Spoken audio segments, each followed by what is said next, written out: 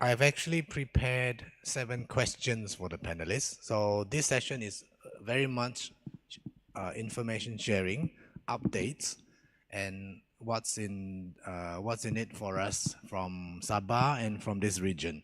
So later on, if we have extra time, the audience, you could raise your question, but get ready some question. If we cannot cover your questions within the 1 hour, we hope you can jot down a question and then pass it to, I think, Ben, you could help collect the questions, and then we can send it back to you with some answers. Okay, so before we start, we have Tuan Izani from, on my left-hand side, from Sabah and Labuan Director of MCMC. Then next is Mr. Ken Tan, CTO of DNB. And then Raja is Google Malaysia and the region on Google Education. So we have complete ecosystems of the infrastructure in Malaysia and Sabah to help us answer some of the questions that is always been our head for the past many years and moving forward. So let me just start with some precedents before we go into the questions. So according to the Global Digital Insights October 2022, the world is digitally converging with rapidly increasing number of connected internet citizens. We also have devices such as IoT, technologies such as VR, AR, mixed reality, and not forgetting the complexity of cybersecurity. All these are significantly expedited after the pandemic. More of our time spent online. Once online and offline are clear boundary, now it becomes blurred. According to the same report, the internet population is increasing at 1.3% year on year. So with this kind of move, the internet has already become our third utility on top of water and electricity. Even at rural area, there is this push for it. Malaysia is driving towards entrepreneurship, especially our tech startup. And it depends a lot on reliability and the trust of the internet access. With that, local business transactions are becoming a global asset. So business transactions online are an asset now for us, for the country. For Sabah, in the midst of Bimiaga, we are in the middle of it, social enterprises programs have been one essential development in the Sabah state. It's driving a lot of needs from the rural area. SICC has been a very strong key pusher for this program. The demographics in this region in itself has multitude culture of colors in all aspects of living, businesses, and growth, especially in Sabah. With all this in mind, these are all the information that we know now, and then we know where we're living in. Okay, let us start explore. What can we do? What do we have? And how do we move forward? From the fundamental digital infrastructure perspective, how do these aspects of digital world help us propel to the next level of digitalization and business transaction? Okay, connectivity is the key to digital economic development. So I will start my first questions. In your view, what is the top one challenge Sabah faces in digital transformation from the perspective of digital infrastructure readiness? Why is high broadband penetration rate difficult to achieve? Is this KPI set at the national level suitable and sustainable for Sabah and the Borneo Island? Can I probably, Izani?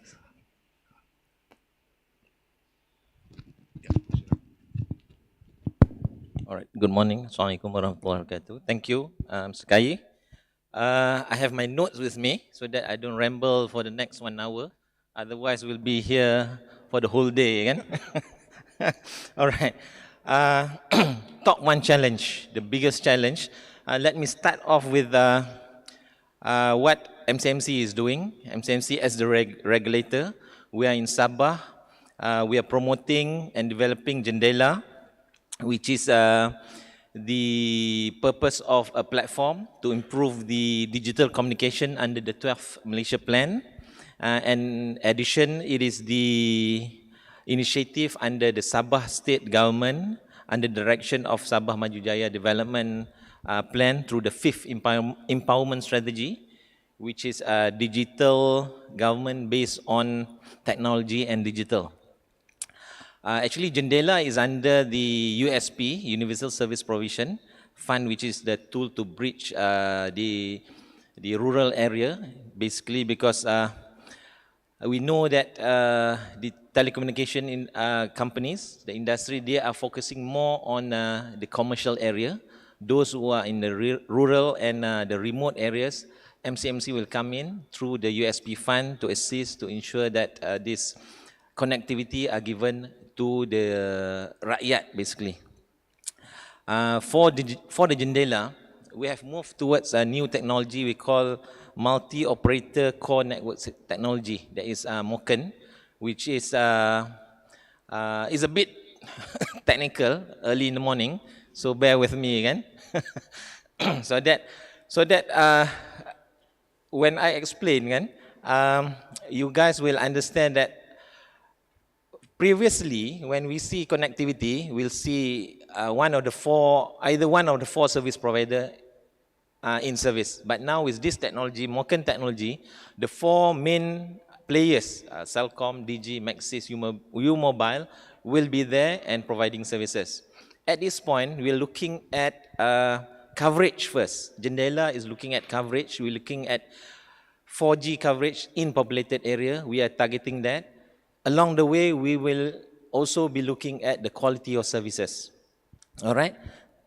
In the fourth quarter, we started Jendela in 2020, fourth quarter of 2020. At that point, when Kayu was mentioning about broadband penetration, Sabah is at 73.41%. And now, the latest figure is at third quarter 2022, we have reached 88.06%. And some other figures, the balance 12% to reach 100%. Jendela, we're looking at phase 2, 2023 to 2025. We're looking at multiple technologies that is available in the market. And then we have tried about 138 sites for satellite broadband technologies. And then it is operational. We're trying it out for 2 years, and then we'll see how the take-up, how the services is being provided to the public. And then for fixed broadband is another issue because we have about 173,000 users. That is about 27 take-up rate, which is actually very low because we need to address the issue of congestion in cellular services, especially in these what we call residential areas and business areas. So we have TM here, we have Maxis, Celcom, who can actually promote more of their fiber products to the public, and then says that what we call fixed broadband is the area that we need to focus because using Wi-Fi at the office, Wi-Fi at the residential will assist what we call the congestion issue in your premise. And then as reported, one figure as reported by World Development 2016, a 10% increase in fixed line broadband development or penetration rate will contribute to the GDP growth of 1%, 1.38% to be exact. So actually, what you call utility as a internet as as the third utility, the utilization of communication is very important, and it is the thing that we must focus on. With that figures and facts that I mentioned, okay, this is the hard part to share. When you talk about challenges, when I said that Jendela program is being implemented in 2020, for your information, we MCMC have committed, done deal 3.61 billion for Sabah. 611 new communication towers to be built from 2020 until 2022.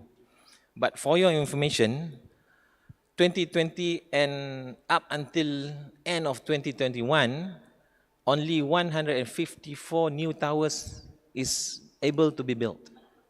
The issues is hard to hear, hard to swallow, but the fact is the policy on land matters is still things that we need to address and has not been very well, addressed by the state government. We have reserve land, we have status of reserve land, land application, forestry, Sabah being a tourism state. It takes a long time to get approval for a 20 by 20 meters square feet of tower to be erected. It takes as early as 3 months and as long as 6 months to get approval for the at least entry to the premise to start building the towers for the contractors to start building the towers at the premise. So that is the challenge that we are facing now. Even though despite that Sabah has this Sabah Infrastructure Plan 2033, where it stated that all new development, early planning of new township, there must be communication infrastructure or network ready, and provision of adequate land or land reserve or right of way to be given to these service providers to erect the towers, but it is not happening. So I think let me stop there before I become very passionate about this matter. But that is the biggest challenge that we need to look at. That is the policy that we need to look at. And one thing that, in my opinion, to move forward, I'm saying that we have 611. Only 154 is able to be built in the period of 2 years. So by right target is end of this year, we have the 611, but we have still got another 400 to go. It's still not there yet. All right, thanks. Okay, Ken, for everyone's information, Ken, CTO of DNB are more on the 5G aspect. So Ken, over to you. Thanks, Kai. Good morning, all. Rightfully, as Izani has highlighted, and even Kai, connectivity is now is a need. It's not a want anymore. It's also a commodity. So one of the key challenge facing a state of Sabah, and not just the customers but also enterprises, or the availability of the promises of 5G. To move towards the Industrial Revolution 4.0, improving the standard of quality of living that's being touted globally, it's not really possible unless we can make those connectivity affordable, right? So the whole point of the term commodity is to ensure connectivity is no more a differentiated service. It must be a commodity that is affordable for all. And as highlighted, the challenges that Izani from MCMC has stated, DNB is not going to solve all of it. But what DNB would try and attempt to do is accelerate the availability of 5G. And just to highlight as well, if I take a step back to explain the MOC and what Izani was saying, it's when you have a road between two cities, if the road is narrow, the car that can go through it cannot go too fast because it can be accident prone. If there's a lot of potholes in the car on the road, it's not wide enough, you can't achieve the high speed. However, with the policies that's been put in place by the regulators, supported by MCMC, by the Sabah state government, federal government, they have encouraged this MOCN technology. It was not done before, but DNB has worked going through a very strict tender process last year to select a partner that helped us to prove the technology worked. And this is where a superhighway can be created, where connectivity can be commoditized. Because when the existing operators in the market, one of the biggest challenge is the high capex or cost to roll out the whole 5G radio networks. The capital normally is a percentage of their revenue.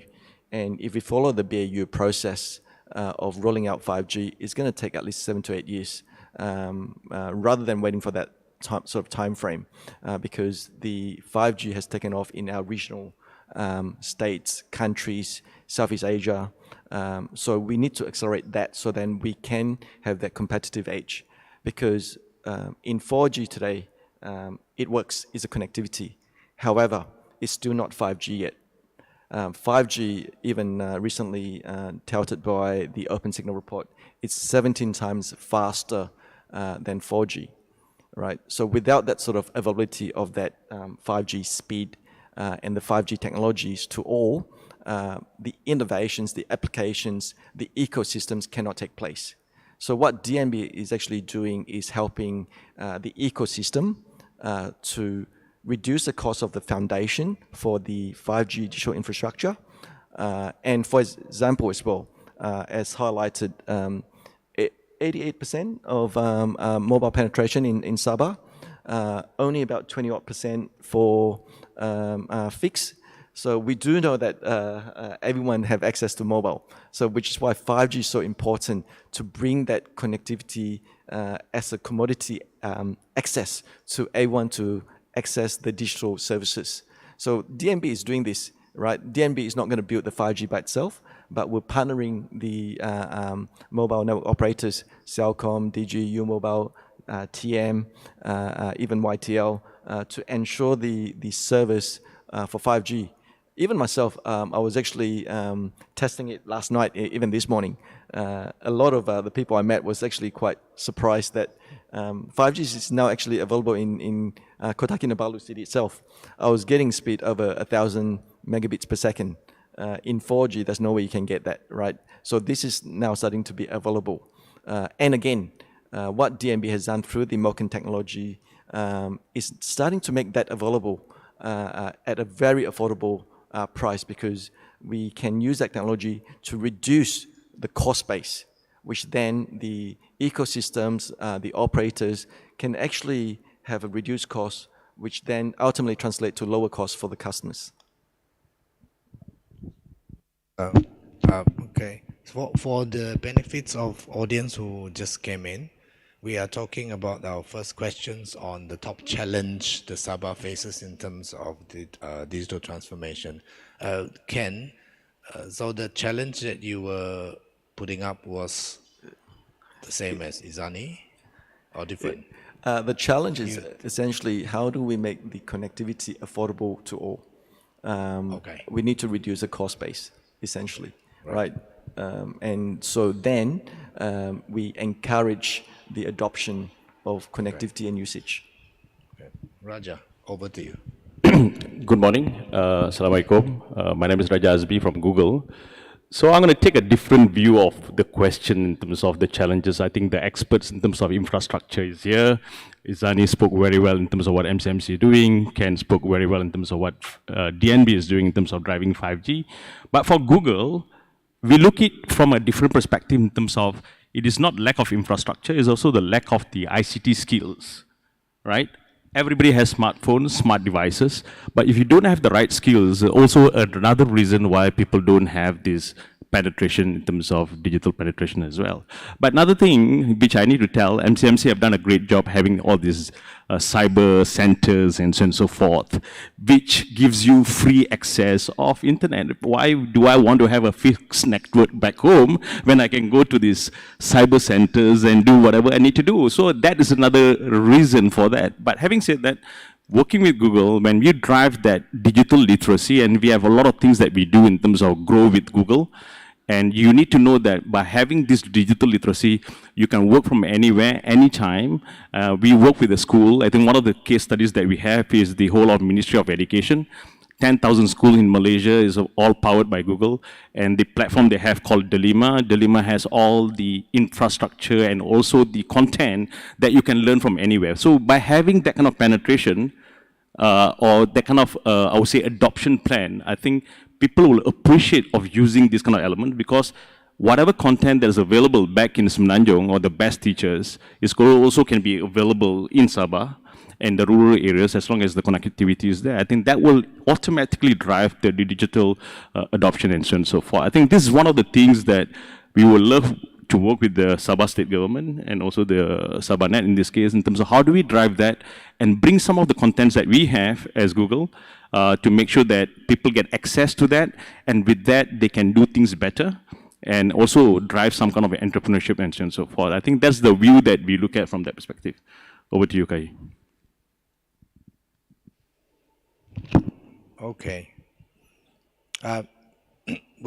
So in one sentence, what is that one policy? If you can just, because we have quite a number of questions and we only have like 20 minutes left. Yeah. So in one phrase, what is that one policy you wish the state government or the Sabah stakeholders to take up? Izani, one policy. For the infrastructure, right? Digital infrastructure. I would say the policy on land management, because we have a lot of what we call categories. We have state land, we have reserve land, we have communal land, a lot of lands, and then land application, under application. And then Sabah is very rich with land availability. There are, I think, thousands of acres that are being occupied, but there is no what they call land title to this to the owners. So in order for us to build communication towers, agreement must be done between the service providers and the landowners. So if it's under state government, then the long process of getting the tenancy agreement to be signed. It is easier if we sign privately, for instance, the SP with the landowner. So I would suggest that review on the land policy matters be looked into, and to make it more communications friendly. All right, thanks. Ken? I wish there's one single policy, Kai, but through the working with the industry in telco, I'm very sure if I say one policy, there'll be someone who says, I disagree, because ultimately it's a whole ecosystem. But in general, the policy that I see would help is any policy that helps with sustainable investment into digital infrastructure from both the public and private sector. And this will covers like, the adoption of handsets, like what Izani is talking about, the state government providing the land to enable, even the support from DBKK and the councils to fast track all the approval process for DNB, and also the Jendela program, and my dear colleagues in the telco industry to roll out towers. All that would help. And for me, I think I look it from the perspective, being a cloud provider for Google is the cloud first policy. I think this is something that is really important. Of course, the federal government has decided to go cloud first, but I think the state need to adopt that as well in terms of cloud first policy, so that you can leverage some of the infrastructures being built out there and drive the penetration of the broadband in the country and so on and so forth. Yeah. Okay. Okay, thanks. Let's change the view a little bit. Let's go technical. It's not technical enough for the crowd, I know. So let's talk about the data centers. Let's talk about submarine cables. So let me put up a bit of a background in question. So we understand that Sabah state depends on a submarine cable traversing all the way to Peninsula and then onward to Singapore, where most of our data reside. We are informed that as we progress towards 5G and beyond, low latency is the key. So why the digital infrastructure backhaul development, is it adequate or is it not? And what policies? And also on top, talking about data centers, what is the necessary data centers for Sabah, and how best can it be developed in Sabah or in Borneo, and how do we look at this perspective of the submarine cable as well as the data centers? I think we start the reverse order. Cloud first. Good, Raja. Thanks, Kai, for the question. So I think for Google, I think the way we look at things is, just to give you context, Google is a cloud service provider as a hyperscaler. We are the only hyperscalers build our own infrastructure. When I say build our own infrastructure, it's not only the data centers, we also run our own submarine cables. We don't work with third party. That is to address the latency. So I think the total world traffic, 40% of the world traffic runs on Google infrastructure. I think that's something that I want to emphasize, and this is different compared to what other hyperscalers does. And we have in Malaysia 2 POP, point of presence, which both in Semenanjung. Whatever, once you get connected to the POP from your ISP providers, whatever goes into the Google network is 100% belongs to Google. But the good news is Google have decided to open up a data center in the country.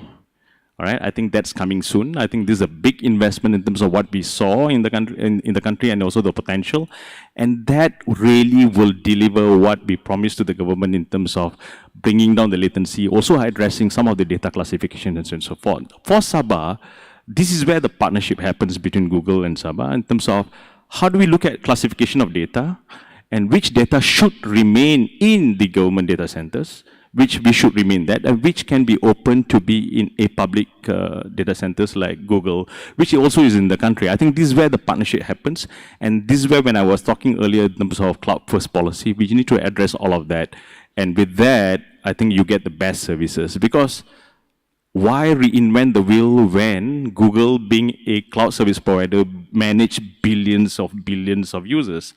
And all of you in this audience are Google customers. You use Gmail, you use Maps, you use Waze, you use YouTube, right? So basically, you are the Google customers of ours, and we are managing infrastructure that caters for that kind of element. And we have all this, I would say, governance in terms of security, in terms of data sovereignty, operation sovereignty, or operation security is also software sovereignty, and so on and so forth. So I think it's about leveraging that, and at the same time, some of the services that we have, it's also all built-in AI, machine learning, all built into that kind of services.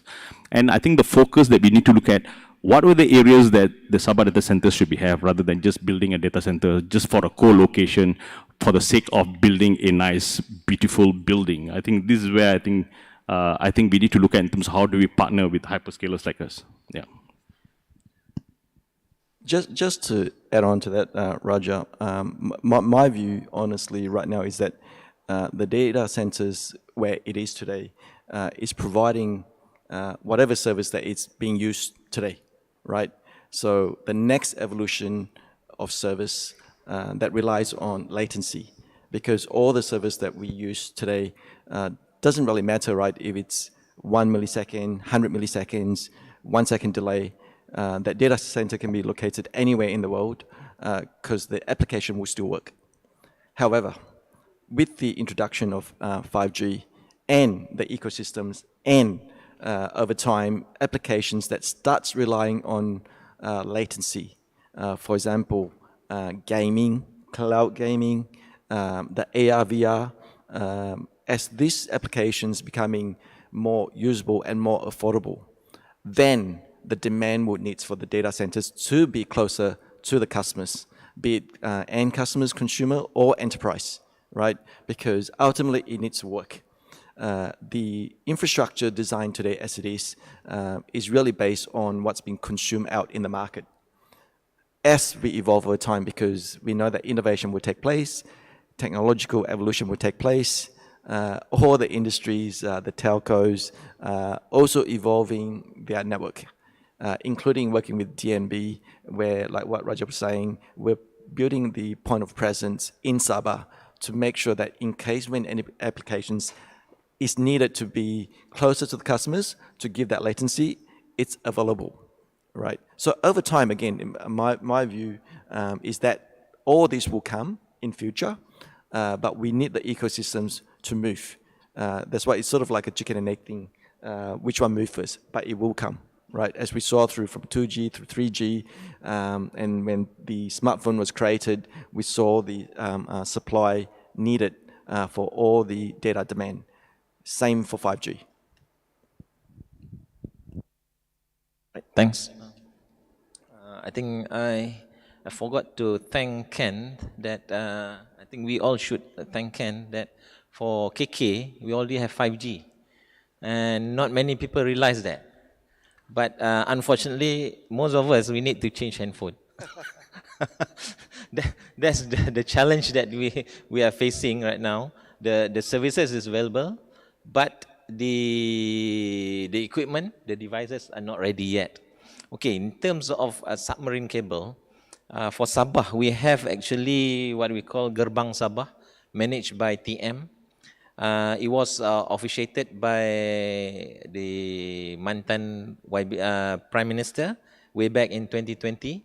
Gerbang Sabah has been operational since 2017 and have a lifespan of 20 years, up until 2037 actually.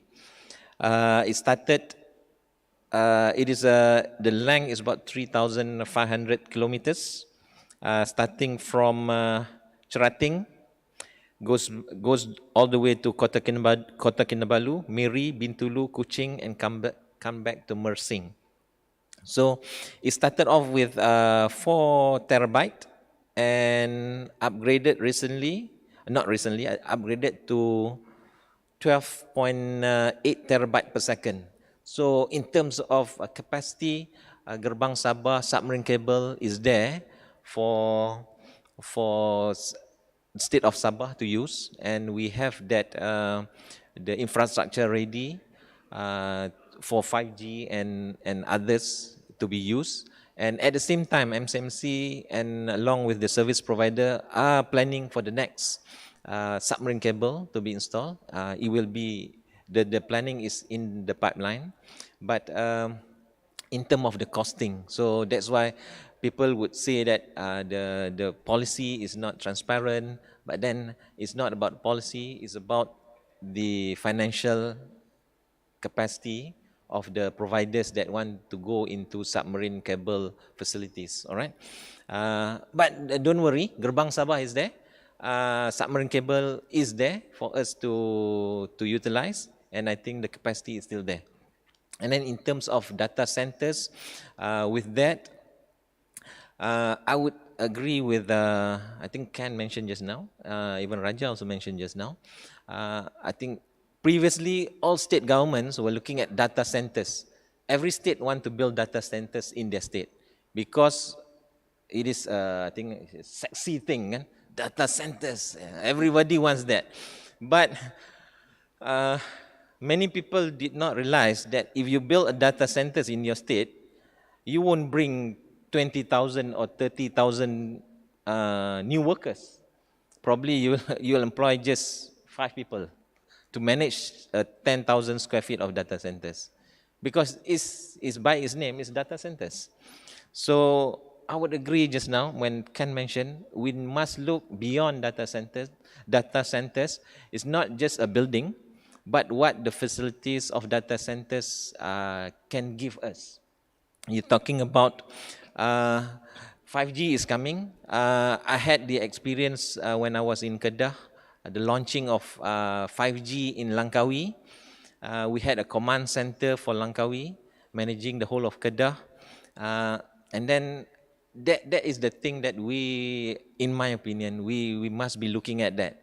A data-driven, not just probably at the beginning level is the organization where people, the data centers will be managed by, produced by what you call AI for utilization of data, analytics, and then the concept of data-driven company or organization to be implemented, not to say immediately, but then every organization must plan it properly so that we have proper data scientists, we have analytics, so that the data centers is not just a building, but rather a services that it provide the analysis that we need to make what you call our what you call everyday life or our decision making faster and better. That's what we're looking at. That's in my opinion what we should be looking at data centers. Thanks. Okay, we have great insights from our panelists. So I think we move on. We have started with the challenges in this region, then we talk about the infrastructure. Now let's look at the next view. So moving forward. So moving forward in the future for Sabah, for Borneo Island, for Bimiaga. So how do you think if 5G is already in place, 100% coverage of 4G, you have enough towers, you have data centers in place, what is in it for the citizens to reap from this heavily invested digital infrastructure? And in your position, in your current position, in what way can you contribute to build a conducive digital environment in Sabah for startup, for the digital nomad, and for all the enterprises to thrive? I start from the middle, Ken. Thanks, Kai. Very interesting question. Thank you. Because we always focus on today, present, because it's part of our everyday life. Now, when you look towards the future, when we talk about once assuming, and we know it will come, the digital infrastructure, when it's ready, I would not say it's going to focus on one industry. However, I just want to recap that the whole point of connectivity is really to connect us as people, as human, to anyone, anywhere in the world. That connectivity also allows people to people on top of applications to people consumption.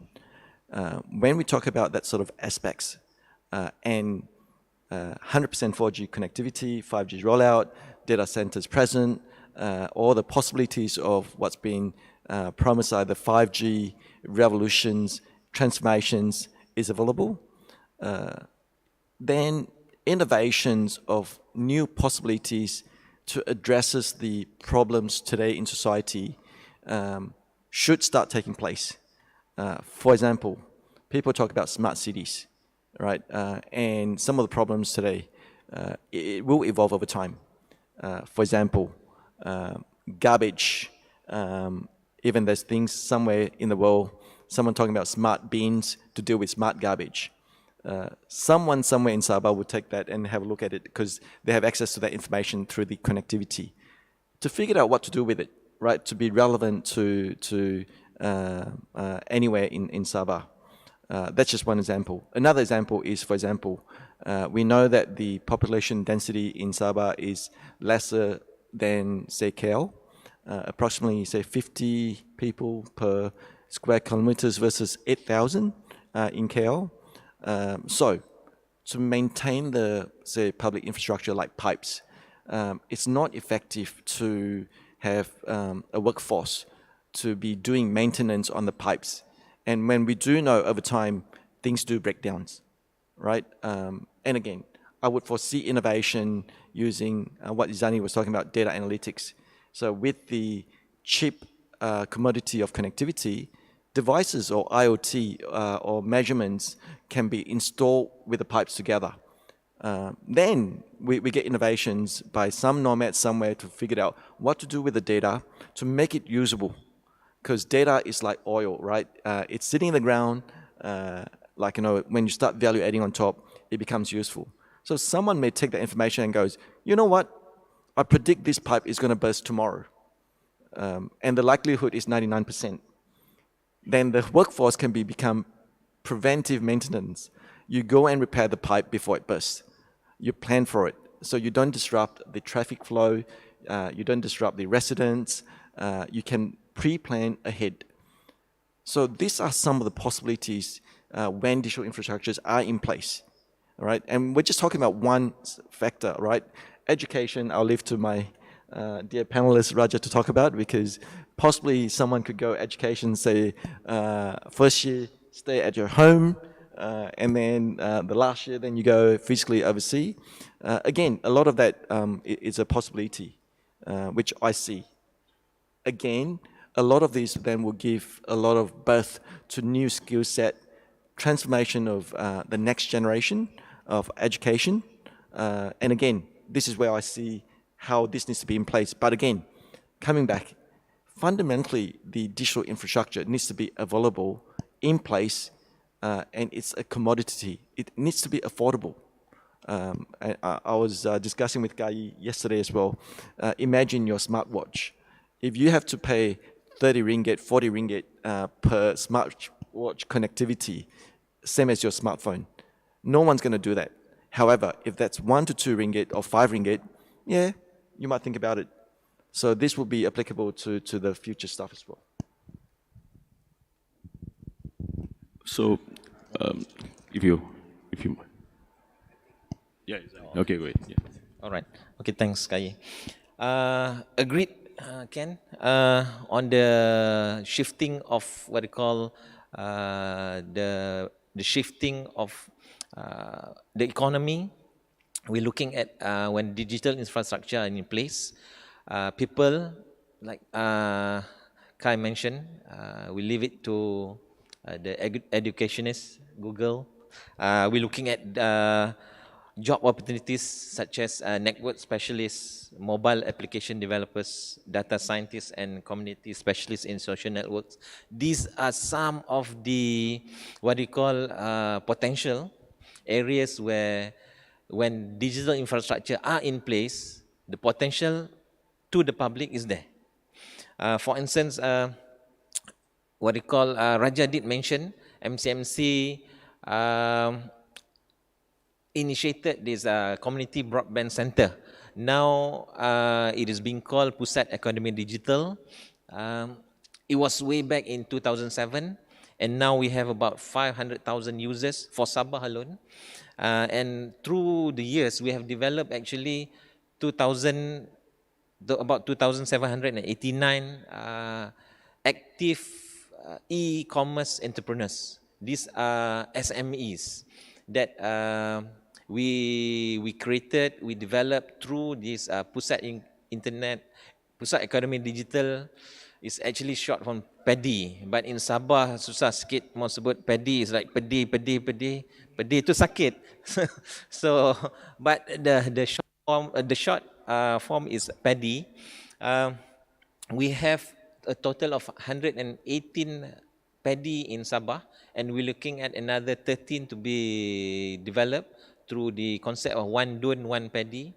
And these are all for the benefit of the rakyat in the rural areas, because fixed broadband may be available in the commercial area, but when it goes way back, when it goes in the rural areas, apart from point of presence being developed by KCOM, there are areas that need to be not yet accessible to the public.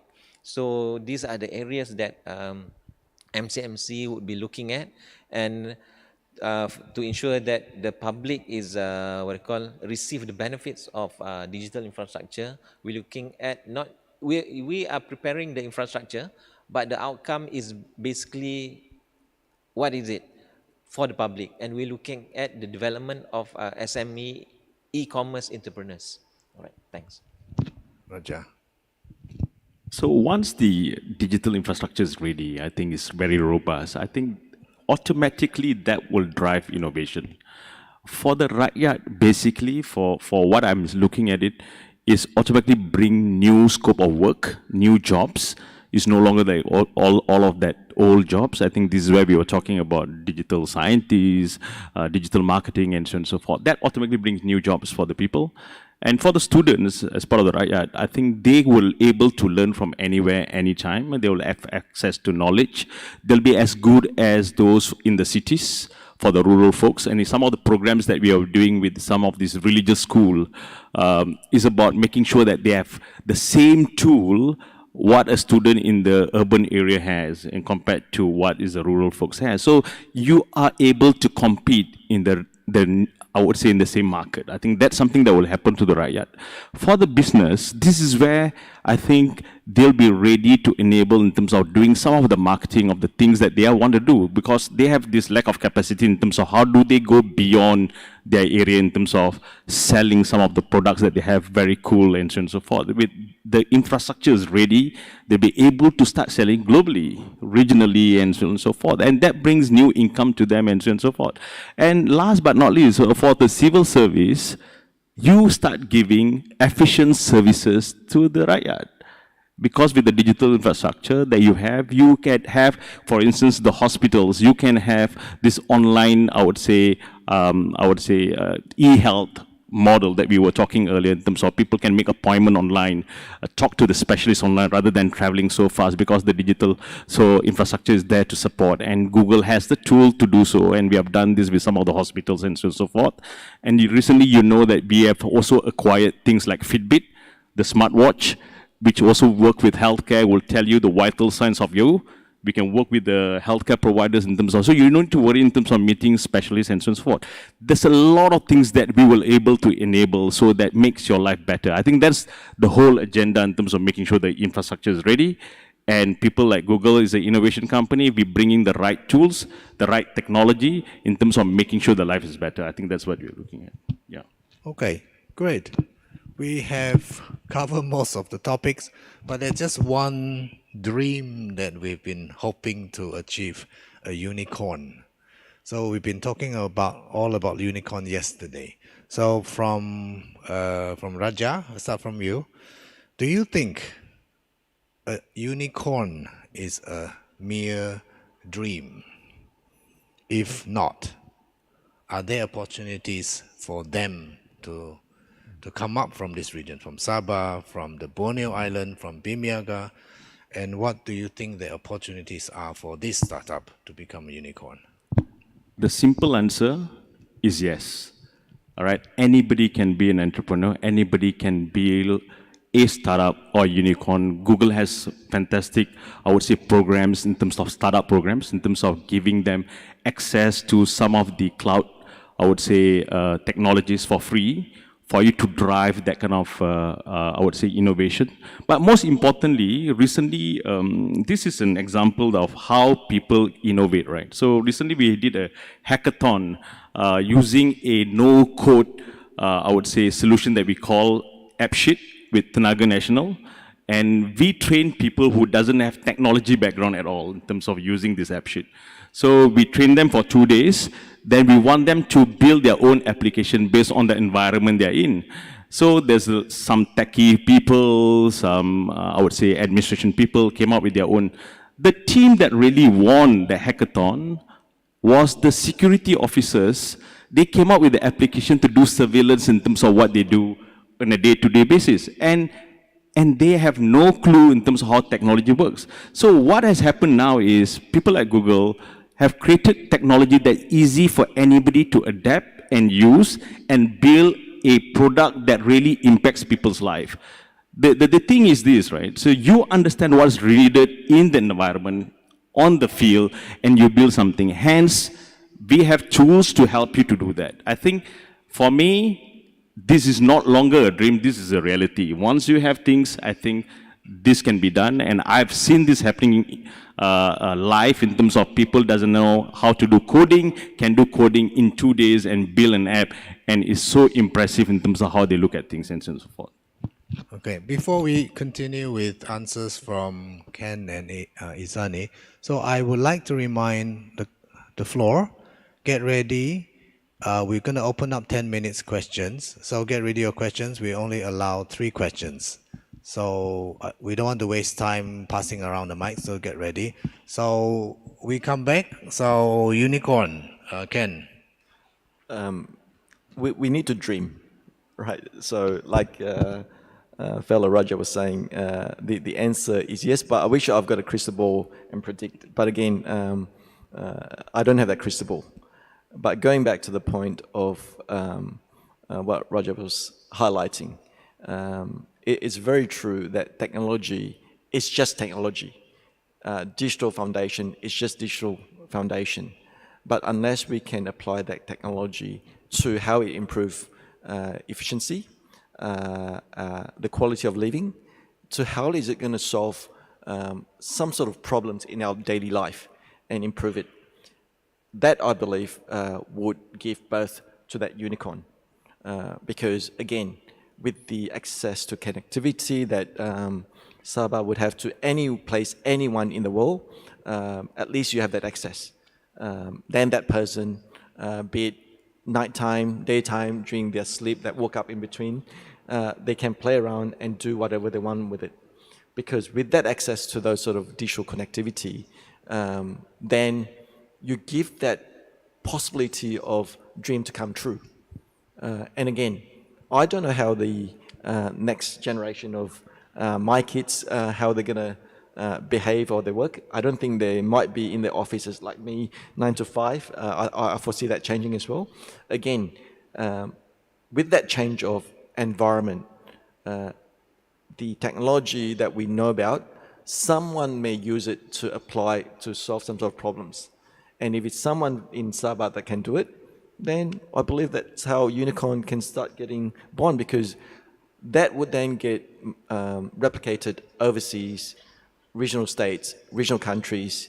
And again, the market is not limited just to Sabah, but it opens up the market to the whole world, right? So that's what connectivity does, right? It allows us to be all connected.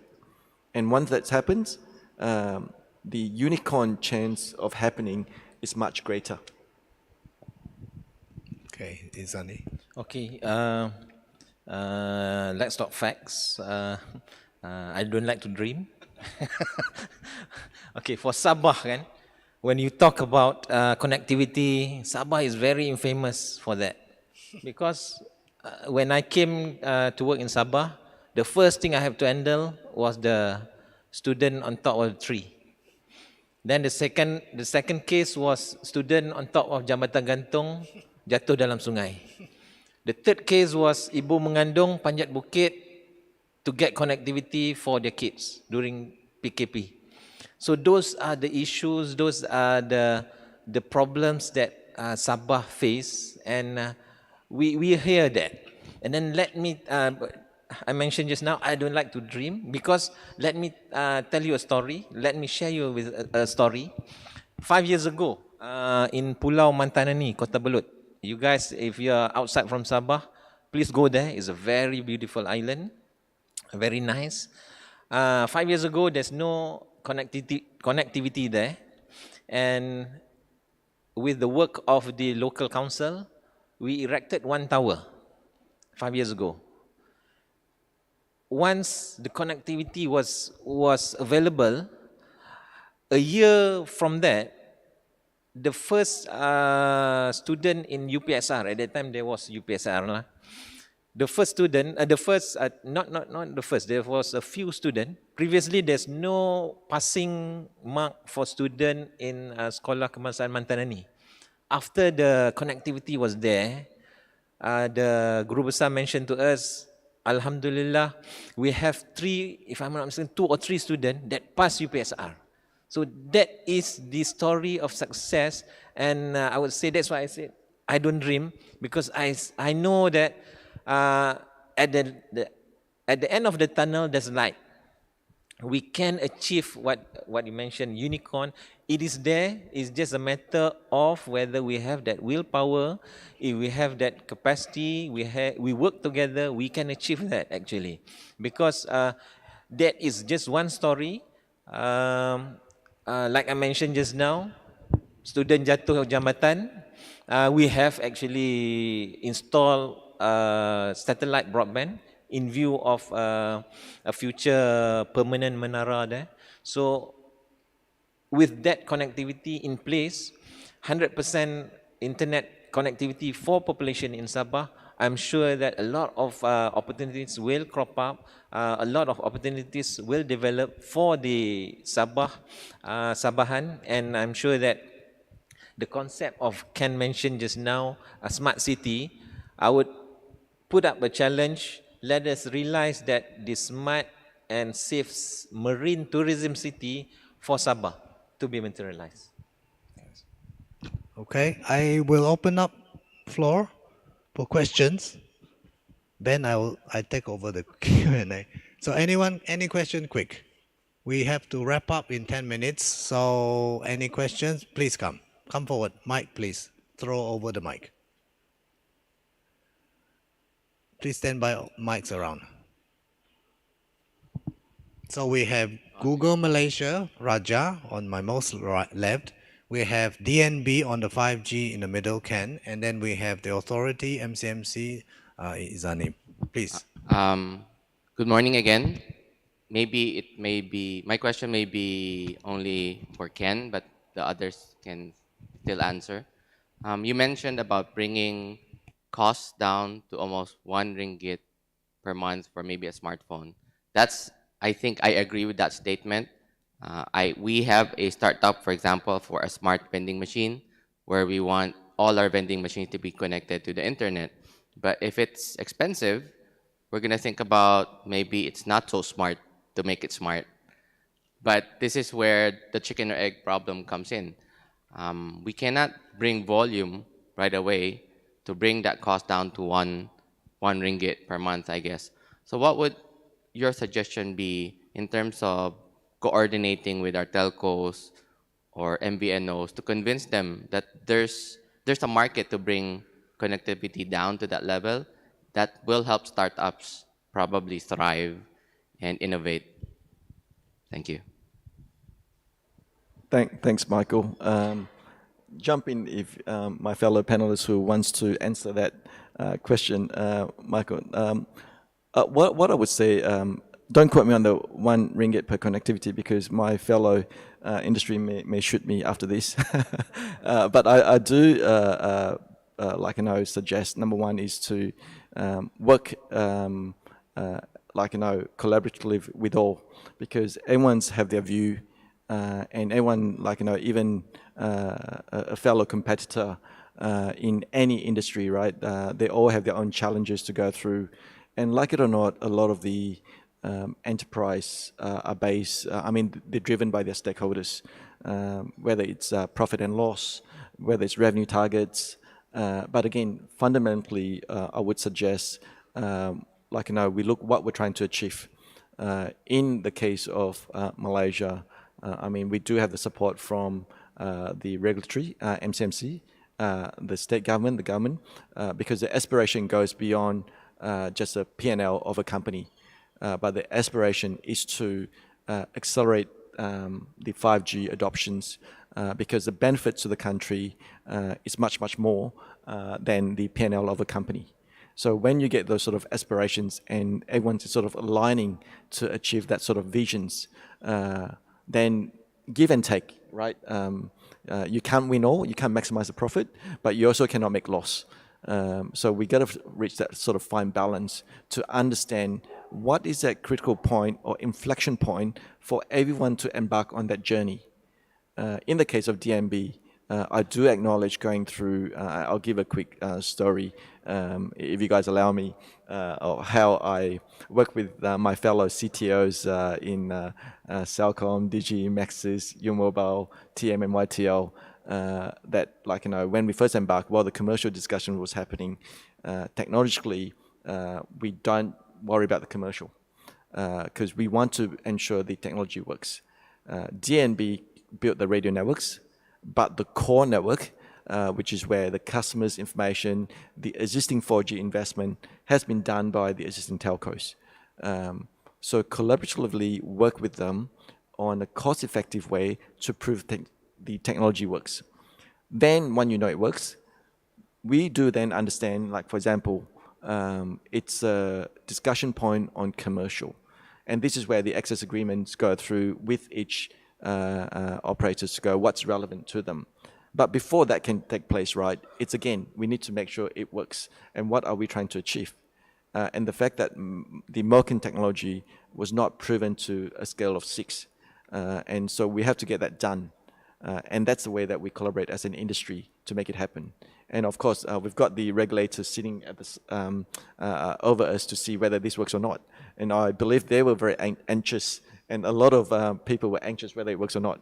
But once it's proven it works, then it just becomes a commercial discussion to see where is that fine point to kickstart the whole thing, right? And once you can kickstart the whole thing, the momentum will build up. And it will happen step by step by step. But unless you take the first step, it's not going to happen, right? It's very easy for everyone to say it's not going to happen, it doesn't work, it will not happen. Unless someone take that first step, right? And we did that through prove the technology works, integrates to the existing networks of each of the operators, then they can figure out what do they want to do with it. So it's a stepping point and finding that fine balance. Anyone? Yeah, for us in Google, we have decided to invest, especially for education. We are willing to give at RM1 a month for student, for all the tools for education. That's a confirmed investment for Malaysia. It is ringgit, it is not US dollars, it's ringgit, and we're going to support that development of the future leaders for education. That's a commitment from Google from that perspective. Anything, Izani? No. Right. Michael, I hope there's some take back for you. Okay. Anyone? I saw some other people. Okay, please. Hello. Assalamualaikum and a very good morning to the moderator and panelists. My name is Muhammad Muizuddin. I'm a computer science student from UiTM Sabah. So my question is about the 5G. As Izani said, the 5G is already in Sabah, right? But then the problem is you want to launch the 5G in Malaysia, but even when we are in the middle of KK, with the current 4G, there's some place that have no connection. I give you another example. Because we, UiTM student, we take our attendance, our lecture attendance from UiTM website. So sometimes when we were in the lecture, we want to take the attendance, there is no internet access. And we're not using the Wi-Fi. We're using about the set teleco. So I just want a suggestion like, how do you want to solve the current problem instead of going to the 5G direct? Thank you. Okay, 5G. I'll jump first, Ken. Okay, 5G is available, but we're talking about quality of service for 4G. It's a process where we shifted from 2G, 3G, 4G, and 5G.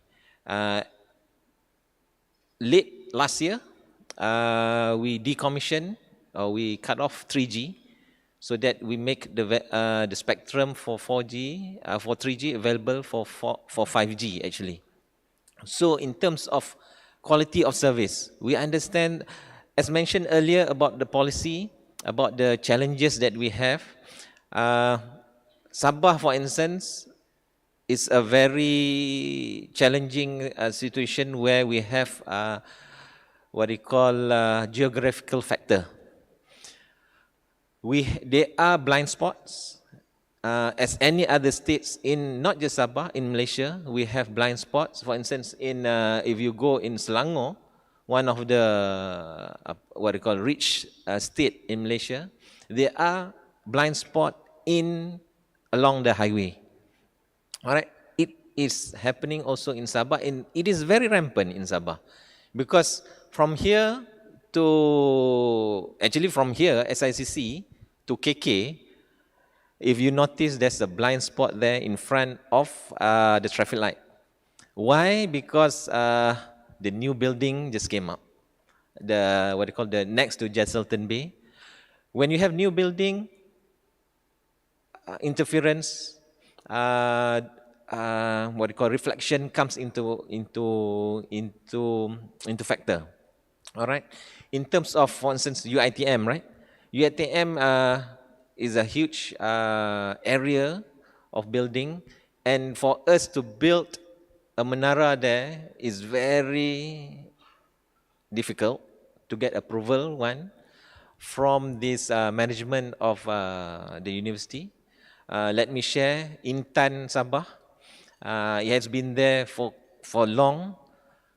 The area is huge, but it is very difficult to get approval, to get the consent from the management to build a menara there, a communication tower there.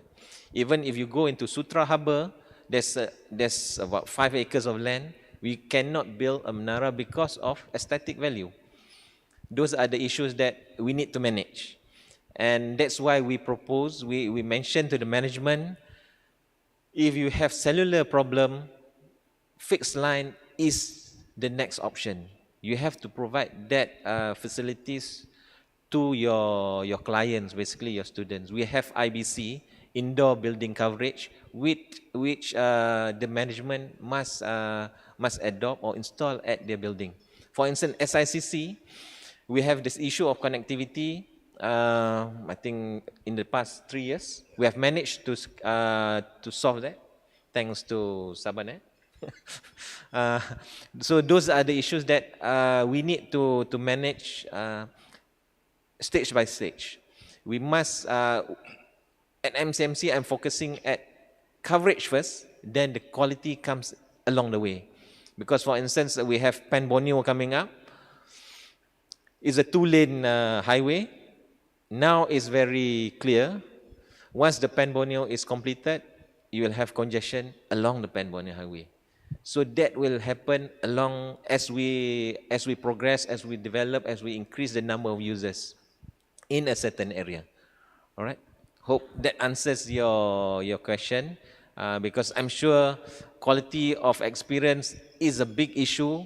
We receive a lot of complaints, but we try to manage it. We try to resolve areas that we can resolve by working through and working with the service provider.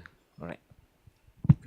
I could actually add on for the benefits of the crowd. We have a lot of different types of technologies that you may be taking for granted. So using your phone, using your laptop. So you'll be connecting through cables wherever you are. You may be connecting to the internet through your phone. It could be Wi-Fi, it could be 4G, and 5G is coming. So for people who are users, when it would be more, there are a few aspects of it. It would be, I mean, if you have connectivity issues, those are the aspects that you should look at, whether you are connecting to the Wi-Fi that's there, that's not working, or where maybe your service provider coverage, indoor coverage is not there, then you complain to the building, or if it's a cable not working. So it's a bit complicated for the end user. That's why we're looking, say, in the future, when all these technologies are converging, then it'll be more user-friendly in a way that you just connect. You don't have to worry where you connect, how you connect.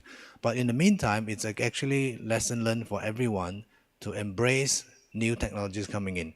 So to help complement the answers from Izani, if you're in a building, in a room, let's say you're here, and you're connecting to Wi-Fi or your 4G, if it doesn't work, you should talk to either the building management if it's Wi-Fi and ask them, complain to them whether they can improve their Wi-Fi coverage, the strength of the internet speed. If you are 4G here, then if you're using DG, talk to the DG. If you don't want to go through the hassle of the hotline that you have to be queuing up for like 100 users, to get a call, but talk to the local DG people. Or the other way that SabahNet can help from the ecosystem. That's why we are trying to connect everyone so that we know each other. That connect ecosystem is important because word of mouth is actually we are getting first hand of information, and then we can plan early instead of you complain it didn't work and then you ended up giving up. So connect to each other. I just want to remind all of you. I don't think we have any more time for questions, but I just want to remind all the audience.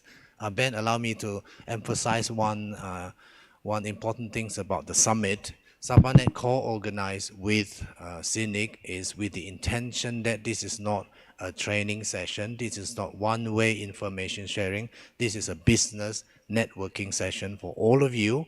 We introduce, we invite with all the effort from people from all over the world outside to come here so that we can connect to each other. We wish to use this platform to build ecosystem. Our ecosystem is not in Sabah. Our ecosystem in Sabah is supposed to be the world. So we're trying to spend money, to spend the time to invite one by one, year on year, all the important players, the successful entrepreneurs, they come here and share information, not on stage only. We want them to be on the ground. Please connect to them. They are here for you to talk. Don't be shy. Just connect to them. So that is the main intention of the summit. So the summit is to serve. At the end of the day, the summit is not for you to come and just receive, for you to digest and then share yours, but you can share among yourself. But please, we have on my left-hand side, if I can go through again, Tuan Izani, MCMC Sabah, regulatory for all the telecommunications deployment infrastructure, in the whole Malaysia, Ken, CTO of DNB, who are looking at driving 5G penetration in the whole Malaysia. Sabah is one of the pilot, and Raja is representing Google Malaysia for the region. He's driving the education part for the skill set development. But I need to close for thanking all our panelists for your time, valuable sharing and insights into our current situation and in the future. We hope you all benefit from a short 1 hour sharing. Let's not end here. So any questions that you have, I know you have I see a lot of question marks floating up into the air now. So please talk to them. And for your information, SabahNet is actually currently collaborating with Google Malaysia to push some of the programs, some of the tools across to the state government and in the state. So we'll be announcing that in a later. I think with that, Ben, thank you very much. I'll hand over back to you. Thank you very much, Mr. Chin. Let's give a big hand to our moderator and panelists on stage. Gentlemen, please remain on stage. Ms. Nur Suhaila from SICC would like to present all of you with a memento.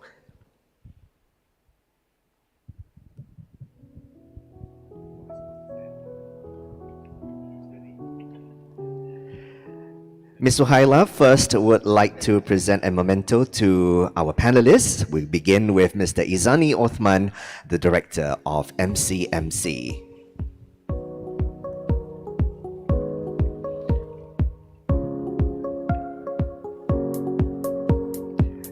Thank you very much, Mr. Izani. Next, Mr. Ken Tan, Chief Technology Officer of Digital Nasional Berhad.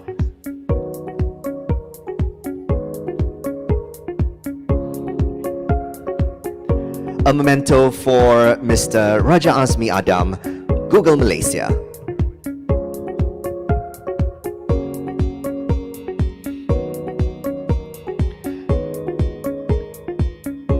Last but not least, to our moderator, Mr. Chin Ka Yi.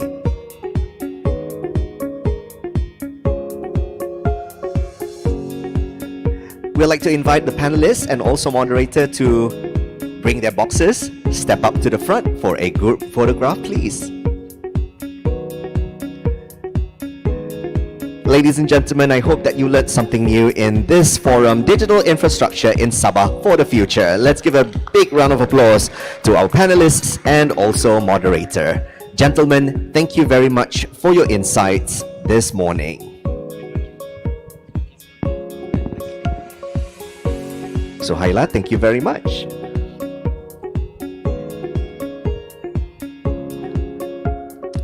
All right, ladies and gentlemen, the time now is 10:19 a.m. In 10 minutes' time, there's something major happening in Semenanjung, Malaysia. We won't talk about that, but I'm sure you guys need some coffee and some hot beverages. It's ready for you, and we will break for about 10 to 15 minutes. We hope to begin our forum number 2 of the day at 10:35. We'll see you shortly. Thank you so much.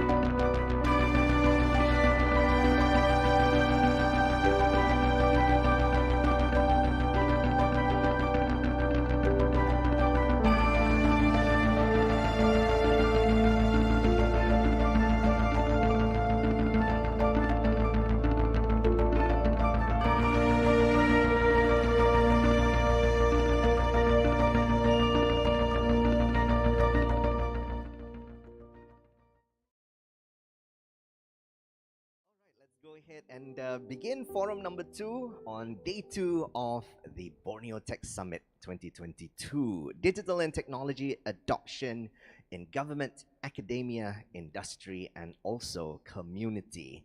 And I think BTS 2022 has picked the right moderator to make this as lively as possible. Allow me to introduce to you Mr. Richard Kerr. If you have not followed him on social media, I definitely would like to persuade you to do so. While you listen to me reading out his profile, I hope that you'll be able to visit his Instagram, Facebook, and recently TikTok. And I hope you'll be inspired by his content. Now, Richard is the chief storyteller at his own digital marketing agency called Richard Kerr Digital. He was the former chief marketing officer of Aerodyne Group. Now, Richard is a TEDx innovation and keynote speaker who is highly immersed in the global startup ecosystem. He was previously attached to CyberView, where he spearheaded Cyberjaya's Smart City programs. He was also the Malaysian Global Innovation and Creative Center, or MAGIC, where he set up the ASEAN Center of Entrepreneurship. Richard lived and worked in the tech industry for more than 10 years in Beijing before relocating back to Malaysia. Ladies and gentlemen, I now pass the floor to our wonderful storyteller, Richard Kerr. Hello, good morning, everyone. Thank you for being part of this wonderful tech event, Borneo Tech Summit, the first ever, I guess. I hope it will continue for the next few years and really develop a wonderful tech ecosystem for us here in Borneo, not just for Sabah. And thank you, Ben, for the wonderful introduction. I hope more and more people are coming in to enjoy this panel session. We have 3 wonderful panelists here with us today. So basically what we're going to talk about today is tech adoption, digital and tech adoption in government, academia, industry, and community. So just to set things in context, I believe a lot of us today have our devices. We wake up in the morning, first thing in the morning, that I think probably most of you or even myself would look at our device, and even our alarm clock is no longer the clock at our bedside, it is basically our phone. So as you know, things have evolved over the years, at least for the last 30 years. I still remember when I was still a student, we embarked on the multimedia super corridor. It was actually a groundbreaking initiative, never has been done in any countries before. I think we're very proud to be part of that. The journey has been going on for the last 25 years. As you know, we embarked on this national ICT initiative to change Malaysia from the traditional manufacturing type of industry to a knowledge-based economy. So I guess during the transition years, we have already experienced in so many different things in the way we live, the way we use technology. So imagine in those days, when you have to call for taxi. I know it's going to be really, really challenging in those days. You have to call a number, and then somebody said, okay, we'll check for you, and then they're going to call you back.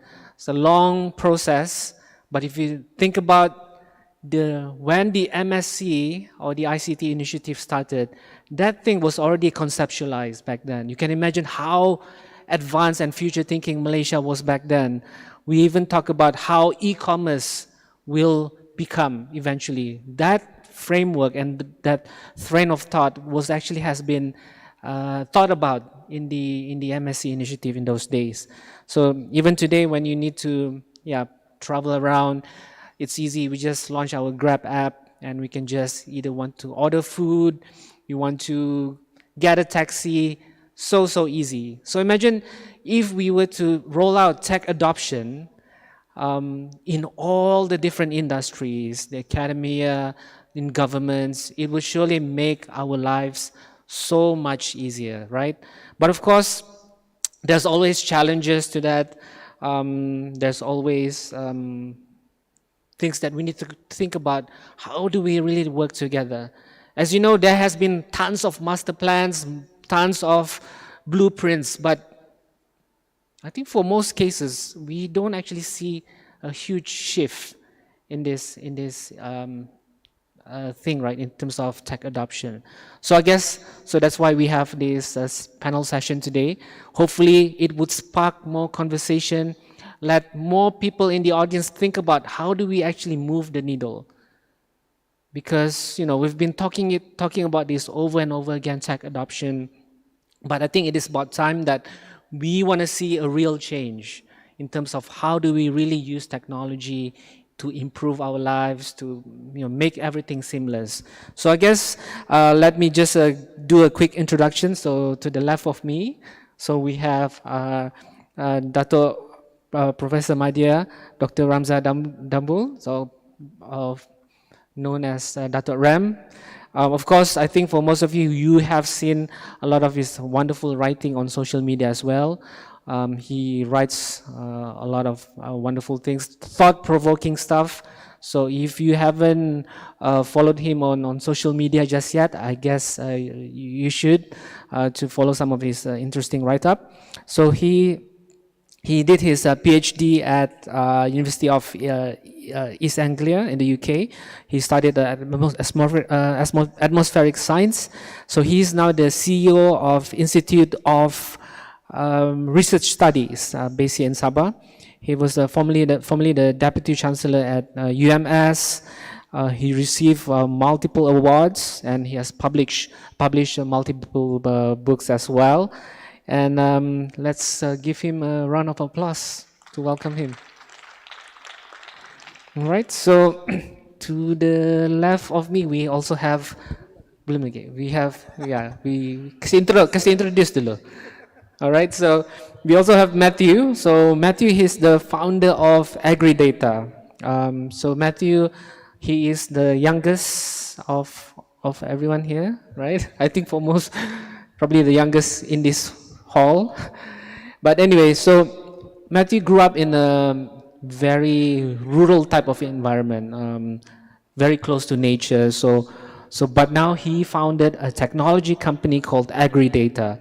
I bumped into Matthew like probably more than 1 year ago when I was still with Aerodyne Group. We were part of the program with Petronas, the Petronas Future Tech Accelerator program.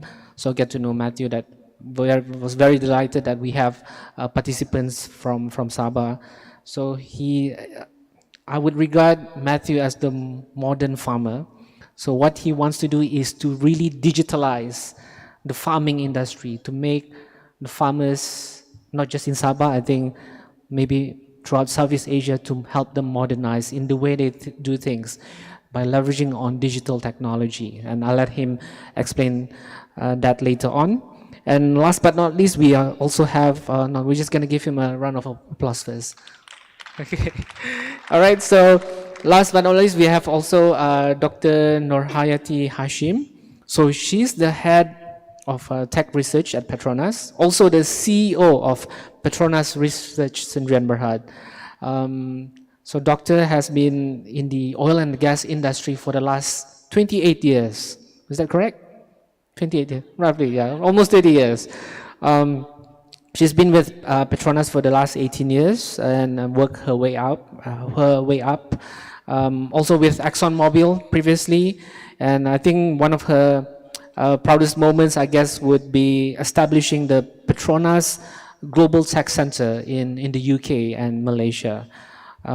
So, of course, we'll get to hear more from her later on. So let's also give her a round of applause. All right, so without further ado, so we're just going to start off the conversation. So I guess I'm known as a chief storyteller, right? So I like to tell stories. I want to get things really relatable to everyone. Make this conversation really simple. So we make it santai, yeah? We make santai, nothing too complicated. Make it really easy for people to understand. So I guess I would firstly I want to basically understand, at least from each of you, in your industry, what do you think is the biggest challenge in terms of tech adoption? Maybe you can start with Dato' Rem first. Okay, Assalamualaikum, selamat pagi. Thank you so much, Richard. I think you made a very I think, opening statement that is provoking, and I would like to pick it from there. Despite all the technologies, despite that the world is moving to IR 4.0 lah, semua lah kan, why is it in Malaysia? The adoption is still very, very low. Yes. Kan? Padahal kita di Malaysia ni, if we want to compare with, for example, South Korea, for example, or Taiwan, actually our awareness on science and technology is much, much earlier. Yes, correct. Yeah, our policy on education, science, technology, zaman Tun M dulu, start even before 1980s, kan? But we are now here, we are still struggling compared to other countries. Okay. I do not know. Should I talk in my capacity as an academia ataupun as a government servant? But tidak apalah. Yeah. Sebagai seorang yang tamak kuasa, saya cakap dua-dua lah. So now, before I go any further, I just want to share what is actually the landscape of our science, technology, innovation at the moment in Malaysia as a whole, so that we understand. Okay? Itu yang saya kata tadi. Walaupun even though when it comes to education, we have introduced that policy which is very biased to science since the 1980s. Tapi sebenarnya, in terms of the real practical, our landscape is still terrible, I would say. So saya ingin mulakan ini dengan mengumpat negara kita, which is good lah kan. Tapi hari ini kita mengumpat sains dan teknologi. Kalau kita mengumpat pasal politik, lagi banyak. Tengok ni saya pergi mengundi mau hilang sudah warna di jari saya. Saya belum lagi dapat apa yang saya mau dalam undi itu. But anyway, tentang landscape science, teknologi dan inovasi. Okay, science, technology and innovation is very cross-cutting. We know that it is something that drive all the sectors. Richard, saya ni gila kuasa sikit. You better remind me when time is up. Yeah. Okay. I'll tap your shoulder kalau. Yeah, sure. Okay. So it is cross-cutting. Agriculture, keselamatan, education and everything. Science is needed. Okay. But the sad thing is, we don't even have akta sains sampai sekarang. South Korea 60-an lagi, 70-an lagi, Taiwan pun sama juga dengan negara-negara. We don't have akta sains. Kita ada akta pendidikan, akta kesihatan, akta bahasa, akta budaya, but no akta sains. And this is very, very, very irony. You know why? Because now we know that science, technology, and innovation is the main drivers for socio-economic. 60% of the growth in economy are driven by science, technology, dan inovasi. So that is how important STI is, science, technology, dan innovation. But the problem is we don't even have akta for it. Kementerian Sains, Teknologi, dan Inovasi pun baru berapa tahun? 6 tahun kah? Kan? Sabah ini pun baru insaf pada tahun lepas kah? 2 tahun lepas kan? Keinsafan yang terlambat, tapi that is good. At least they are there. Now, so with that kind of landscape, I said the biggest problem for us is because we don't have that policy that will guide us. And because we don't have that policy that act, our ecosystem is not there. Betul, saya dulu TKSU Mostia, Ministry of Science, Technology and Innovation, kita ada lebih daripada 30 agensi sains di sana. Nanoteknologi lah, nuklear lah, angkasa lah, you name it, semua ada. The problem is, we don't have jabatan sains negara, sama macam jabatan pendidikan, sama macam jabatan kesihatan, sama jabatan alam sekitar. So when we don't have that, how we are going to integrate all that? Working in silo, kan? And we don't even have act to guide that. So we have problem in our ecosystem. That is why saya tahu ramai usahawan di sini kan, tiap-tiap hari kamu mengumpatkan umum dalam bajet juta-juta, ratus juta peruntukan untuk sains teknologi. Sampai mati hujung tahun tidak sampai kepada kita kan. You know what? Because the issue is we don't have that ecosystem. The money is there. Impian, harapan tu ada, tapi jalan raya dia tidak ada kan. It is different compared to the education. Education, we have ketua pengarah pendidikan, pengarah pendidikan negeri, PPD setiap daerah. Kan? That is pendidikan. Sedangkan sains teknologi ini, I'm not saying that science technology is more important than education, tapi what I'm trying to say that it is the main driver for socio-economic, kan? Yep. So we don't have Nice. the ecosystem. So that is the biggest challenge for me. Fantastic. Nanti kita mengumpat lagi lebih banyak lepas ni. Thank you. Yeah. Well, thank you. I think that's very well answered. As I said, I think this conversation has to really spark ideas and cucuk-cucuk orang lah sikit kan. I hope this is actually live on the social media as well. But okay, let's hear from. I want to jump straight to Dr. Nurhayati. Yeah. Since I know Petronas is it's an iconic company for Malaysia. It's one of the known as the most wonderful brands in oil and gas in the world, right? So I guess like any other companies or organizations, there would probably some challenges as well. So maybe you can share some of the challenges or one challenge within your industry. Okay. Assalamualaikum and good morning. Thank you, Matthew, for that. Actually, very interesting. Sorry, Richard. I keep confusing between Richard and Matthew. We look the same, is it? Sorry about that. I'm actually very interesting view from Datuk Ramza on the challenges, because it is actually the same challenge even the industry is facing. You would think, the oil and gas company, the energy company, ExxonMobil, Petronas, even Shell, the fundamental of our existence actually on STEM, science, technology, the engineering, and this would be, we would be the first, the companies, these industries would be the fastest in terms of adoption of technology.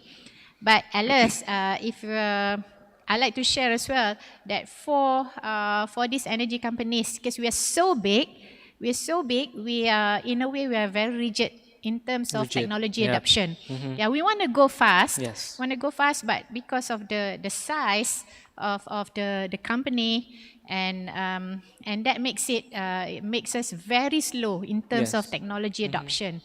And to add to that, the unavailability of infrastructure to facilitate the adoption of a technology that also plays actually a big part in terms of technology adoption for this for the industry, especially here in Malaysia. Because worldwide, these are some of the worldwide, the ExxonMobil, Shell, even Petronas, we are the worldwide brand. Outside, yes, we do have, we're being blessed. There are infrastructure, the governments of Korea, Japan, in the US, in the Western world, they have the infrastructure that gives a very, I would say, agility, in us in adopting all of these changes, all this technology in our workplace. But again, because of the structure of the company, that makes it quite in a sense in terms of adopting the technology, it's quite slow in that sense, because we love doing things the same old way. We want to make sure that at the end of the day we still continue to make money. So doesn't matter if the old ways is still giving us money at the end of the day, giving us making profit. We are happy. We would rather go and use a piece of paper rather than actually go digital. Then that was until I think Petronas realized that if we want to continue to be relevant to the industry, to continue to be the Malaysia #1 company providing for the people and the nations, we need to change. We can't be doing things the same old way. Definitely the tech digital needs to come in. So I think starting 2016, this is when Petronas says we're going to be revamping the whole how we're approaching our technology development. There's a setting up of what we call a Petronas technology agenda. So very much focusing on looking at the assets that we have, looking, so we have a what we call a thematic approach to how we want to look at technology, how we want to use technology to be the solution in bringing Petronas forwards. So we have this what we call an approach. We have lots of data. We've been operating for almost 50 years now. So you imagine the huge amount of data that we have, yeah? And they're just lying there. Yeah, it's very unstructured. So first thing that Petronas says, okay, this is our asset. Data is our asset. So how do we make use of these assets? As you know, in the industry, assets, what makes you money.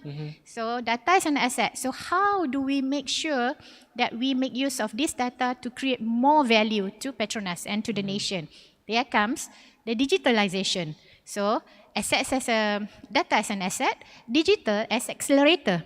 So I think you've been hearing about data science, data mining, AIs. So all those technology development that this is also being used by Petronas to accelerate the data mining, the use of AI to actually come out, what I would say, the exploitation of data to create more value to Petronas. And on top of that, we also have technology.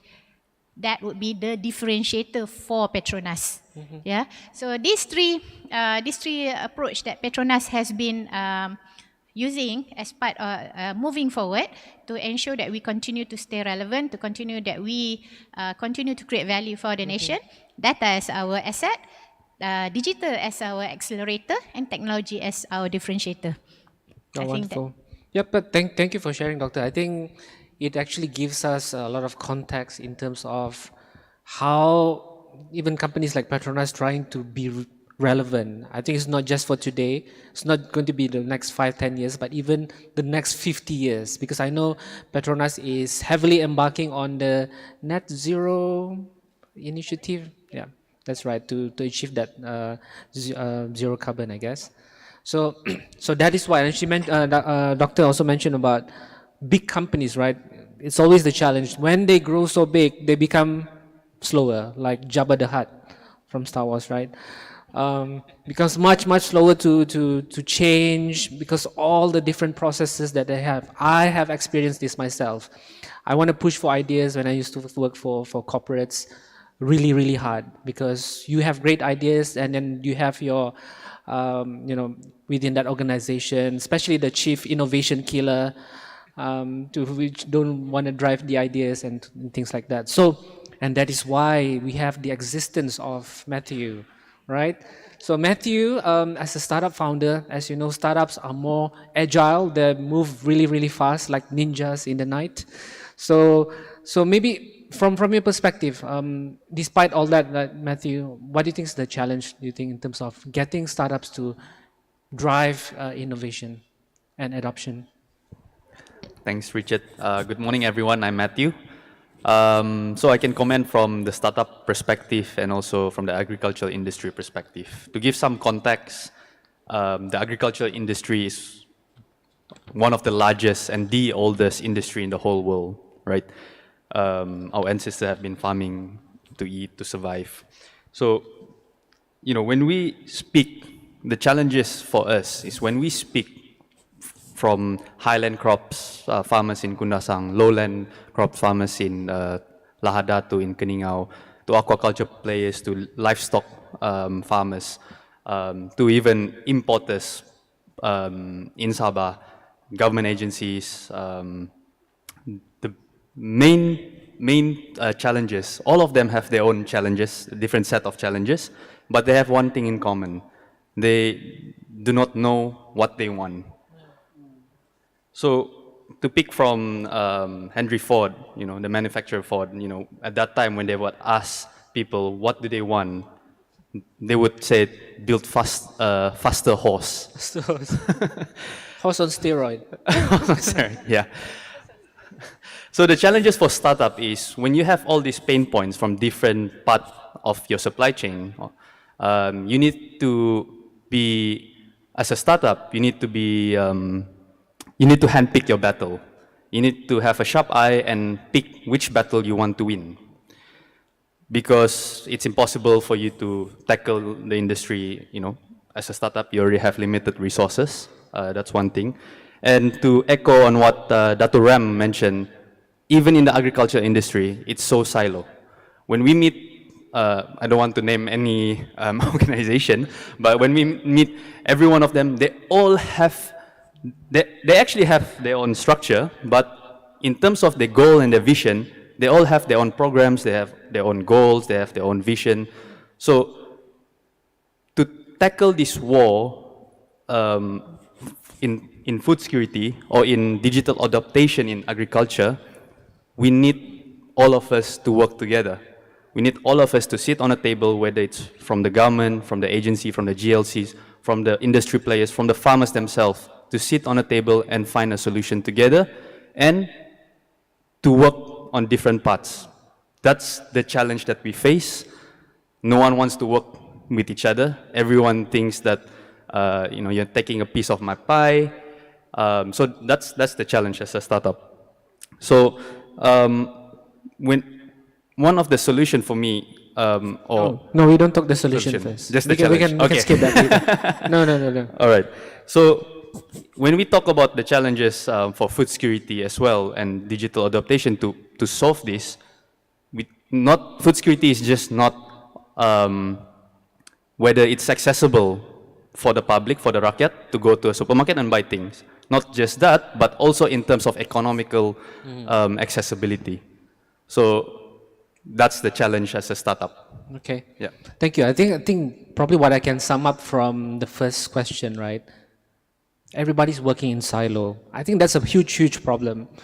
Like Dato' Ram mentioned, so many agencies, not working together, working in silos. They run their own programs, and eventually, I think this is something that we really have to crack if we really want to move forward, right? Really to get people working together. So I guess summits like this is very important to get people think about to network, to make sure that everyone's aligned. So I guess this is actually very positive for Sabah or Borneo per se, or even for Malaysia in that context.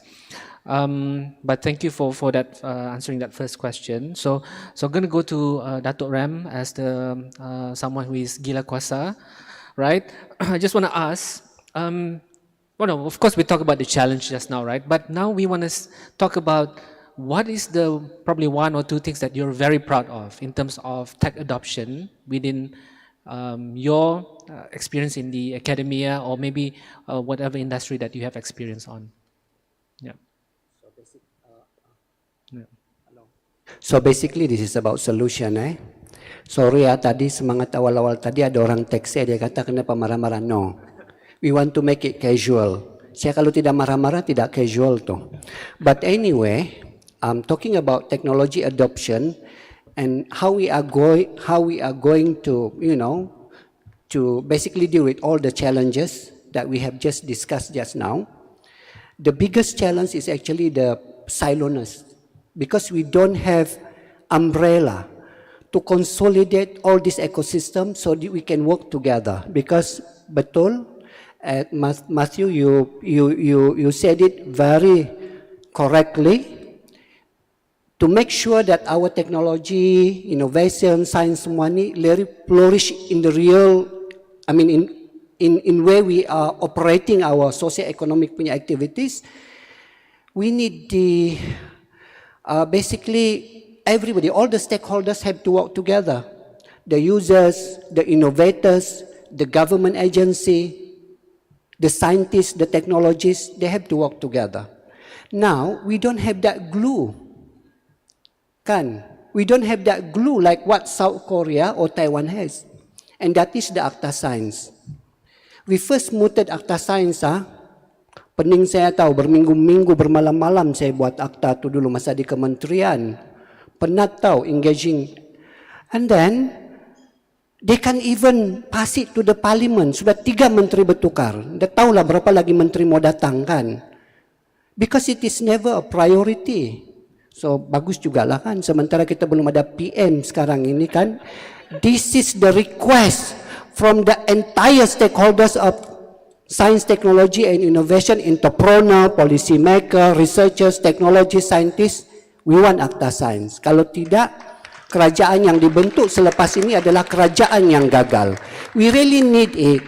But anyway, I don't want to be pessimistic. Kalau itu tiada di sana, tiadalah macam mana kan. So we try to make do what we have. So being a policy maker like IDS, okay, since the ACTA is not there, what we are trying to do now is trying to make sure that science, technology and innovation is embedded in every policy and blueprint because it is the drivers.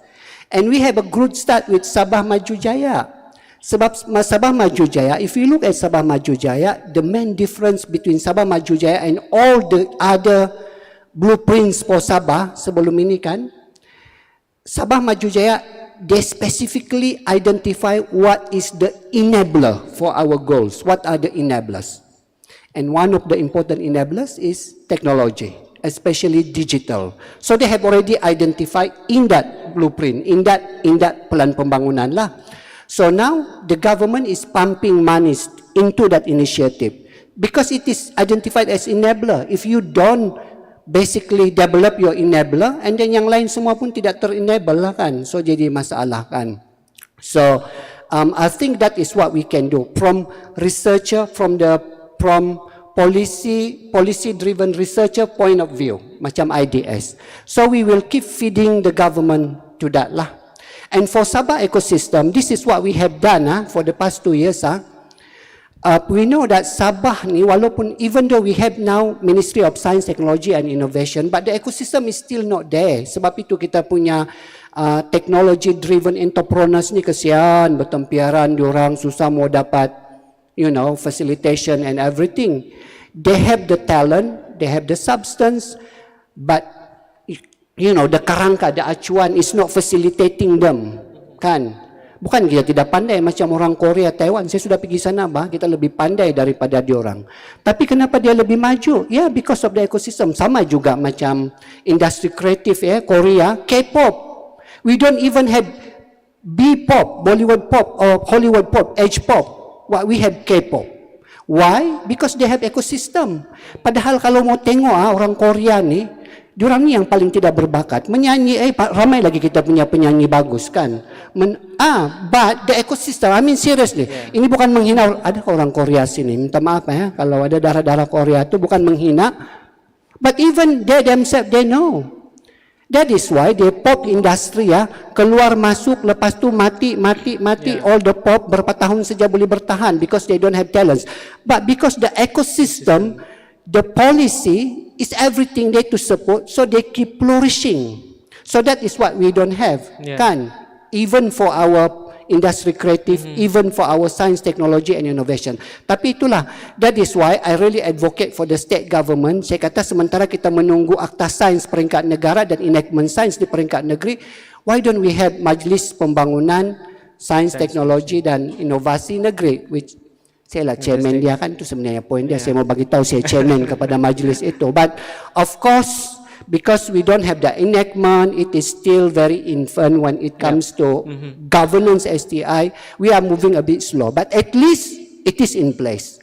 So for me, at the moment, that is the best that we can do. So hopefully in the future, we will be having more facilitation, we will be having more policy that is friendly to science, technology dan inovasi lah. Kan? And eventually enactment atau akta. You know why, Richard? Enactment dan akta inilah yang betul-betul boleh jadi guiding principle for us to move in science.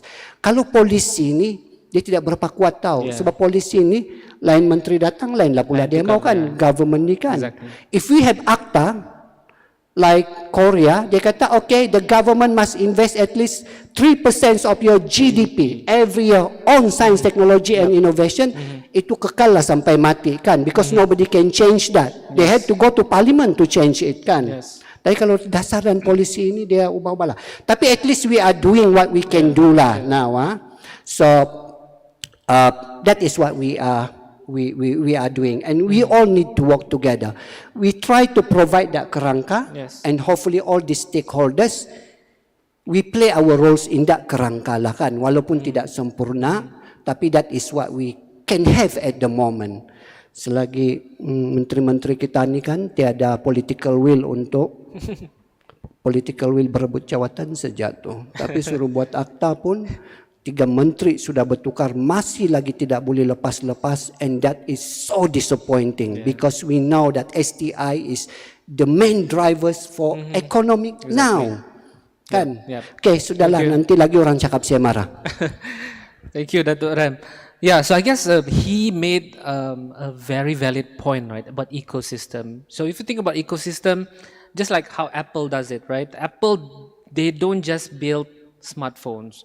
They connect all the apps, all the music, the computer system, making this big ecosystem so that when you as a customer buying from Apple, for instance, buying an iPhone, you're not just buying an iPhone, you're buying the app, you're buying the computer and all the different technologies within its ecosystem. So I guess that is why it is very important to build that ecosystem. And I think SICC is doing a wonderful job. Kudos to Puan Vivianti and the amazing team. She is doing a great job to really drive this ecosystem here in Sabah, and I think it's going to benefit for a lot of people, I think, moving forward. So I guess then I want to talk about a bit on Petronas, for instance, right?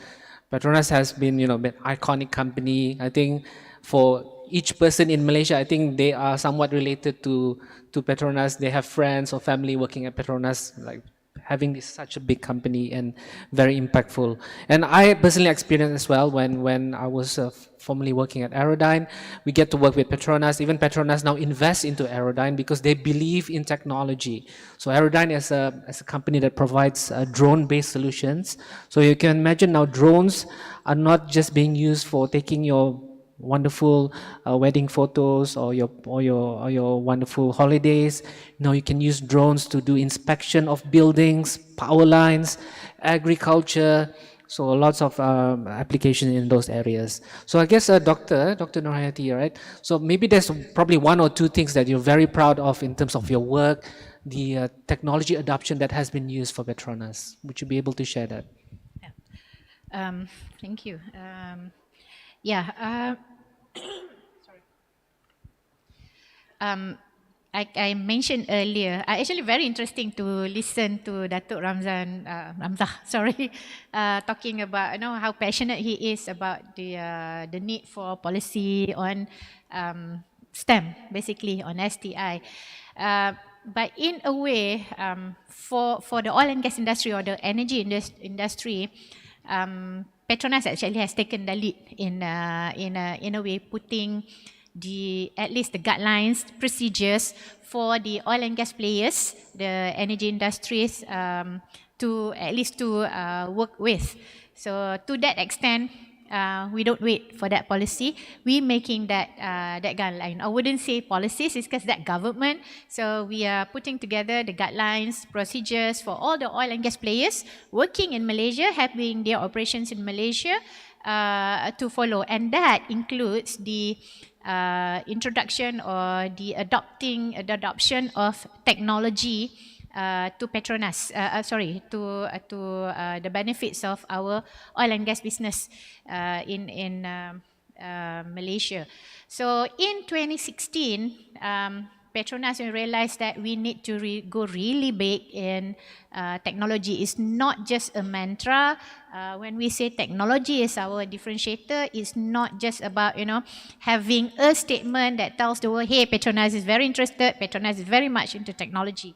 That's not the intent. So to ensure that we really inculcate, really walk the talk. So it's not just another line, another statement on the wall. So Petronas actually set up a center of excellence for technology development, technology maturation, and also technology commercialization and adoption in Petronas, and that covers the research done internal and also for external application. So we're very clear with this inception of the technology COE, what we call the Center of Excellence for Technology. Our focus, we are very focused in technology development. I'm actually part of the teams that set up.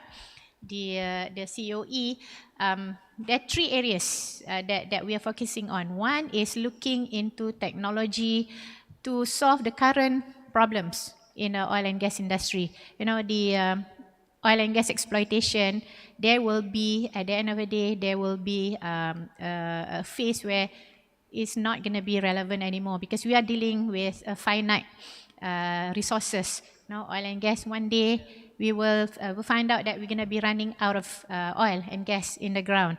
So this is also a point for us to consider what's next. You know, because we need to continue to survive.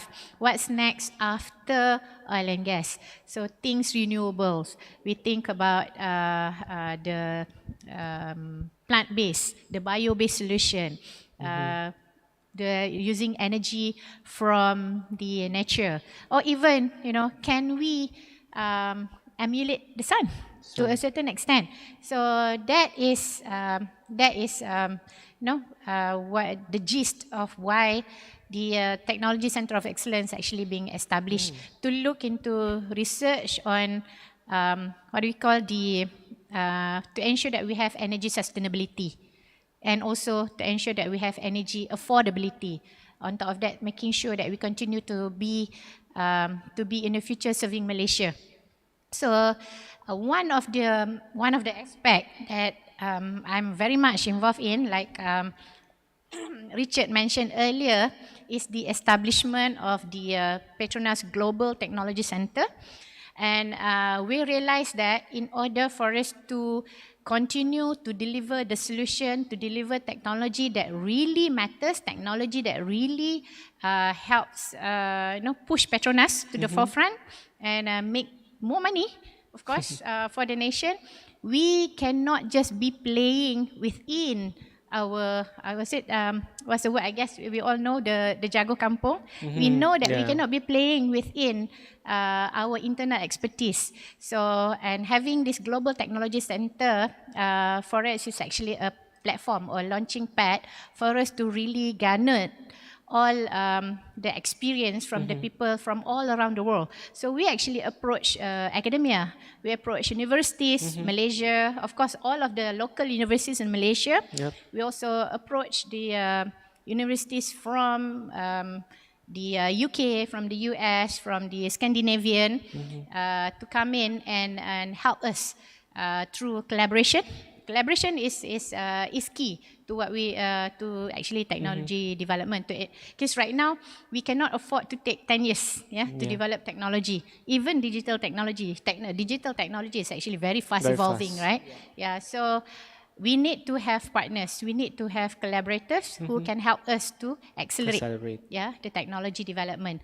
So I'm actually proud to say that the GTC that we have established today has also helped to Petronas to really actually to very quickly adopting all the technology. You heard about our moving forwards together, 50, 30, 0, and also towards our aspiration to achieve net zero carbon 2050. And all I'm proud to say that we are really on our way to achieve that aspiration 2050, to have net zero carbon by 2050. And that will not happen if we don't have the technology to accelerate that journey. And this journey is actually, journey acceleration is actually helped by the collaboration that we have, the ideas, the innovative solutions from all of the partners, academias, the other industries, even the government bodies. So part of that, that is part of the, I think, one of the big contributors. Nice. Yeah. Thank you, Doctor. So I guess what I can really sum up from that, right? Malaysia has really, really great talent to drive this. And the more so that we really need to work together to really drive that ACTA, right? Because if you can see the industry is already applying this. I don't see any reason why we cannot push to have that ACTA so that we can really solidify all the effort that we want to do to really drive tech adoption. So Matthew, you have about 3 minutes, 3-4 minutes to answer. As I know, in terms of tech adoption for agriculture in Sabah is still very, very low, right, at this stage. But what do you see that the solution can be done, or maybe what is the thing that you see or you foresee that would be ideal for Sabah's context in terms of tech adoption in the agriculture field? Thanks, Richard. Sabah is very blessed with mass land, and we're the largest producer of oil palm. We're the largest producer of even what's this in the rubber industry. So, for example, I can share a little bit about what we do. It's what we call it's a simple. What AG Fund do is a simple tech but high impact. So, when we started this out, we work with the farmers and try to design a solution together with the farmers. So is what we should be doing more. And with our collaboration with Sabah Credit, we managed to disperse 300,000 ringgit directly to the farmers. And from there, the farmers would have enough money to basically invest in their farm, make greenhouse, so they'll be able to plant all year round, and even make turn their conventional farming into hydroponics, so they don't have to bend their back and they still can farm. So if we look at the bigger context from the eye view, I think we need to map out the ecosystem of Sabah, work together with IDS, we are doing it with Datu Ram, and bring this to the decision makers for them to look at the ecosystem, right? Okay, on the plantation side, because like I mentioned, agriculture is a massive industry. From the oil palm plantation side, what can we do? Maybe drone tech can come in. Yeah. From the paddy planting, maybe drone tech can come in. From the highland crop, maybe different technology can come in. So we need this sort of data, and we bring it to the right people for them to make decision and create the ecosystem, like what Datu Ram mentioned. So I guess what you're trying to say is really to consolidate all the data out there, and I think aggregator probably is in a good position to be that driver, right? To really pull everyone together, to work together, to get all this relevant data to make it, even available, accessible for everyone. Because I think, even from my experience working with some of the government agencies, everybody stores their own data in an Excel sheet somewhere, and it's not up to date, and those kind of things, right? So how do we make it really centralized, leveraging on cloud technology and those kind of things, and make it really accessible for people? So, all right. So I guess I'm gonna go back to Dato' Ram. We still have about maybe I'll just give you 2 minutes. Is that okay? Boleh kah? 2 minutes. Okay. So if there is one thing that you want to advocate to people in terms of tech adoption, right? Whether it's policy, whether I'm really giving you the floor to really answer to that. What would you say to really drive tech adoption right here in Sabah? Okay, when we are talking about tech adoption, first we must have technologies, and we have innovators, and we have industries, okay? So we need to bridge that too. Now the problem in Malaysia, 80% of our technologies and scientists are in the university. It is contrast to South Korea. South Korea, 80% of their scientists and technologies are already in that industry. So the challenge in Malaysia is how we are going to use this 80% scientists and technology in the university to really drive the industry. Because the problem is industry is under MITI, under Kementerian apa semua, and university is under Kementerian Pendidikan Tinggi. Dan kita tahu semua pegawai-pegawai penjawat awam ni semua kan masing-masing mengejar KPI masing-masing, and they don't want to work together. Seriously. Dia akan cakap dengan kita, they want to work together. But when you come to them, itulah perangai degil dari dulu sampai sekarang. But anyway, if there is something that I really want to advocate, I want to bridge these two. That is why when I was in UMS, I create this program, technology intervention. So what we do, we work with SATA. SATA, they have all these entrepreneurs. And these entrepreneurs they are doing business which is, some are innovation driven, some are technology driven, buat makanan, buat machine, apa semua. And I partner them with our 100 scientists and technology in the university. for them to really help them. So I create that program. But now the problem is, because we don't have that ACTA, we don't have good policy. Scientist ini saya minta maaf lah Severinus, I know that many of your entrepreneurs complain, oh sudah dibuat macam tu, mana scientist teknologi tu, susah lah. Sebab scientist dan teknologi ini pun they are not motivated to go and really help, because at the university, you will get 10 points for publishing in Q1 journal. But helping the community entrepreneurs, you will get 0.5.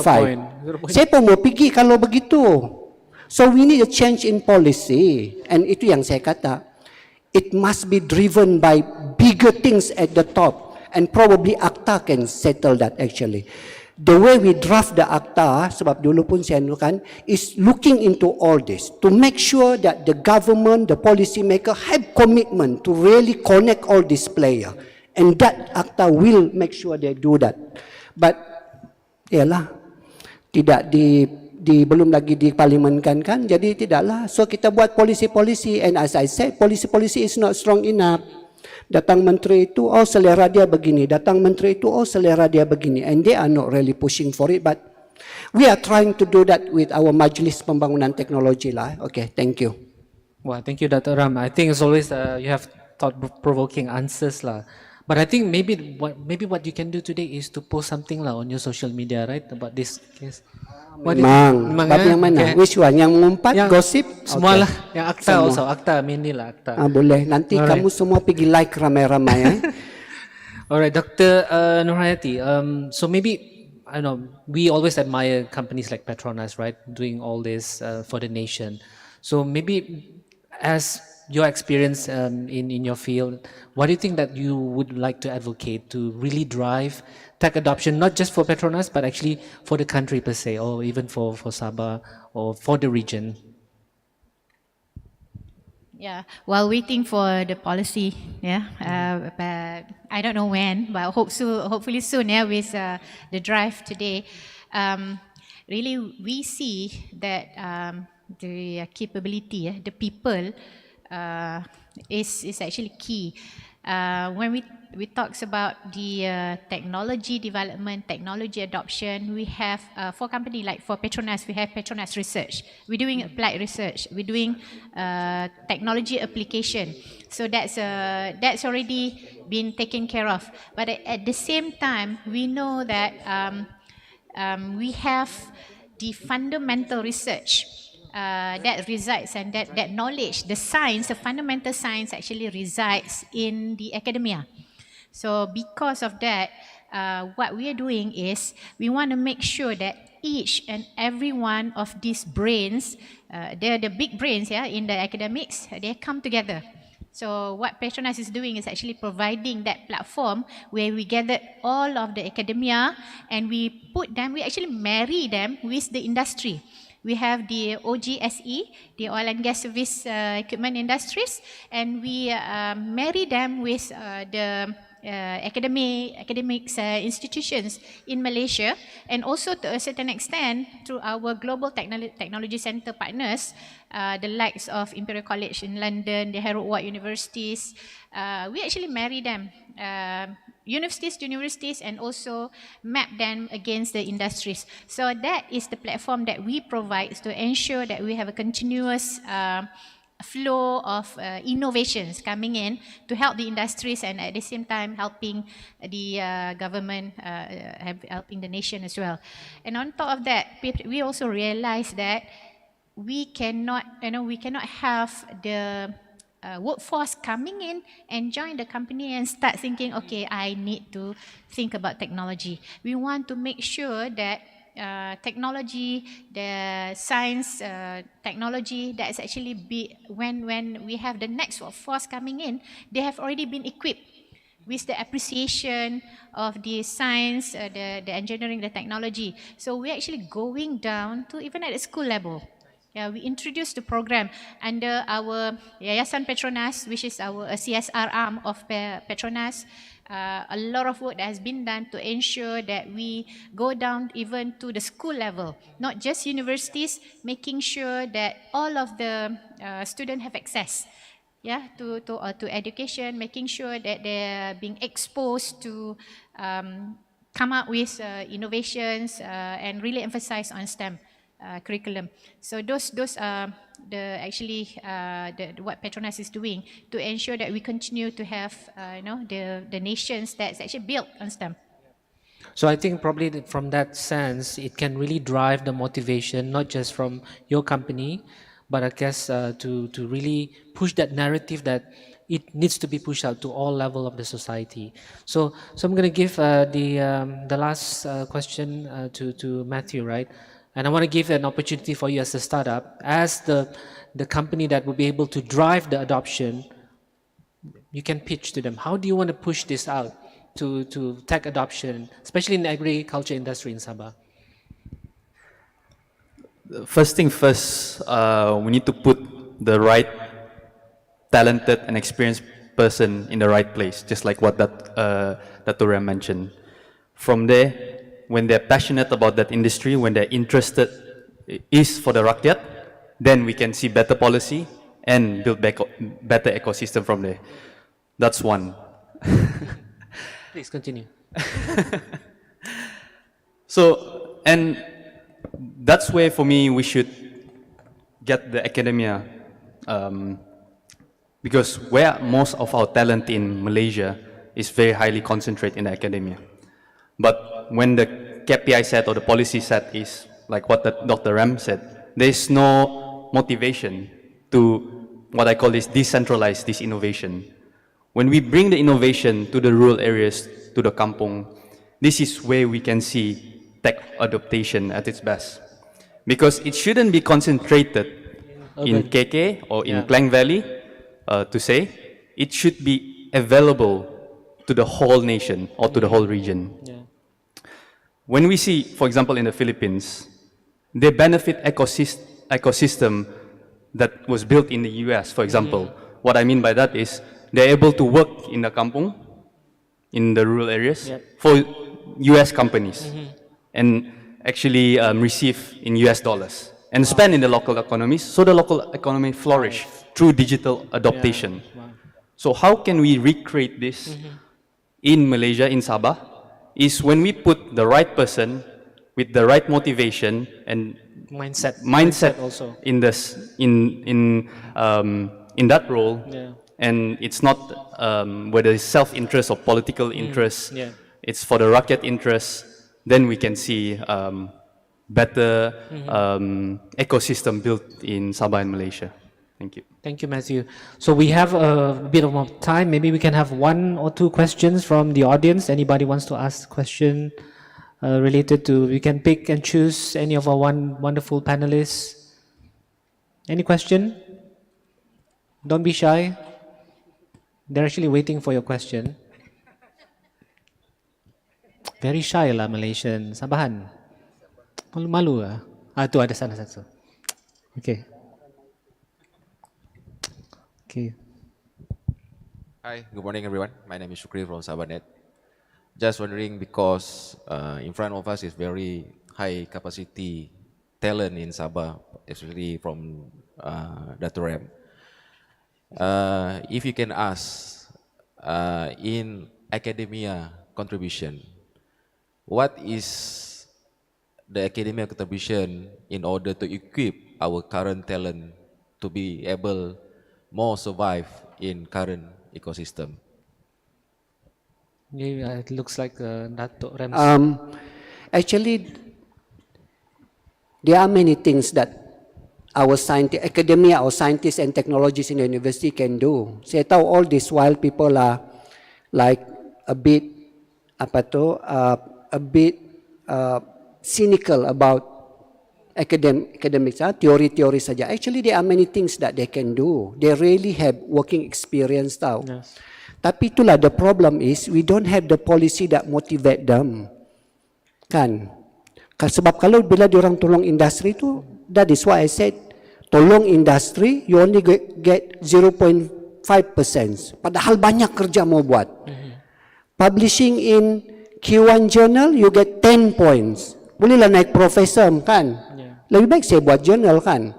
But this is what I will also like to advocate for a fairer policy at the university level lah, to the KPT, that we should put more emphasis on this. Because we have 80% of our scientists and technology in the university, it is such a waste if we don't use that for industry. So what we can do, tiada ba Dr. Jidon sini saya punya dulu mantan ni. I really hope that they continue with that program lah. That intervention program. We have 1,000 scientists and technologists in UMS. Why you are not helping our entrepreneurs yang dari kampung apa semua improve on their product, the way they do things? Scientists daripada ekonomi atau sains sosial, you can do the marketing kan? Help them in terms of marketing. Put your kajian apa semua. Actually, there are a lot of things that we can do. Now the issue is we must have the right person that can do that bridging. Unfortunately, I never had that power lah, kan. Tapi hopefully di IDS ni boleh lah. Sebab kami kan pejabat di bawah jabatan Ketua Menteri, and he is actually the Pro-Chancellor of UMS. Nanti saya menghasut dia. Kata inilah saintis-saintis UMS ni, semua tidak mau pergi sini because the KPI is set that way. We can change that KPI actually. Tapi biasalah degil kan. Mau jadi top 2% scientist in the world. But if your innovation and your technology is not going anywhere, what is the... Kan? It is meaningless. For me lah, for me. That is how I look at it. Thank you. Right, thank you, Dato. Anyway, I think we ran out of time already. So I just want to sum up of the conversation today, right? I learned a lot of things, especially from you guys. So firstly, we shouldn't work in silos. We really need to work together in terms of building that ecosystem. We really need to think about the policy level. ACTA, I think, is very important.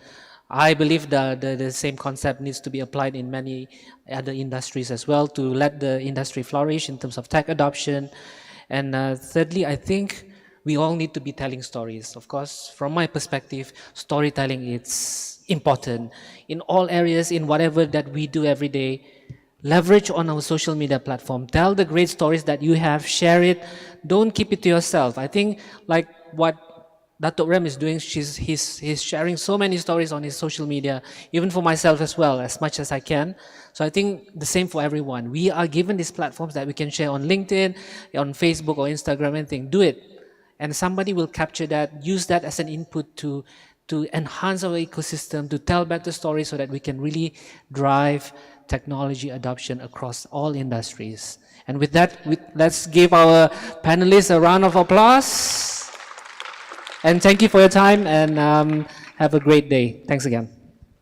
Thank you very much, Richard. And to our panelists, please remain on stage, and we would like to call upon Ms. Norsida Ajhari from SICC to present our panelists and moderator with a memento to express our appreciation for their presence today at Borneo Tech Summit 2022.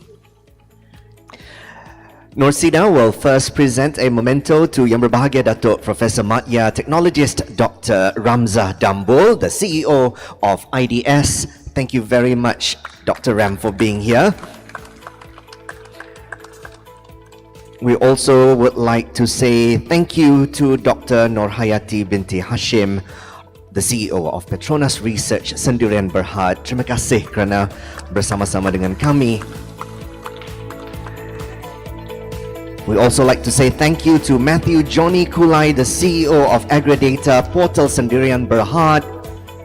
Thank you for all that you do in the interior and to bring science and technology to the youths of Sabah. And also to our fund moderator, Mr. Richard Kerr, the founder of Richard Kerr Digital.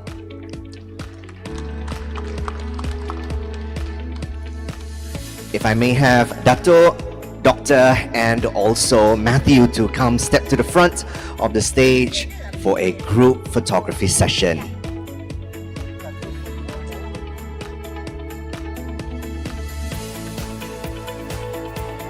The box that our panelists are holding are filled with a lot of Sabahan goodies inside, and I hope that the panelists will enjoy them.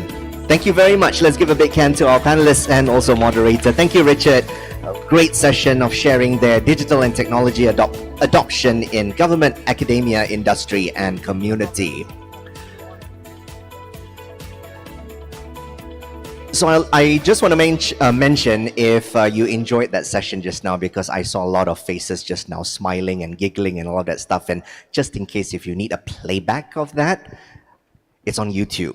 As I mentioned yesterday, Sabah government website, and I think I'm viewing some of the 17, 18 viewers on the YouTube page. Selamat pagi. Thank you very much for being with us today. Please join us throughout the day. We hope to end our session here at about 5 o'clock this afternoon. All right, before we break for lunch, we have one tech sharing from Ernst & Young.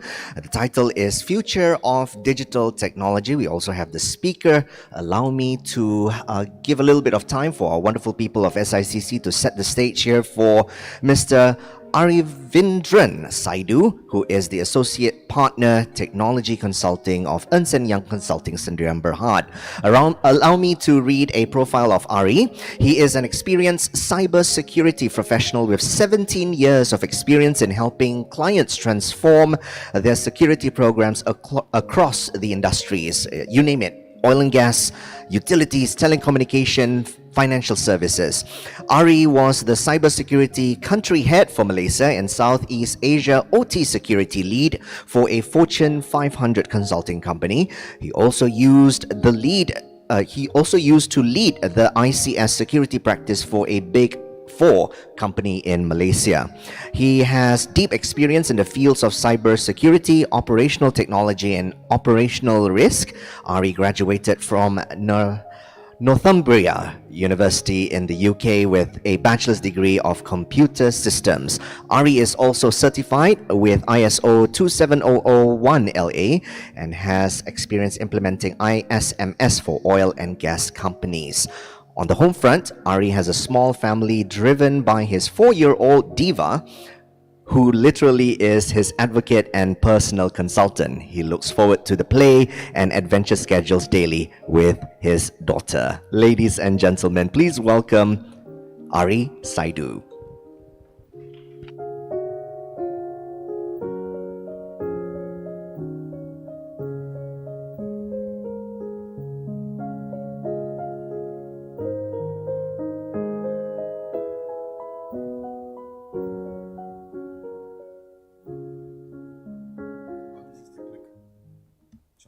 Thank you.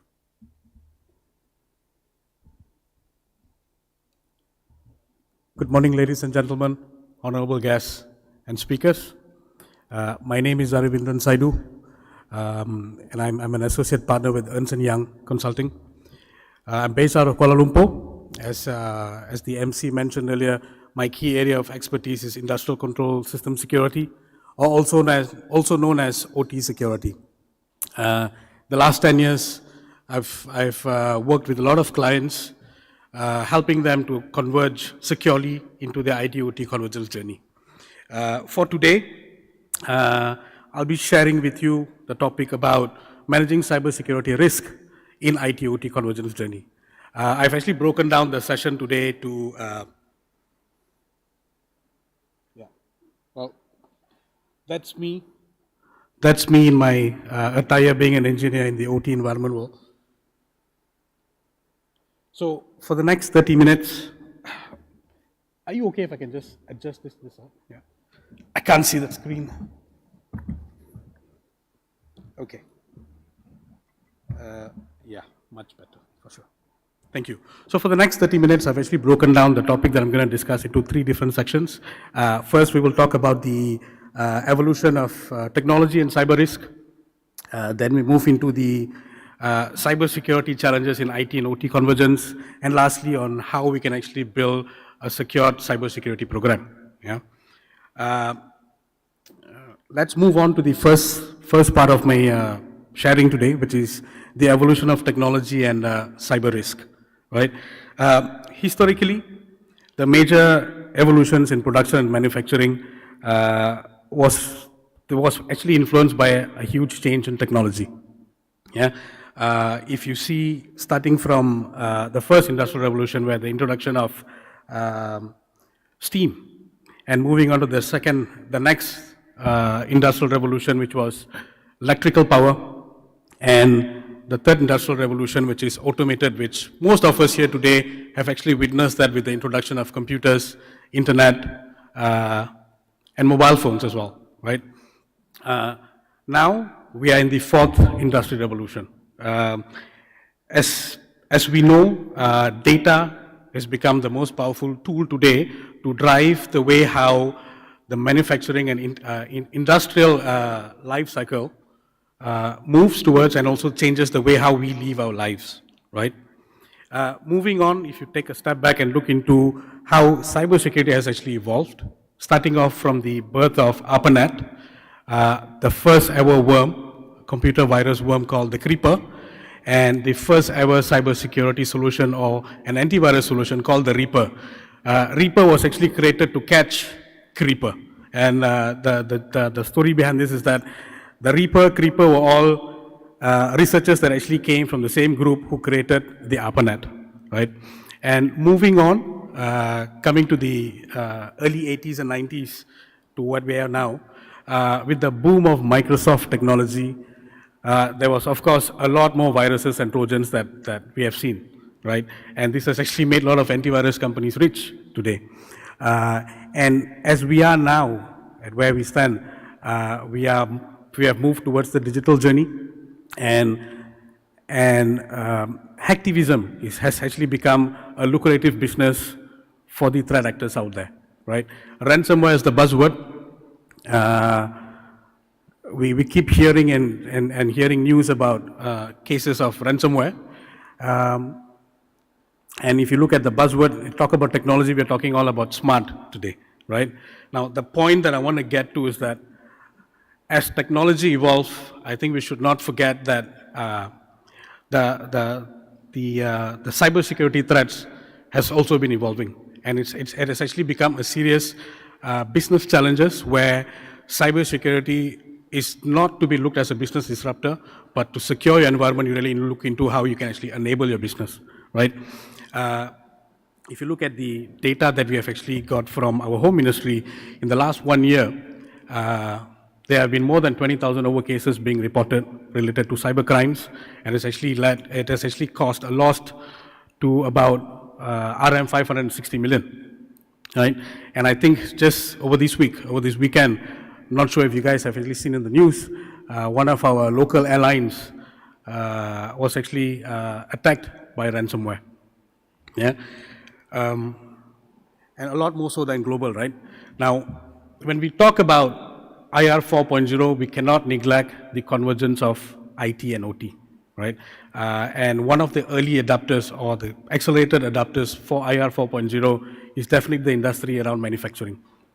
Given some of the data, especially from threat intel source that we have obtained, 30% of the total victims of cyber attacks were actually from the manufacturing industry, right? Now, let me move on a little on the cybersecurity challenges in IT and OT convergence. I think most of us here know how would an IT system work in an organization. But typically in an OT environment, the priorities are slightly different than IT, and the objectives are slightly different than IT, whereby availability is the topmost priority alongside with health and safety, whereas confidentiality and integrity comes later. And most of these OT systems that were built to last for long. So they were not meant to be rebuilt after 3 years or 4 years. Typically, a facility, an OT facility, or a complex is built to last for more than 10 years, 10 to 15 years. So if you could imagine that if a facility that was built 10 years ago, the technologies that have been used during that time may not have changed from where we are today, right? That said, being in an OT environment, when the facilities or complex were designed, security was not in mind at all. So it was meant to, it was built to run and produce, right? And as the technology convergence started to boom in the early 2000 phase, a lot of commercially off-the-shelf technologies were being introduced in the OT environment, typically like a Windows OS, network IT equipments, communication protocols that used to be proprietary in the past have now evolved to use more of like common protocols that we use in the IT environment, which is like TCP/IP. So gone were the days where people used to say that OT is completely segregated than IT, hence I do not have the same type of cyber threats that is present in IT world in OT. Because today we are seeing the usage of the same network protocols, equipments that are being used in IT, to some extent, to control the engineering equipments to do preventive maintenance, remote monitoring, and so forth. Now, this has actually led to a point where the cyber threats the OT environment has actually become an easy prey for most of these attackers out there, right? Reason being because one, like I mentioned earlier, when the facilities were built, there was no security in mind per design. Engineers lack cyber security awareness. And in a complex, like in a big facility, you do not have, you potentially run more than one OEM vendors in your environment. So you may have a main contractor that actually runs the main system, but then most of the subsystems are run by subcontractors. So to bring all these together and to converge them together, it's a huge task and a huge challenge. And you know, if I wear my hat, or my black hat, for me, this becomes an easy prey. I know the environment is weak, cyber hygiene is low. The people who operate, the personnel who operate in the OT environment have very minimal cyber security awareness, right? And this gives me an opportunity to make my move to perform an attack, right? And you can just imagine in an OT environment, especially in manufacturing, oil and gas, or even utilities, right? If there was a breakdown, it is going to be catastrophic. When you say catastrophic, it's not only for the nation, but for all of us. Just imagine that if we do not have electricity supply for one day, or we do not have water supply for one day, it's enough to cause chaos, right? And most of these challenges that I've seen in my experience, especially dealing with most of the clients, is the way how we want to bring things together, because there's lack. In terms of an operating model, you have probably a good operating model for cybersecurity in the IT environment. But you want to bring this together to include OT, that's going to be a big challenge because number one, you will need to work with various vendors. You've got to work with your internal stakeholders, which are the OT people, and of course the IT. And I can tell you from my experience, one of the biggest headaches that the CISOs have, or the head of information security have, is to get this whole thing together in one single standard or a framework to secure the enterprise from IT and OT perspective. Yeah. Like I mentioned earlier, some of the key challenges that you see in the IT-OT convergence is mainly on the legacy systems. It takes a lot of money to actually do a complete overhaul to change whatever that has been running today. And to go in and speak to most of these OT personnel or even the plant operators to say that you got to change these to manage your environment, that becomes a big challenge because there's going to be a lot of investment and huge investments that's going to go in. And engineers being engineers, due to lack of security, seeing is believing for them. The common perception that you hear from them is that nothing has happened for the last 10 years. Why is it going to happen now? And why do I need to invest in this, right? Those kind of challenges. And I can share one experience with you.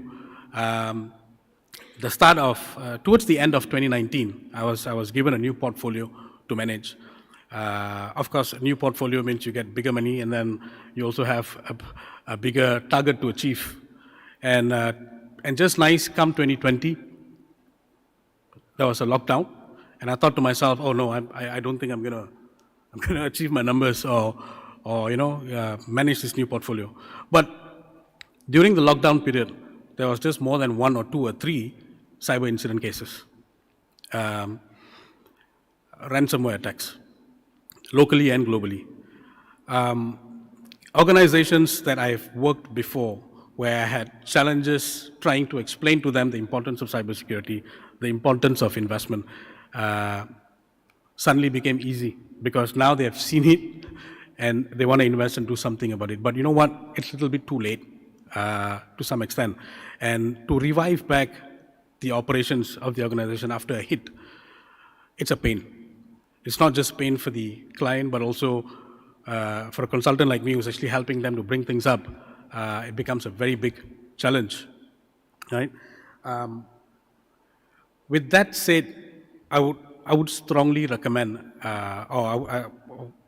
to most of my clients, to say that if you're going to look into things from a cybersecurity perspective, it has to be looked holistically, end to end, by starting off by having a proper strategy in place and formulate that plan to start working towards the goal that we want to achieve from a cybersecurity perspective.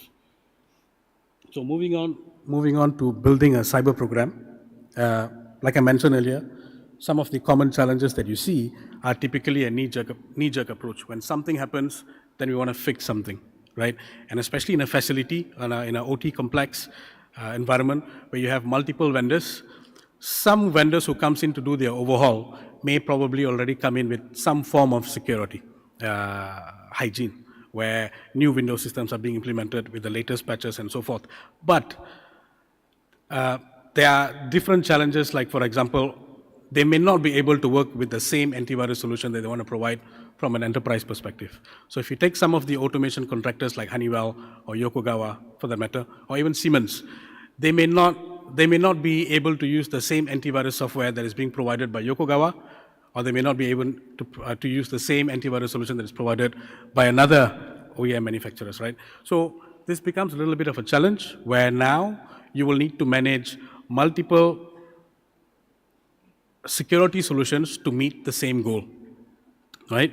And the requirements to patch onto the systems or even deploy basic antivirus signature virus pattern file is not as straightforward as what we do in IT, because we get our patches timely, we get our signature virus pattern file on a daily basis, whereas in the OT environment, you're probably only going to be able to do that during a turnaround period, during a shutdown period, or even, you know, the basic AV signature pattern files only comes in after a month prior to testing. So this, most organizations, when they have to go through all these different challenges, the curve or the journey to actually look into how they're going to manage the cybersecurity journey gets tied into a knot, and that becomes a stagnant process. And that has to wait for the next cycle where they have a shutdown period where they can actually look into getting things together and doing things the right way, right? Without a proper operating model, it's going to be very challenging to bring all your different stakeholders within your IT, OT, and also your external stakeholders, which is your vendor, to work things together, right? So from a what good looks like perspective, the most important thing the first step that you need to have is that you need to basically understand what are your current capabilities that you have, what are your strengths, what are your weaknesses, right? And how can we leverage our existing strengths and weaknesses by working with our vendors and also our IT partners, which is your IT team, right? And how we can bring this together to build a secure or a cyber resilient OT environment. The other bit of it is how prepared you are when something happens in an environment. For example, a ransomware attack. Now, there's no silver bullet for a ransomware attack. You can have multiple cybersecurity solutions in place, all needs to work together, but the slightest mistake from an employee or a lack of control design effectiveness can lead to a cyber attack. Hence, we need to be prepared to embrace for an attack, right? But the most important thing is when something happens like that, how quickly do you revive and how quickly do you wake up? That's where your preparedness comes into the play, by having proper playbooks for cybersecurity incidents, preparing your staffs right from the lowest personnel up to the C-suites as well. Yeah, when a high-profile company gets attacked by ransomware, I'm sure the press is going to be running to you and asking all sorts of questions where sometimes the CEO may not even have the answer to respond to it, right? It could be because of lack of investment, it could be because of an insider threat, and for so many other reasons, right?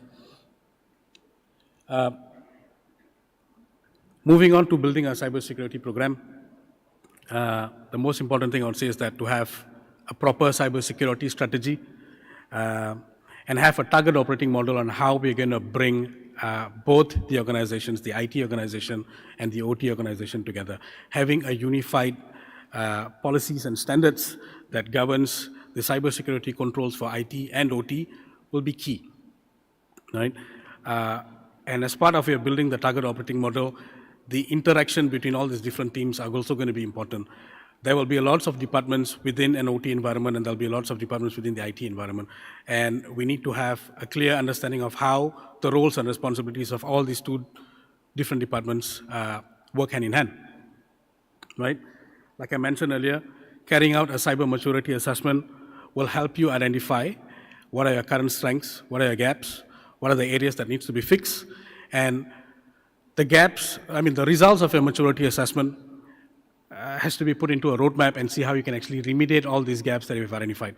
So the roadmap to fix this is not something that you're going to fix overnight, but that can be always looked into a quick win solution, a medium-term solution, and a long-term solution. And normally when we speak about cybersecurity, it always talks about investment, we always talk about deploying tools, but some of the basic cyber hygiene, for example, as like, making sure that you have the right security passwords, length and strength, making sure that, your Windows machines are locked, making sure that, your USB sticks are scans, are not something that really require lots of investment, but just a lot more of awareness, where if we continue having this as a practice, to some form, you actually kind of reduce the risk of being targeted for a cyber attack, right? The other bits of it is to work closely with your technology vendors. Make sure that, even if there's going to be a new contract to be signed or a new deployment that's going to take place, we have to clearly specify the cybersecurity requirements.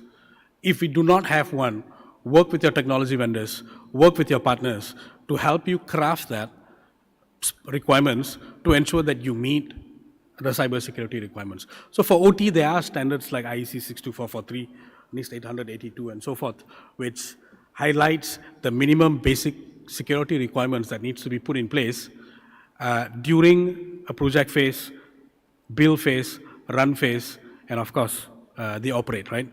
So, and it's not something that's going to cost you, or it's not something that requires a heavy investment. But all we need is just to have a clear mind and objective to make sure that we embed all these requirements and enforce these requirements to ensure that our vendors, our internal staffs abide to them. Yeah. And once we have implemented the solutions or initiatives, the next thing is to continuously monitor this and test the effectiveness of your cybersecurity efficiency.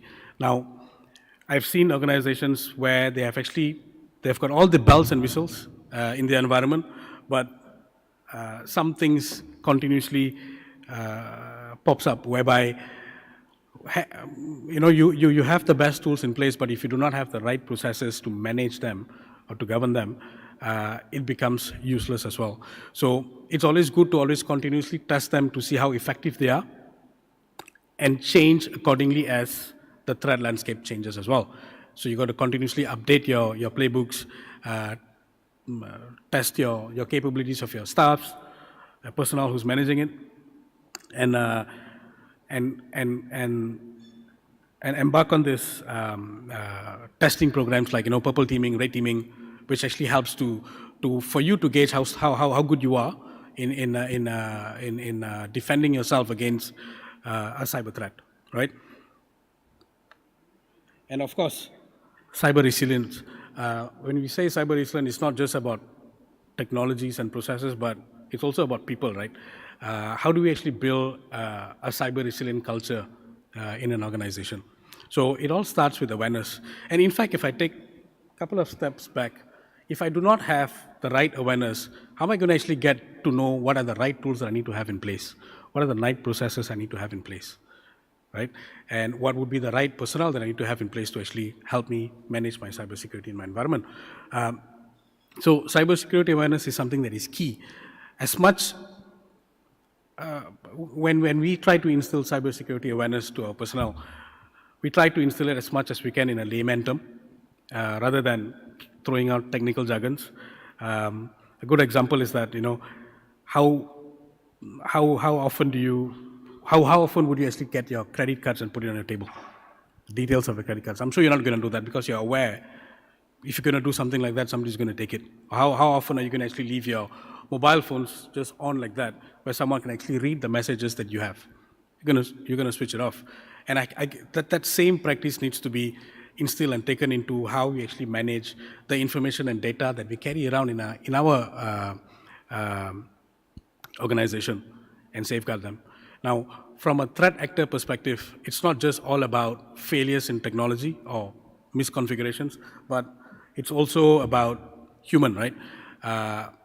Knowingly or unknowingly, we may be giving out information about our organization. Spear phishing emails are very sophisticated. Sometimes even I get caught by looking at some of the test emails that are sent to us to test how aware we are, whether if it's a phish email or if it's a genuine email. Those kind of awareness trainings has to be invested in all the staffs, including the IT and OT environment. Yeah. How would a successful IT/OT security journey look like? Now, from a CISO's perspective, it's good that if I have information about all my assets, I have a single pane view of dashboard to understand my IT environment and OT environment where I can manage. I have the right personnel skilled to manage my IT and OT security. I have a unified cybersecurity framework that actually looks into IT and OT security. One good best practice that you can adopt or strongly recommend is NIST, which actually covers for your IT and your OT environment. The 5 strong pillars which talks about the identify, protect, detect, respond, recover. Most of the, all of the existing cybersecurity technologies can be placed into these pillars to understand how do you actually manage and protect your environment, right? A clear operating model that governs IT and OT environment is key. And as a CISO, it's always a big challenge for us to go and speak about cybersecurity to the OT world, right? Some do understand, some don't. But in most cases, it's always a big challenge. And it's important to actually to have a good operating model that looks into both ends, IT and OT. And from a CIO's perspective, a happy CIO would actually be able to answer a question that comes from the board to ask, what's my risk today, right? It'll be as easy for him to actually flash a dashboard and say that this is our current risk. A dynamic portal that actually tells you what is your current risk as of today, right? And a single view of pane where he can actually get to see his IT and OT environment. Some of the key takeaways, like I mentioned earlier, one of the most important thing is to have a strong cyber strategy, a robust cyber operating model that looks into both IT and OT, build a cyber aware culture, and always be prepared for the worst. Always be prepared for the worst. Like I mentioned earlier in some of my life experience where when I was involved in some of the clients that was attacked with ransomware, there was a key difference between clients that knew what to do versus the ones that don't know what to do. It actually shows how fast they can quickly get up to operations. An attack is an attack. We can't run away from that. even big tech giants, cybersecurity companies were attacked by ransomware. Good example is FireEye Mandian, who actually provides a lot of threat intel report week in, week out about ransomware and so forth. And they were susceptible to a ransomware attack as well. But like I said earlier, it's how fast you actually wake up after you fall that is going to help you to be resilient. Yeah? And another example that I can give is, in a layman term, just think of a thief that actually walks into a house or plans to rob in a housing area. If you have the right, if you have a guard in front of your house, or if you have something to deter like a guard dog, doors are being locked, signboards with ADT alarms in front of your house. I, as a thief, I actually think twice to go into the house, probably look into the next house that do not have a gate, that do not have anything to deter, front gate door is loose, roofs that are broken, which now I can actually plot to think of how I can actually go to that house rather than going to the other neighbor's house, which has got all the right hygiene in place. Right?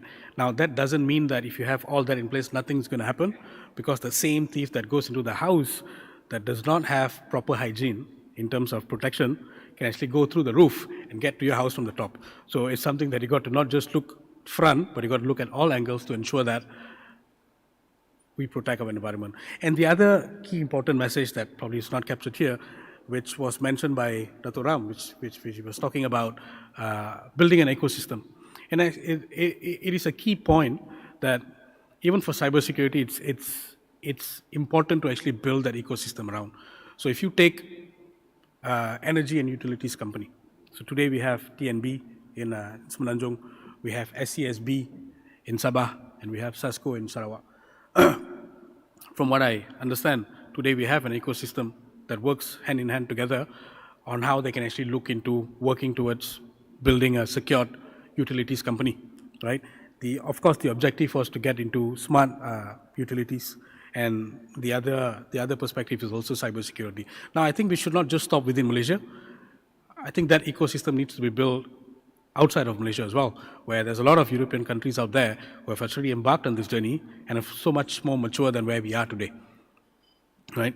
And the same example for the other CNNIs, for example, like the oil and gas companies and so forth.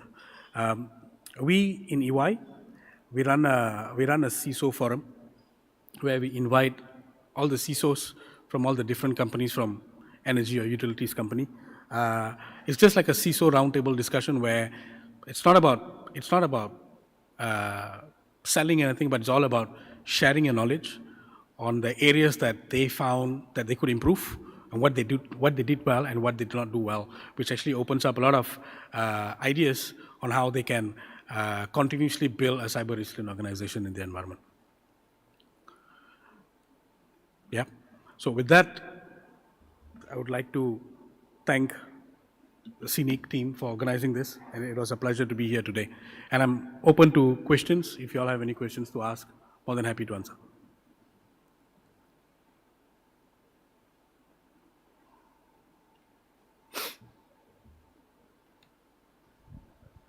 We open the floor for any questions that you may have for Ari. Please raise your hand. We'll allow for one or two before we break for lunch.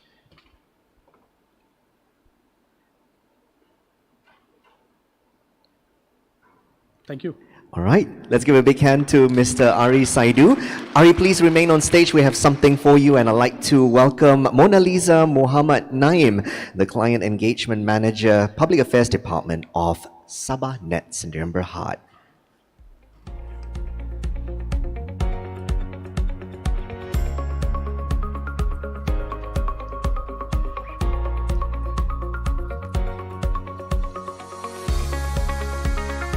A little something for Ari to bring back to KL. Thank you so much for being here in Kota Kinabalu for that insightful presentation that you gave us. Thank you so much, Ari, and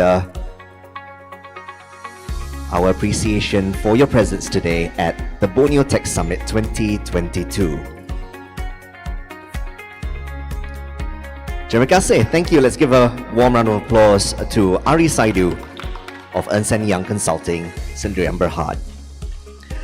All right, ladies and gentlemen, the time now is 2:16 p.m. Lunch is now served, and we will see you back here in the hall at 2 p.m. for our next forum, which is titled Disruptive Trending Technology. Thank you so much. Have a great lunch, bon appetit, and we'll see you back here at 2 p.m. And just a quick announcement to those of you who are joining us via YouTube. Thank you so much for joining us in day 2 of Borneo Tech Summit.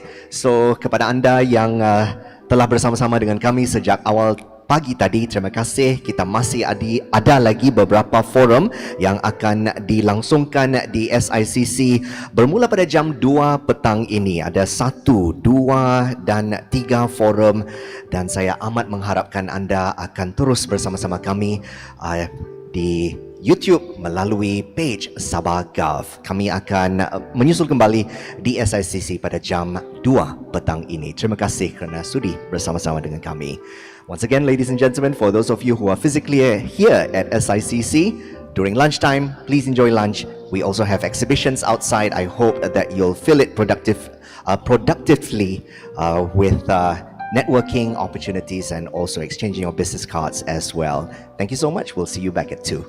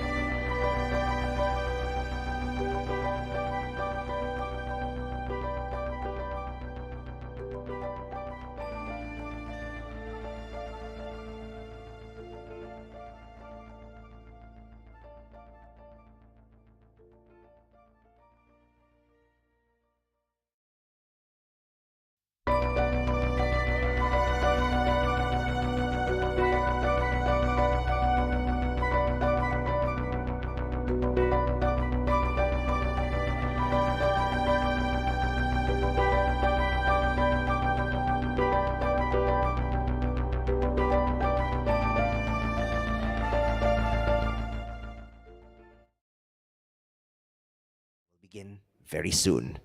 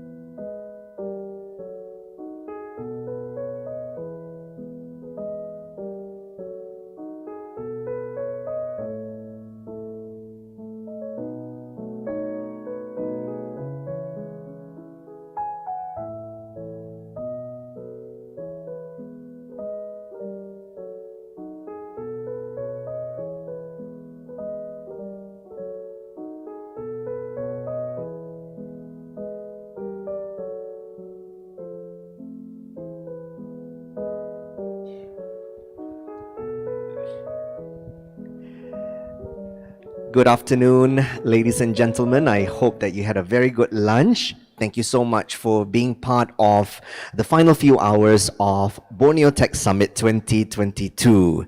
So we'll move on to our next forum, and while we await our distinguished moderator and panelists to make their way to the stage here, allow me to read out a short synopsis of our upcoming discussion and forum, which is New Technology, Disruptive Trending Technology. Disruptive technologies have a lot of potential, but not all disruptive technologies will be widely adopted and successful. Disruptive technologies are exciting, but it is important to invest in technology that has a future. But there are many more on the horizon that will help shape the future of the human experience. And this topic will further discuss in the areas of how new technologies are being a disruptive trending in the world. So here we have our three distinguished panelists and also moderator, and also one who is joining us virtually. I'd like to pass the floor to our moderator, Mr. Muhammad Sukri Swili, who is the Project Development Manager of Sabah Net Sendirian Berhad.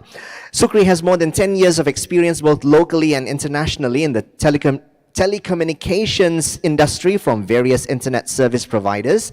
His expertise include new technology exploration, systems integration, and as well as information technology strategies. In Sabanet, he focuses on ecosystem development, business development, and new technology exploration. Ladies and gentlemen, please put your hands together for Mr. Sukri. Over to you, sir. Thank you. Thank you very much, our distinguished AMC, for being with us since yesterday. Still energetic, still with a lot of energy. So, good afternoon, everyone. This is our Forum Tech number 4. So, this is quite a special forum because with us today, this afternoon, also we bring all the way from Singapore via online. So, it's very quite a hybrid and quite a technical technical forum for us today. So before we start, I think let me introduce our moderator for this session before we go to the topic this afternoon. So we get a very quite interesting moderator panelist over here, quite a very big capacity panelist over here. So basically, we have quite complete ecosystem this afternoon session. First of all, we have Mr. Gopi. Mr. Gopi is Senior Vice President for Ecosystem Development in MDEC. So basically, Mr. Gopi task or he is spearhead about the ecosystem development in MDEC. So under his leadership, basically Mr. Gopi expose our startup to the ecosystem, local tech system to be global, visible, and more competitive to the ecosystem. So from that, Mr. Gopi also, before this, working in the industry such as American Express International, Lucent Technology, and then he also, surprisingly, one of the entrepreneur for this industry. So Mr. Gopi is quite have experience in 30 years in the APEC region. And then our second panelist is from Eon Realty, Mr. Sridhar Sunkat. I think you can hear us loud, sir. Yes, I can hear loud. Hello, very nice. Pleasure to be here. I couldn't be there personally. My apologies there. So Thank you. we wish you in Kota Kinabalu, but next time maybe, Mr. Sridhar. We'll make it. So basically, Mr. Sridhar is the managing director of Eon Realty Singapore. So basically, Mr. Sridhar is responsible for overseeing Eon Realty in APEC for APEC region and the Middle Eastern region, along with the R&D. And then basically, Eon Realty is one of the leader in metaverse industry. They are developing a 3D experience or AR VR experience since 2008, where Eon Realty has become recognized as the key stakeholder in developing interactive digital media ecosystem. So first of all, welcome. Thank you for being with us, Mr. Sridhar. And then our last panelist is Mr. Vincent Cheng, founder and CEO of the Endgame Asia. So basically, Endgame Asia is one of the very disruptive startup in our ecosystem. Basically, Endgame win MDEC DICE in 2019 and then was announced as one of the top 100 startup ecosystem by Maxis in Malaysia. So everyone, this is quite very heavyweight panelists we have here. We have the government, we have the startup, we have the industry here. So basically, we want to hear their wisdom, their vision, what they can do, what they can do, what their contribution, what their vision in our startup ecosystem. So basically, in this topic, we will talk about the new technology, new disruptive technology. So basically, when we talk about new disruptive technology, we always talk about the user interaction. Basically, whatever we do, we need the user interaction to more be adaptable to the technology currently in the industry or in the startup or in the government agency. So maybe we can throw the first question to Mr. Gopi. So seeing about this, trending technology or technology industry, one of the fast moving industry. I think in the few years, our current technology will become obsolete or we will replacing from the another technology. So from the government agency such as MDEC, what is MDEC strategy on how to get the buy-in from our stakeholder in the ecosystem, especially industry, academia, financing, even though digital investment? Over to you, Mr. Gopi.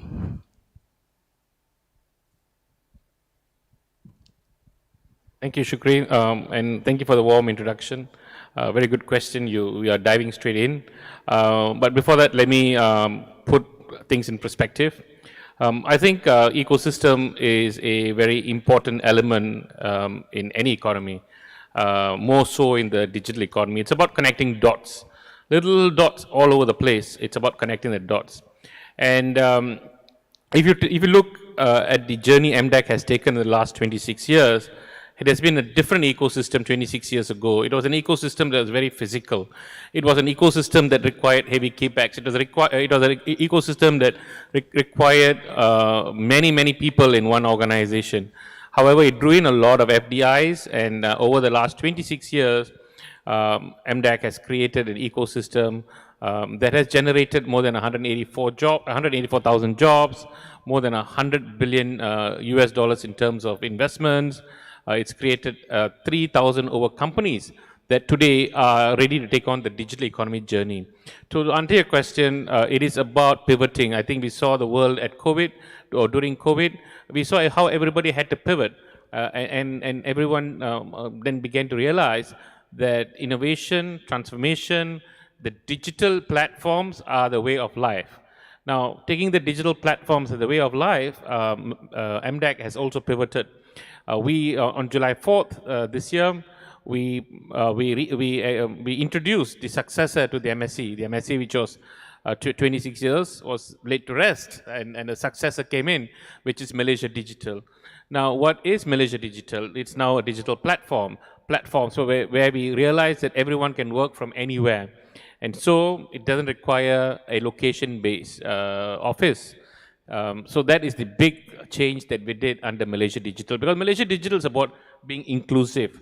And so we have designed the program to be focused in 9 promoted sectors, so that we are focused. Promoted sectors, which is digital trade, doing trade cross-border, digital services, government themselves going into services, right?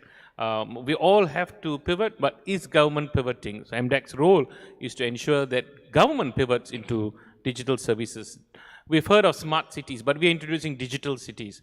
Cities that are able to have a proper ESG component. Digital cities are cities that are advocating digital policies. Digital finance, which is essentially fintech, that's very important for us. How do we then go into a cashless society? How do we have financial inclusion? Digital content, creative. We have a gentleman here who's in the digital content industry, and how digital content is taking the digital economy by its horns, because Malaysia it has been recognized to be a country that has got the best digital content programmers and companies in Southeast Asia. So how then can MDAC help to gain or keep track or maintain that momentum that we have, right? So then the other one is digital tourism. How do we then enhance the economy by introducing initiatives? So on the digital tourism, we have introduced Dirantau. Dirantau is the digital nomad pass, that the whole world is going nomad, right? So we've got, we feel, we got indicative numbers that by the year 2030, 1 billion of the world's population would be digital nomads. So it's a huge market that not only brings in talent to the company, to the country, but it also brings in tourism money. It also brings in wealth of innovation. It also brings in wealth of knowledge into the country.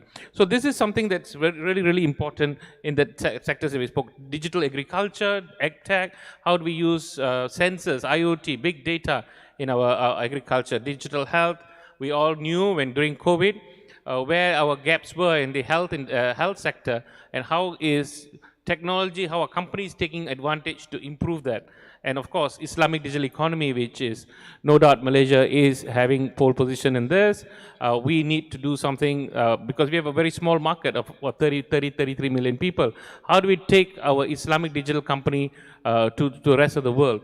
So these are some of the promoted sectors that we are looking at. Enablers are all the 4 IR enablers: machine learning, big data, IoT.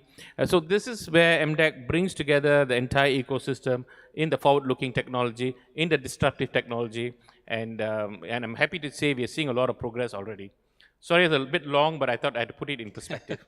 Thank you so much, Mr. Govi. Basically, in how we went to recap about the ecosystem, technology industry is not a very, frankly speaking, is not very friendly environment. It's a very ugly world out there. So we need to work together, collaborate together by going through to the ecosystem. So make us more robust as a tech startup industry, because I think MDEC already lay out the fundamental foundation to drive all the digital disruption. By example, in Sabah we have agriculture, we can adopt to the smart agriculture. Even more interestingly about the smart tourism, Sabah is very interested going for the dirantau to bring all the talent from overseas working in Sabah remotely.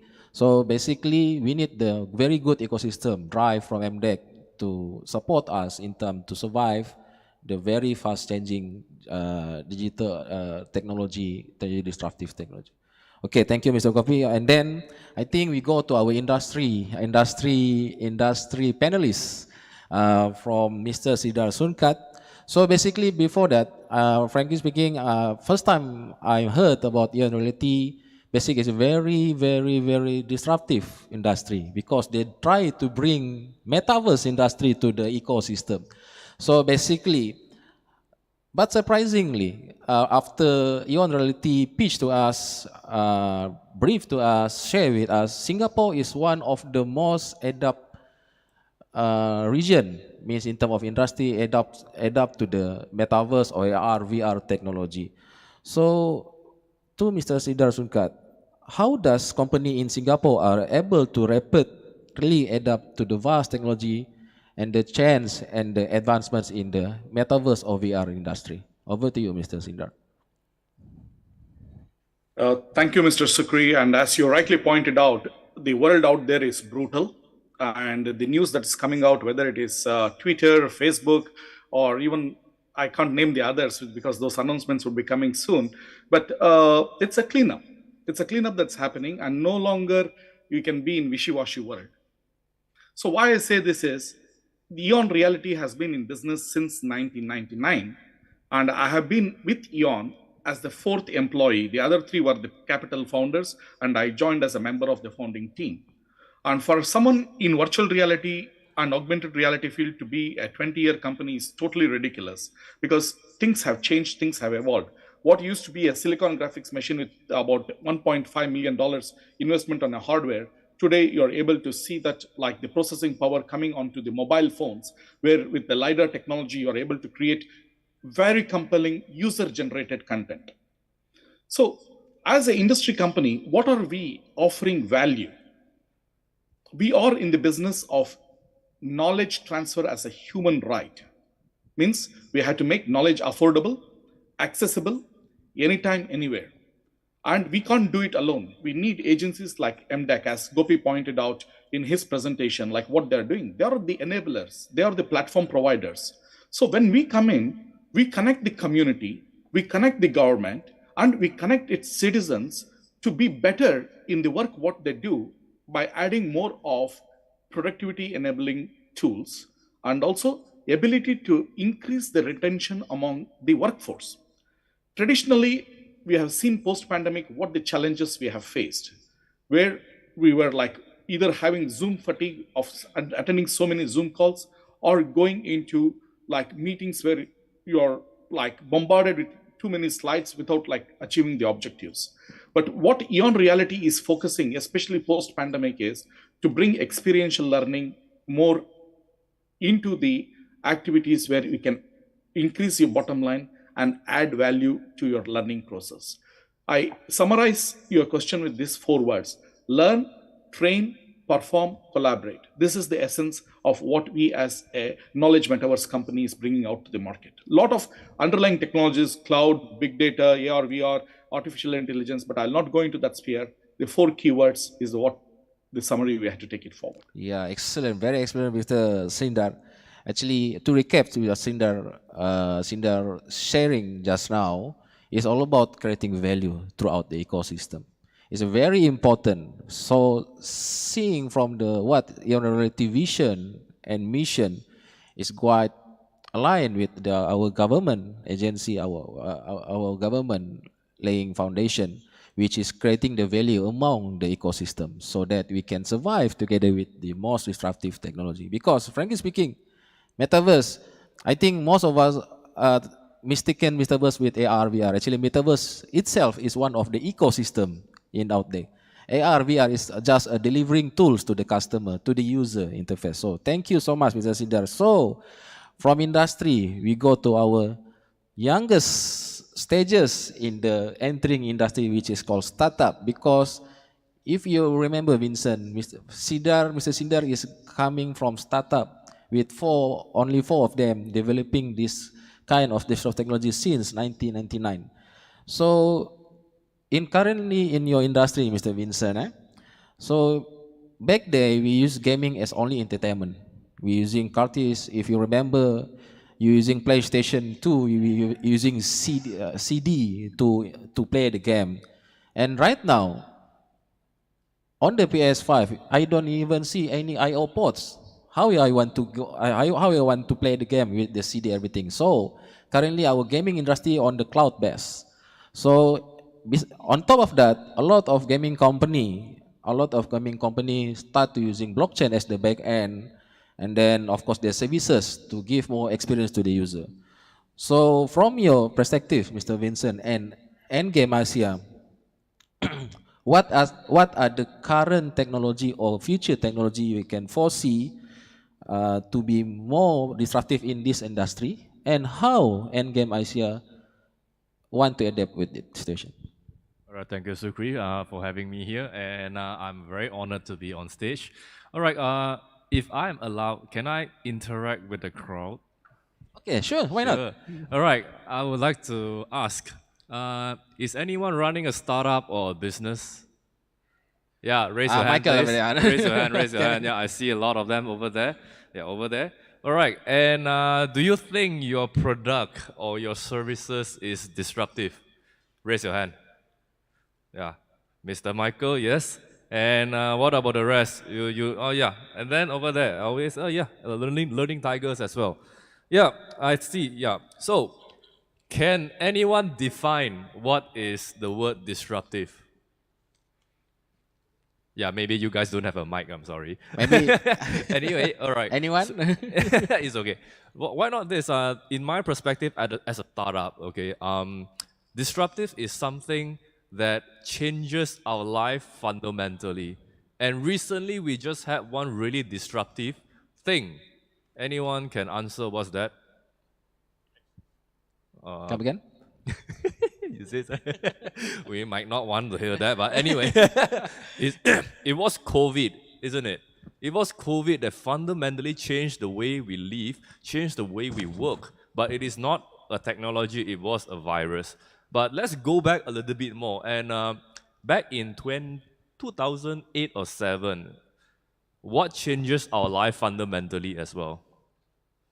Anyone recall that? 12, 14 years ago? iPhones. We used to have buttons on the phone. Yeah. Yeah. We used to, cameras is coming up, but buttons, it went away. That is what disruptive is. And nowadays, I can't really see anyone that is without a smartphone. And the second point is, it is very easily accessible. It needs to be accessible so that the market can easily adopt that technology. You see, where it is easy and affordable, then you can penetrate the market at every different level. So then come back to our game, what is a game supposed to fix? You see, yeah, if you ask me, I play a lot of games. I playing games since the Atari days, Space Invaders, Pong. I love games, okay? I still play games now. Sorry. Yeah. So talking about games, being disruptive, a medium of the game is incremental. But in my opinion, it is incremental. You go from cartridges to, remember the days where your cartridges, you blow your cartridge, like, when the console breaks, you need to perform CPR on it. Anyone remember those days? Yes, of course. I also yeah. All right, so then you went to the era of a CD medium. From a few megabytes of storage, you increase that to about 700 megabytes of storage in PlayStation 1. Then you move to DVD, PlayStation 2. Then PlayStation 3 is where the Blu-ray came in 2006. And it kind of like sticks on until today. Like, so you see the thing is, the medium was already there. It's just a change of medium. And that is not disruptive yet, okay? What is disruptive is how people can deliver the content to you.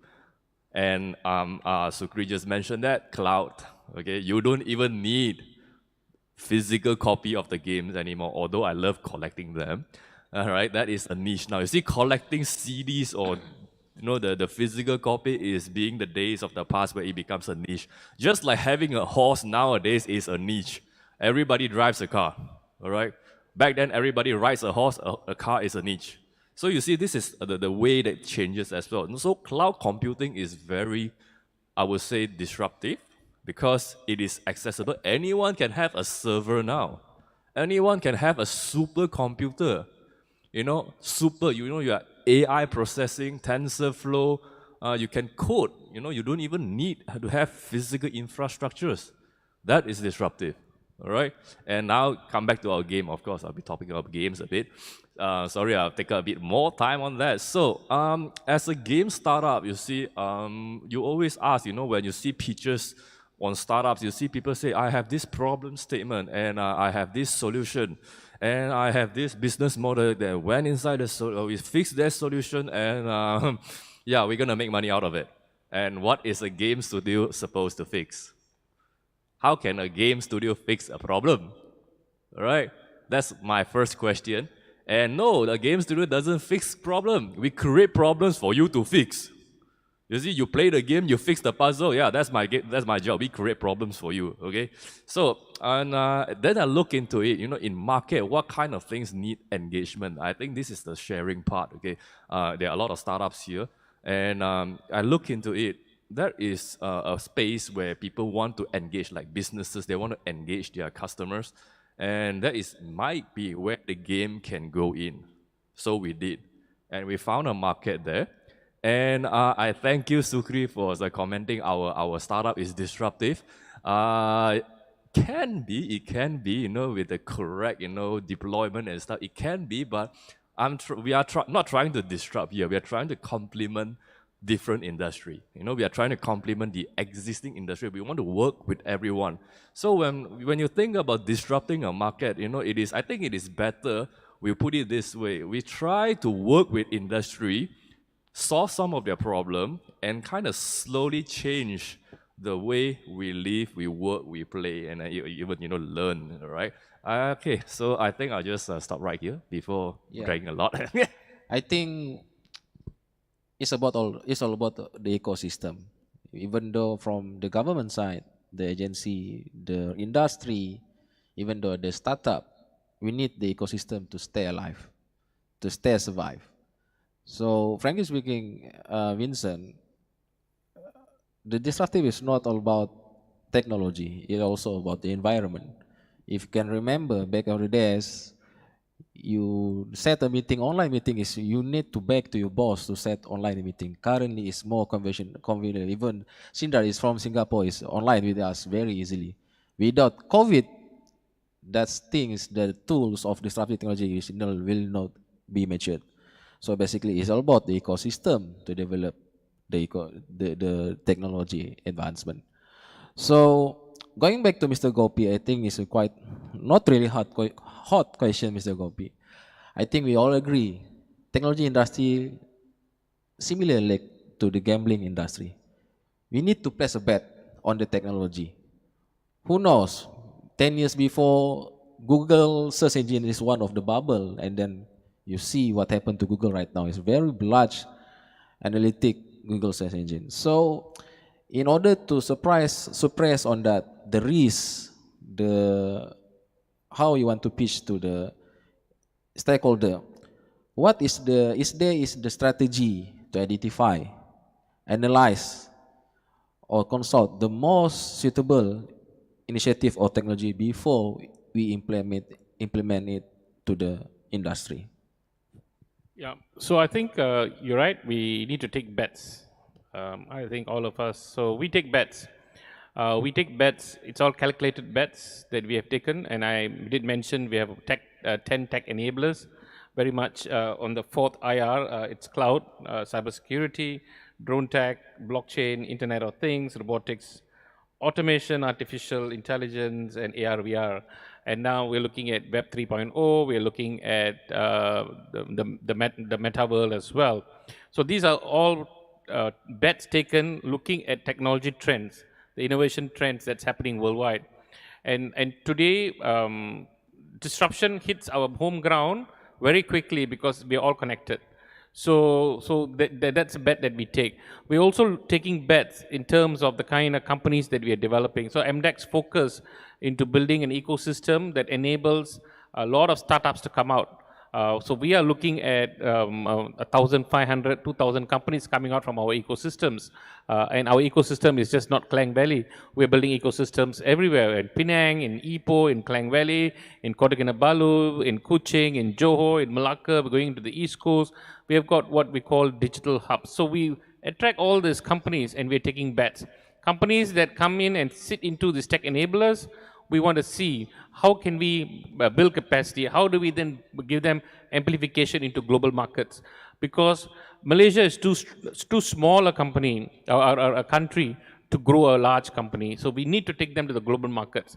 And those are the bets we take. We take bets on the technology trend, which are the 10 that we just spoke about. We take bets in terms of the companies that we want to concentrate on and build them to be global players. Okay, thank you, Mr. Kobi. Basically, if you drive this taking bets with the ecosystem, I think we can shorten the learning curve because we can observe, we can learn from the mistake or any challenges they're facing throughout the ecosystem. Thanks a lot, Mr. Kofi. And then over to the industry. So if Mr. Sindar Sunkat want to take a bet in Sabah industry, in VR technology or metaverse technology in Sabah industry context, which industry needs the most of this kind of disruptive technology in Sabah? Mr. Sindar, over to you. Thank you. We have been working across the world with various governments, and what we see is sometimes the citizens are more knowledgeable and more hungry than the government adopting to the policies. And now when I saw Gopi's statement that like the MSc is gone and now we are looking at Digital Malaysia, they are one step ahead to address we'll call this as a Gen Z community, even though we are past Gen Z generation, but we are still there. So if you ask me like what the micro level like the Sabah state would be looking at is connectivity. That's an infrastructure part. And second, this is more related to productivity and skilling. These two are very important because at the end of the day, the jobs has to be created, and that is a commitment of any digitalization. I have been in a part of like the initiative at Centex in Sarawak, working along with the Chief Minister's office, and we have seen that like not only that center has evolved to be a nerve center in the Sarawak region, but also now we are looking at other Asian countries coming in and to develop the skills. And also other industry players like Shell and SabahNet are also a part of that ecosystem. So in a way, what we did is we were like more activating the ecosystem. And in this context, I would just like to share just 2 slides. Allow me to share a short presentation if that's okay. Okay, sure, Mr. Sindar. Very quick. Are you able to see my screen? Yes, we are clear screen. Okay, so together with governments, we roll out something called as the Knowledge Metaverse Program. And what we believe is like we are looking at an industry size of 1.5 trillion. And this is very important even for the governments to make their investments. And what this investments is like in terms of the partnerships, what we look at, and a bit of a background of Eon Reality, where we are looking at not 1 or 2 licenses or 1 or 2 customers. We are looking to scale this. We have about 42 million user experiences that's been created. And coming into a bit of background of Eon itself, it took about 22 years for us to be registered on NASDAQ, and the listing will happen early 2023. And when we believe knowledge as a human right, we make sure that together with governments, we make it available, affordable, and accessible. So the engagement, even at the hub level, or at a regional level, just as you mentioned the Sabah program, we want to make sure we are associated and we would not be sort of in a commercial engagement. We are more into a partnership engagement to transform education, to enhance the quality and provide the global network. As Gopi earlier mentioned, I want to connect the dots. Someone sitting in Sabah doesn't need a capital investment of like thousands of dollars to be an entrepreneur. I'll say why. If you have a 4G or a 5G network, you need access to that. If you have a good desktop and a good mobile phone, you're ready for business on our marketplace. 80% of the transaction goes directly to your account, 20% Eon Reality maintains, and we have some qualifying criteria which we'll be open to share with. And anyone as an entrepreneur can play a role in providing value add, whether it's 3D artists or gamers or content developers or even educators, they can come on board. How does this work? I'll take a reference. It's not Eon speaking. It's a partner with PwC Research that has shared this. We have conducted a study on virtual reality learning. We found learners in VR required less time to learn. They had higher emotional connection to the content, higher confidence, and were less distracted during the training. So that's mainly on training aspect, but if you see other matrices on the slides, there is a 275% sort of increase in confidence, means like in terms of the ability for them to understand, and it doesn't need necessarily to have an headset because ER is enabled with the new devices along with LiDAR technology, so anyone with their mobile phone can bring that experiences, and also you are able to connect on the go. So with that short presentation, I'll stop here and I'll pass it back to you, Sukri. So basically, Mr. Sindar, the right industry to enter any ecosystem is about education. How you deliver the content in our education more interactively. So after that, we can grow furthermore in the industry. So it's all about the talent development, which is aligned with the MDEC vision, one of the enablers as a creative, and then the talent development also. Okay, Vincent, over to you. In the startup.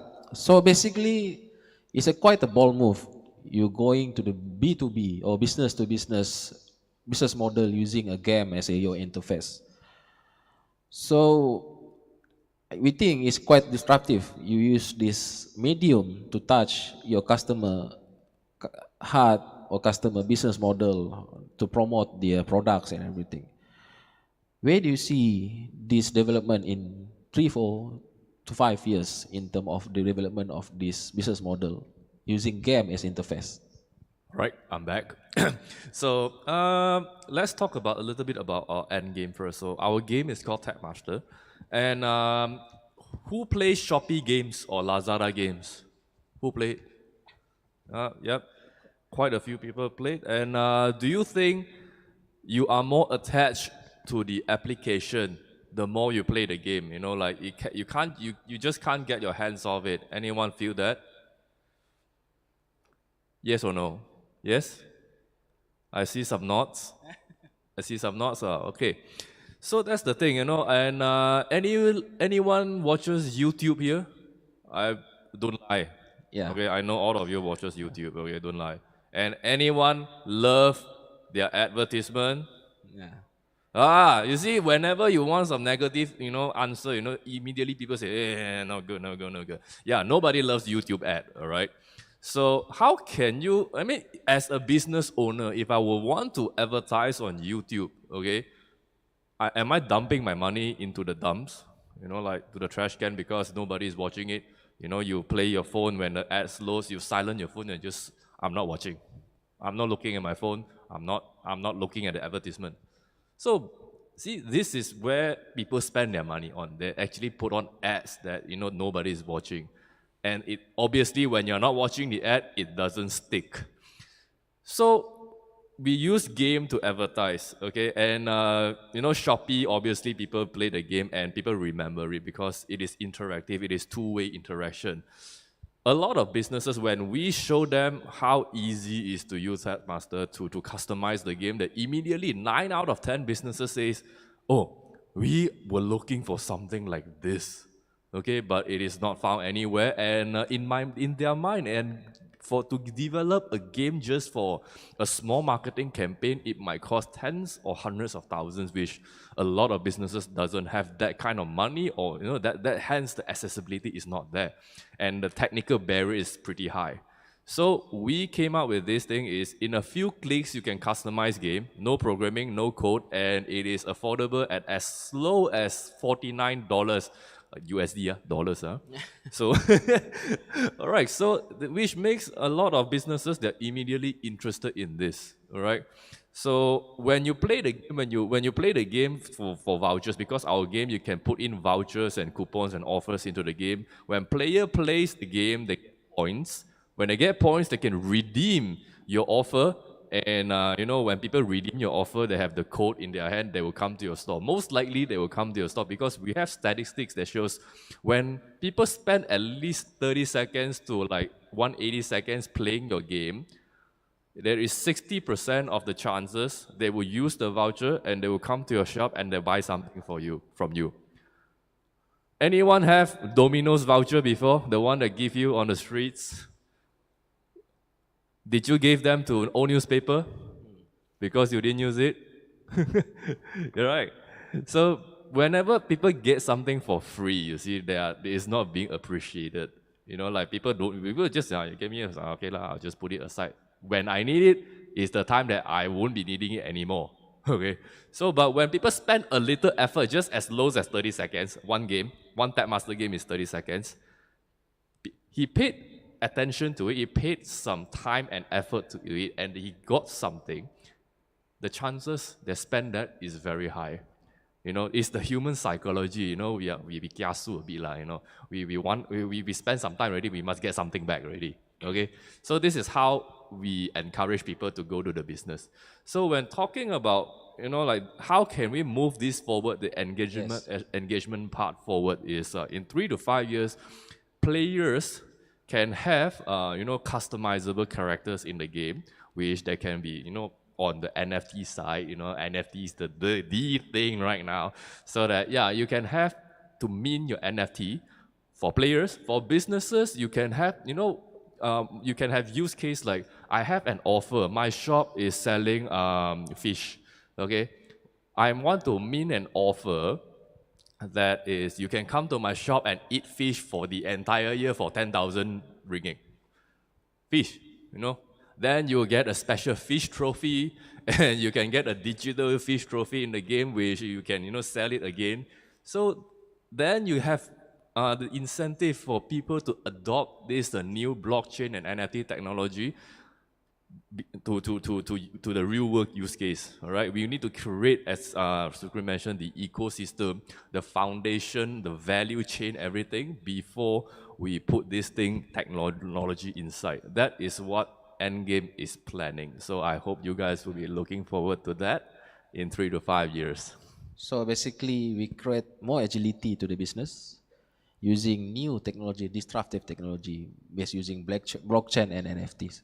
So before, I think we still have more time, after a little bit time. So before we conclude our forum, maybe quickly, maybe 1 minute, I want to ask each panelist just 2 simple questions.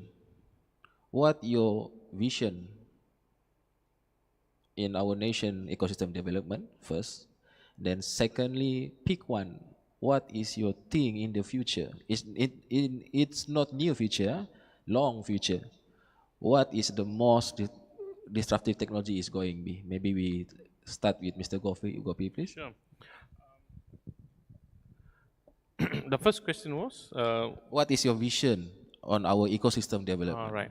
So, like I said in the start of this conversation, ecosystem development is probably the most important because we connect many dots. And when we connect the dots, we're not just connecting the dots in Malaysia, but we are connecting the dots in the global ecosystem because with the digital economy, there are no more borders. Everything is borderless. So my vision for the ecosystem that we are creating and working with a lot of people and a lot of networks is that Malaysia all Malaysians who are entrepreneurs, who are users of digital technology, who are makers of digital technology, who are builders of digital technology, who are builders of companies, are connected to the global ecosystem from here. And that is my vision of putting Malaysia on the map via working together. That's number one. Your second question is... Next biggest trending technology. Yeah, so the next one would be, I think, if you had spoken 20 years ago when you spoke about artificial intelligence, of course, everyone knew what artificial intelligence is. But in today, right now, as we speak, we're all driven by artificial intelligence, whether it's on a platform, whether it is in a game, it's all driven by artificial intelligence. So my vision in the future is beyond artificial intelligence. It's able to even think for you. It's able to do that transaction even when you have not requested it to do. Interesting, Mr. Gopi. Very interesting. Okay, maybe from the industry perspective, Mr. Sindar. Gopi, your vision for Malaysian entrepreneurs and also for the community is something which we are able to enable. For you and for MDEC, my commitment is I would like to bring more entrepreneurs on board and give access to the markets. We are operating in 17 countries and we have engagements with customer base in almost 60 countries now. And as we spread, this would be a huge, huge opportunity because the marketplace is open to all. So with that commitment, if I now put on the technology roadmap and like as you mentioned, it's more than artificial intelligence.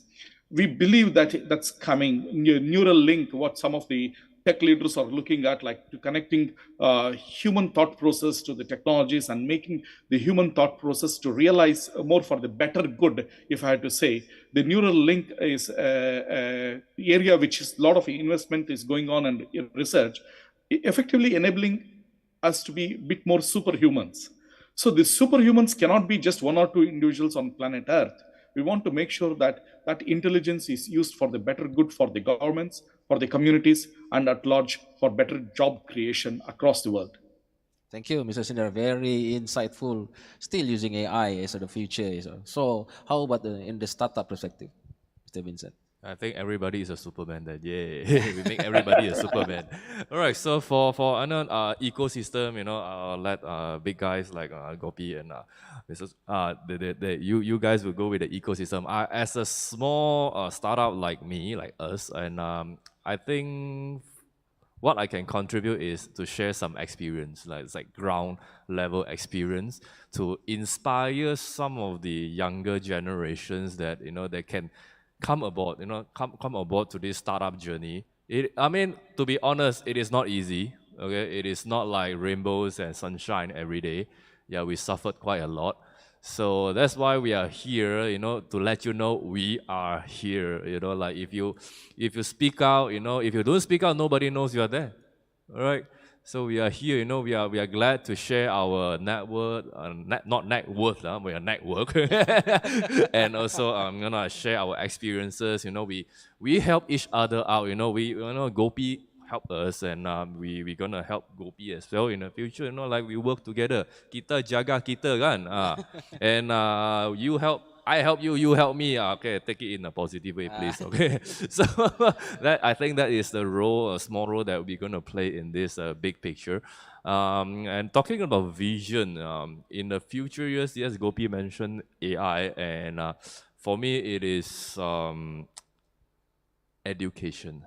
All right, I wish that we can use game to change how we learn. All right, the current education system is, I wouldn't say something controversial, but you know what I meant. But so we hope, like we can have a framework of games that can actually help people to learn. Because why people learn is the curiosity. But if you have no curiosity in kids, they are just memorizing.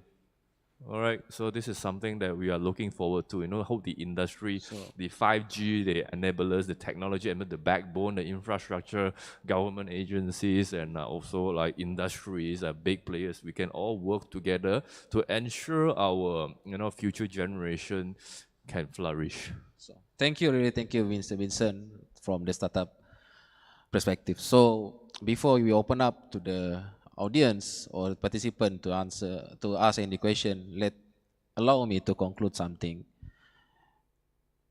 In end of days, conclude is all about human. Is all about to improve our how we interact to the user, to the customer, to the human.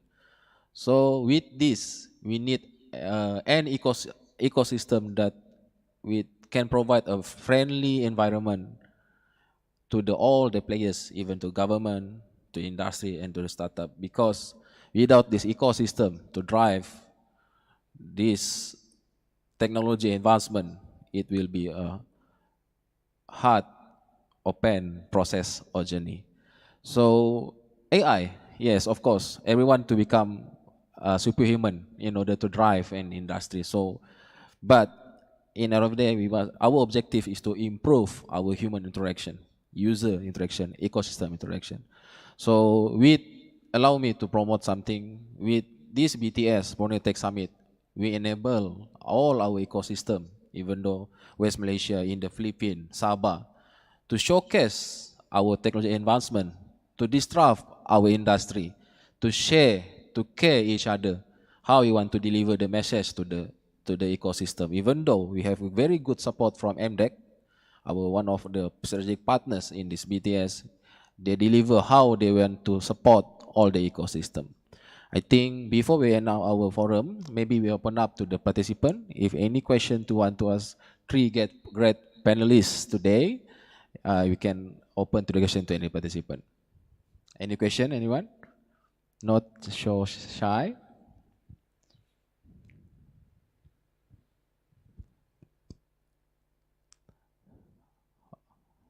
Okay. Okay. Maybe they are very disruptive with this technology. Okay. I think before we end this forum, let's give a big hand to our panelists for their wisdom, the sharing about this. Thank you, everyone. Thank you, everyone. Over to you, Mr. MC. Thank you so much, Mr. Sukri. Please remain on stage. And now we'd like to invite Ms. Eva Christ of SICC to present our distinguished gentleman on stage with a memento.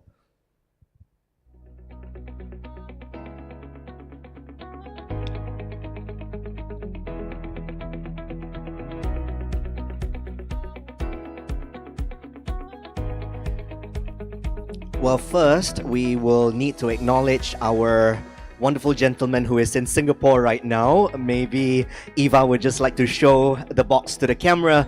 We are going to keep this for a few days, and hopefully we'll be able to ship it out to our guest, Mr. Sridhar Sunkat, the Managing Director of Eon Reality Singapore. Thank you very much. Eva will now present a box to Gopi Ganesalingam, the Head of Ecosystem Development for MDEC.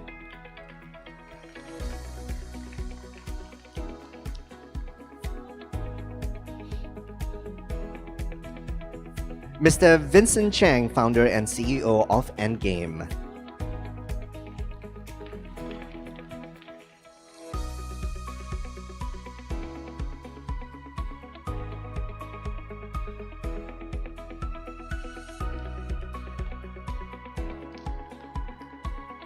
And last but not least, our moderator this afternoon, Muhammad Sukri Swili of Sabahnet.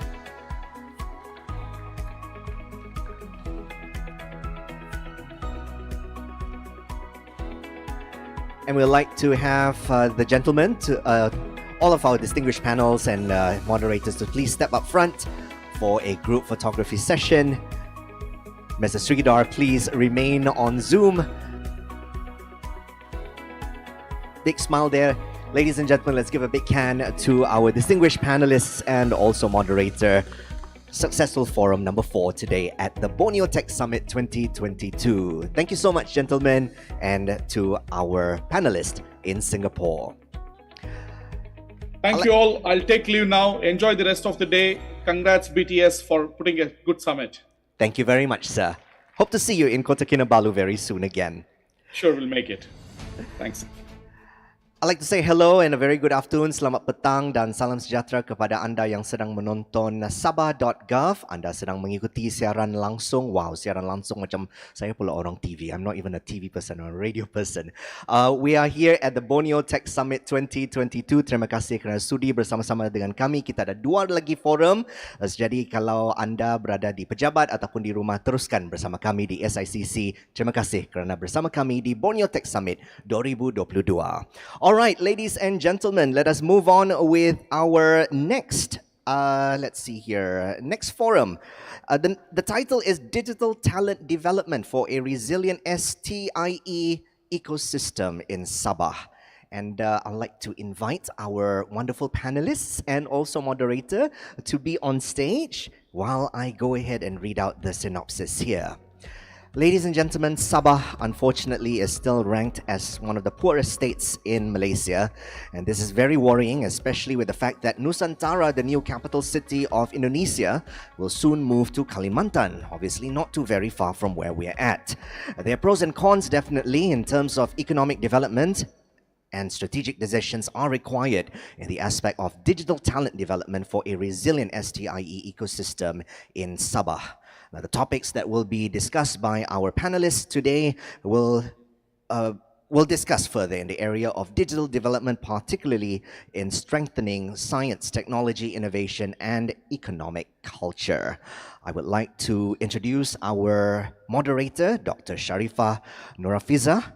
She is currently the Deputy Rector of the Office of Research, Industry Linkages and Alumni Network of University Technology Mara Sabah branch. I hope I got that right. And the Chairman for Human Capital Development Technical Committee for the Sabah Technology Development and Innovation Council. I now pass the floor to you, Dr. Sharifah.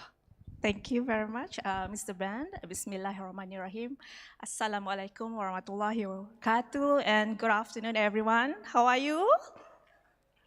Are you okay? Okay, thank you for joining us in this Forum 5 with the title Talent Development, a Digital Talent Development for Resilient STIE, Science, Technology, Innovation, and Economic Ecosystem in Sabah. So I believe that Mr. Ben just now have given us the scene, the synopsis of our discussion for this Forum 5. Yeah, but I would like to share my experience early this year together with SICC, KSTI, and also Sabahnet. Okay, we went to KL for an immersion program early January. That was in January 2022. Yeah.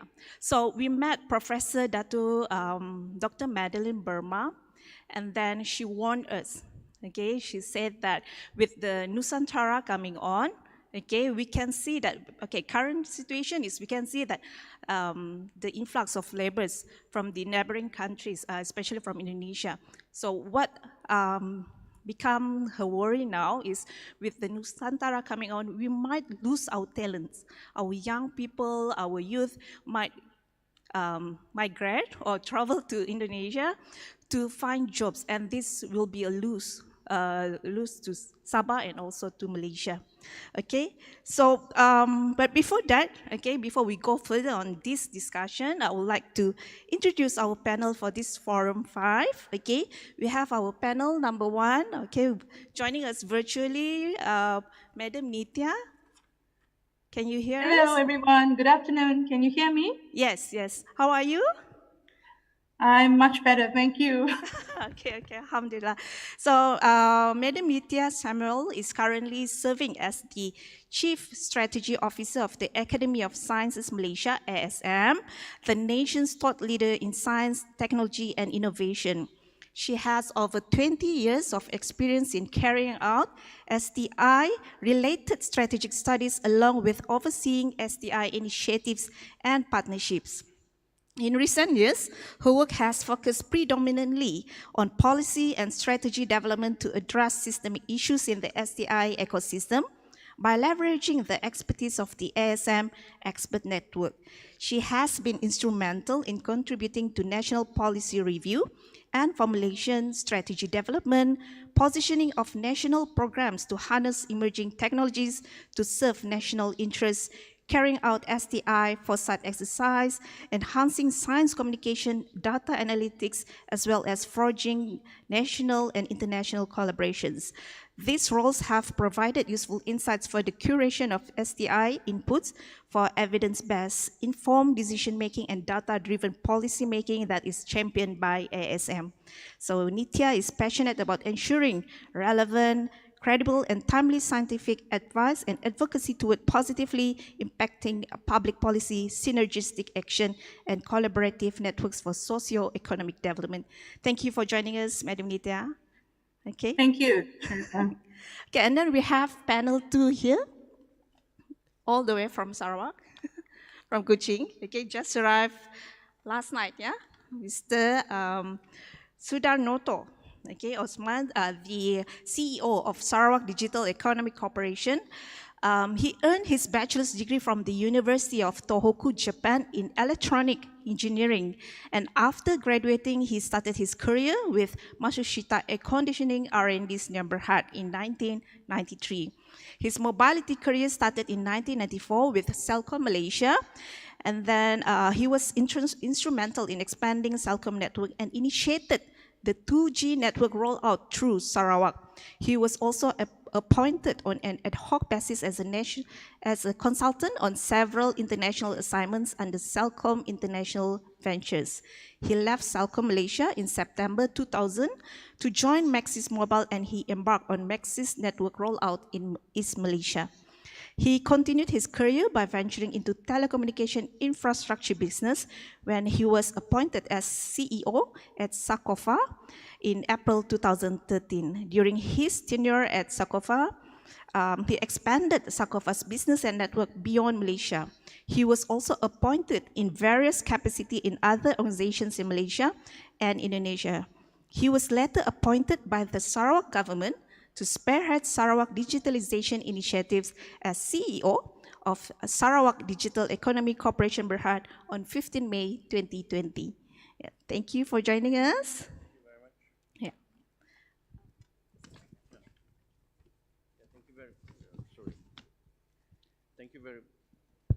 Thank you very much for the nice introduction.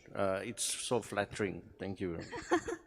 Okay, and then we have panel number 3, a good friend of mine as well, Puan Maria Teo.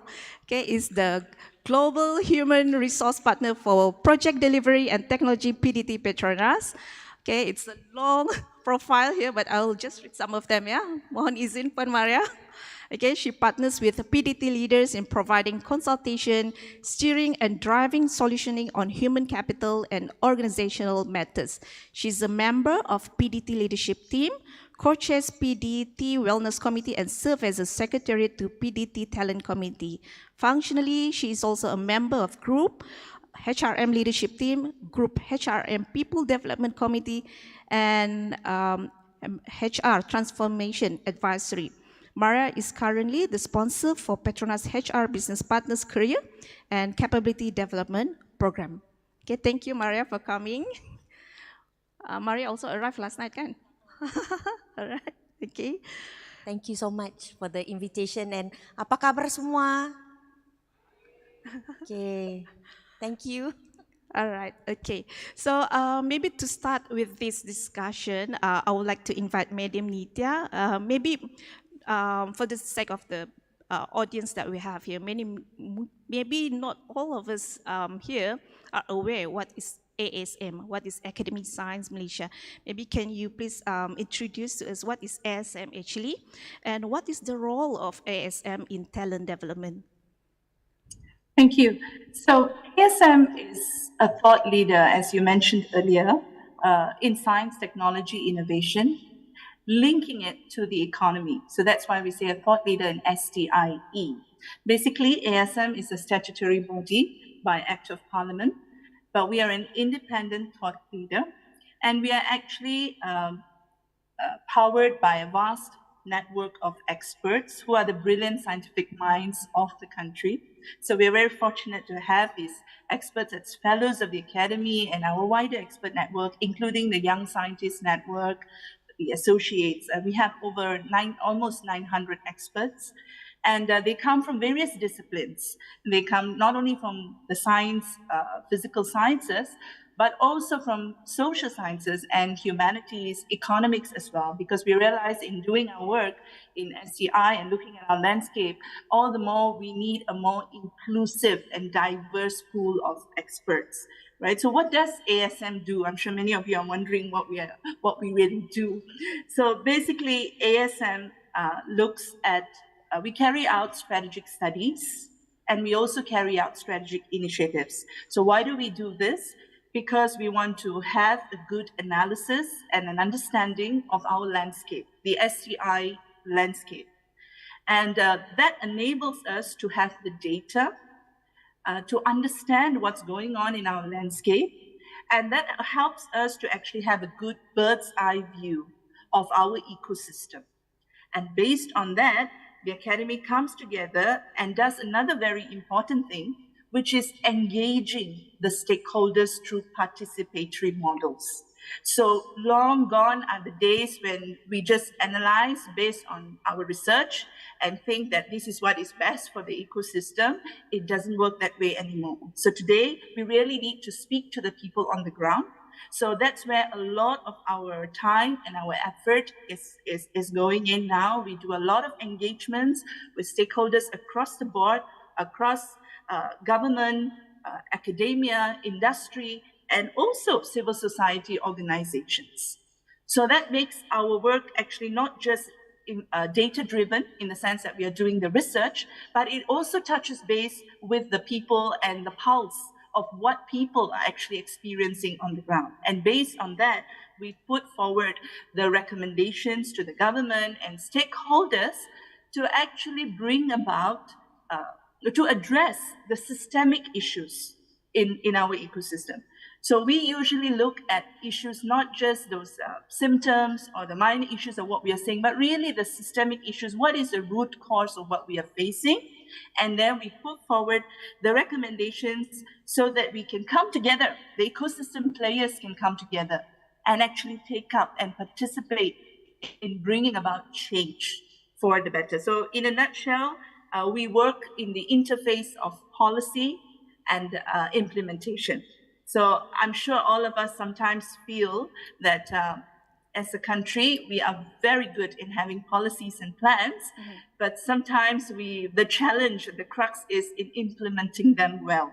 So it's that interface that the Academy of Sciences from Asia, or ASM in short, work on. And we have now also gone into more demonstration projects and so on. Thank you, Madam Media. So speaking of challenge, I think this is the thing that I will ask you later. Okay, I will save that questions for you. Okay, maybe from Mr. Noto. Okay, on your side, maybe you can introduce a little bit what is SDEC, Sarawak Digital Economic Corporation.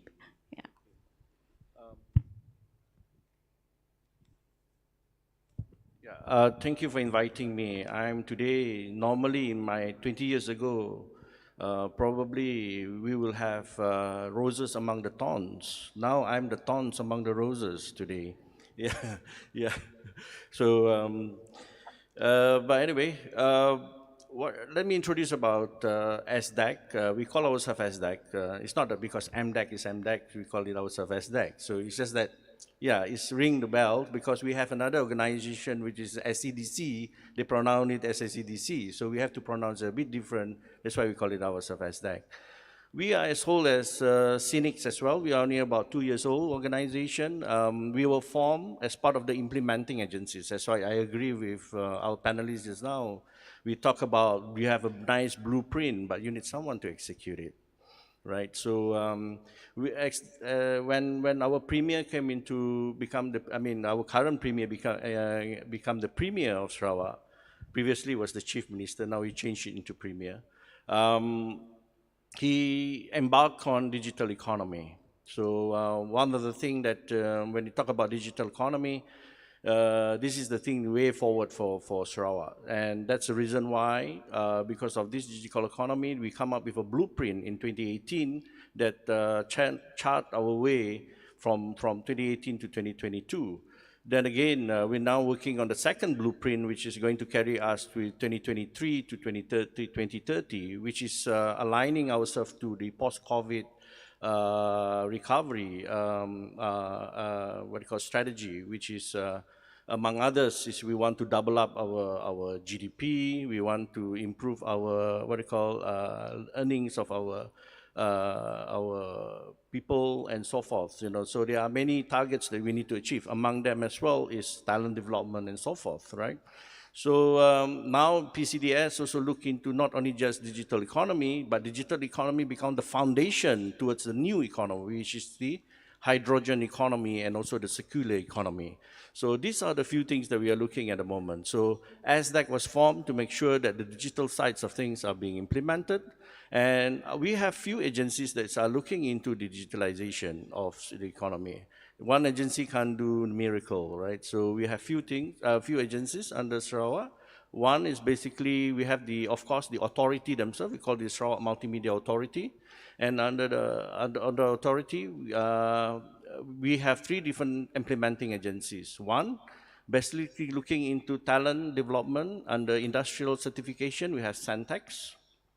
And then when we have science, it's just like Sabanet here. They're purely looking into the digital government. And then, of course, SDAC that looks into the infrastructure and the, what you call the private sector's development.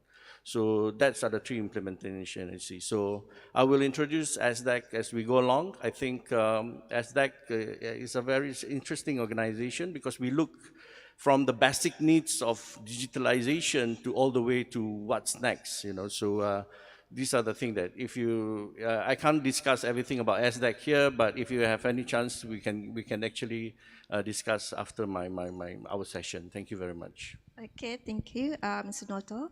Madam Maria, maybe you can share what is your role in Petronas actually? Thank you, Dr. Sharifah. I think just for the benefit of everyone, I think we call each other by our names. So when you come to the stage and call Madam and Doctor, it sounded a bit awkward.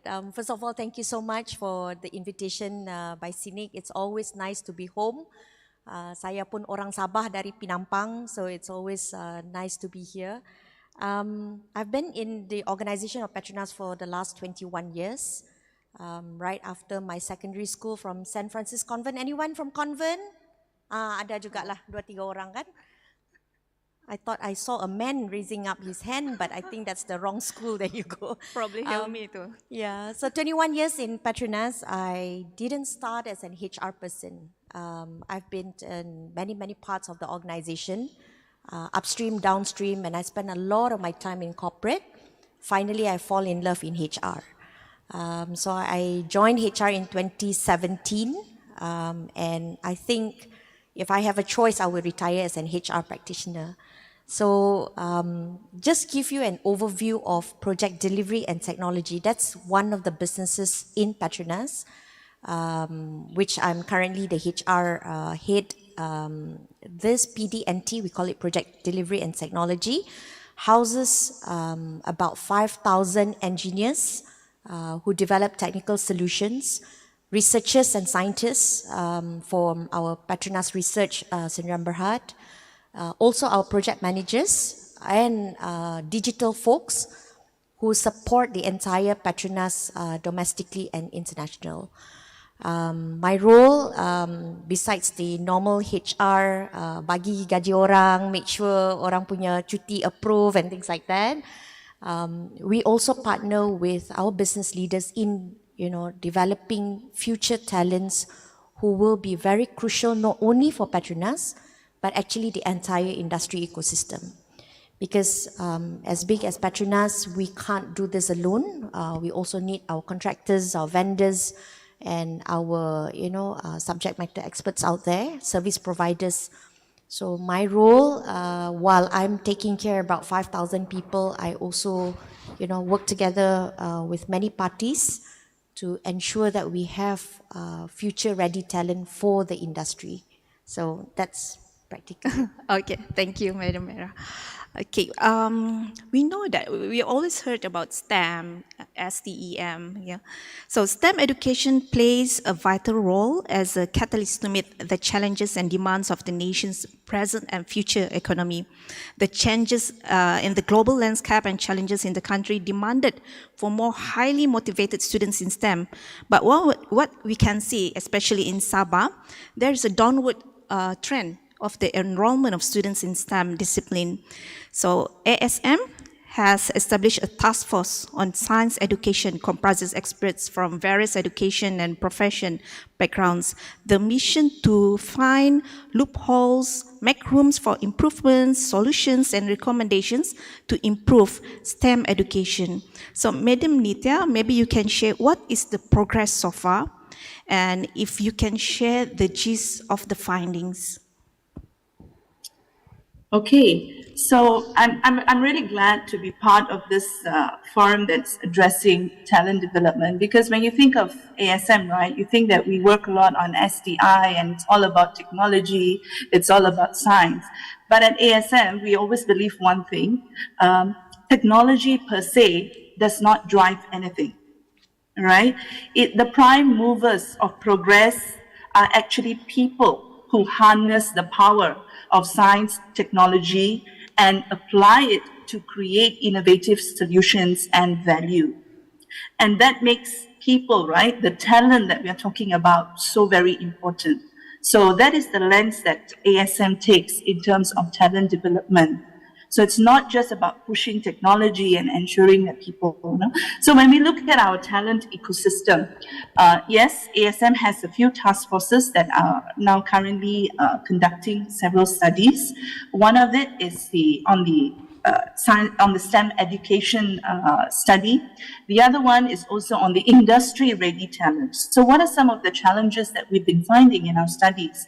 And I don't think the downward trend that you speak about is only true for Sabah, but it's actually quite a phenomenon, not only nationally, but relatively when we look at other countries as well, we see that.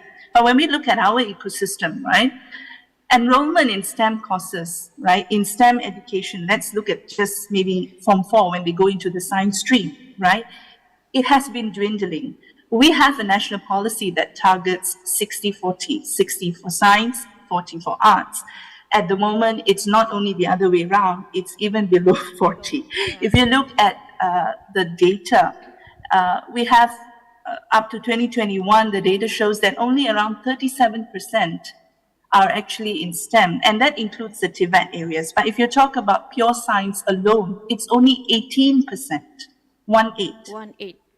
And it's dwindling, right? So it's far from our 60% target, right? And then when you look at the tertiary education, when they go into universities, how is it looking there? Maybe it's better.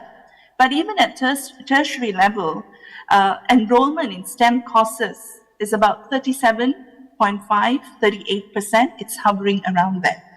So when we are saying that, you know, we have a national aspiration to become a high-tech nation, and then when we look at our talent pipeline that's not really going into STEM, is that worrying to us or not? Right? So I think this is where we have to see some of the systemic issues, right? And then that's about the supply side. And then we look at the demand side. Why aren't our students having interest in going into STEM? Sometimes we think it's a lack of interest. But it's not always a lack of interest, because the Academy also runs, ASM also runs a number of programs like the National Science Challenge. And recently when we did our National Science Challenge for this year, we were able to draw almost 12,000 participants across the nation. So if we say that there is no interest, that may not be entirely true. But where are the motivating factors? Where is the incentives, right? And then we talk about people, the influences in our ecosystem, right? Parents, for one. A lot of parents that we engage, they are definitely discouraging their children from going into STEM-related courses, because the demand and the jobs and the value, the high-paying jobs don't seem to be in STEM. Right? And that we are seeing that on the demand side. And then we look at the job market. Yeah, we have a lot of sectors like in the conventional STEM areas, maybe engineers, doctors, and engineering, yes, but today, if we look at our manufacturing sector, we have evolved. They are no more talking about just mechanical engineers. They're not talking about electrical engineers anymore. They're talking about design engineers.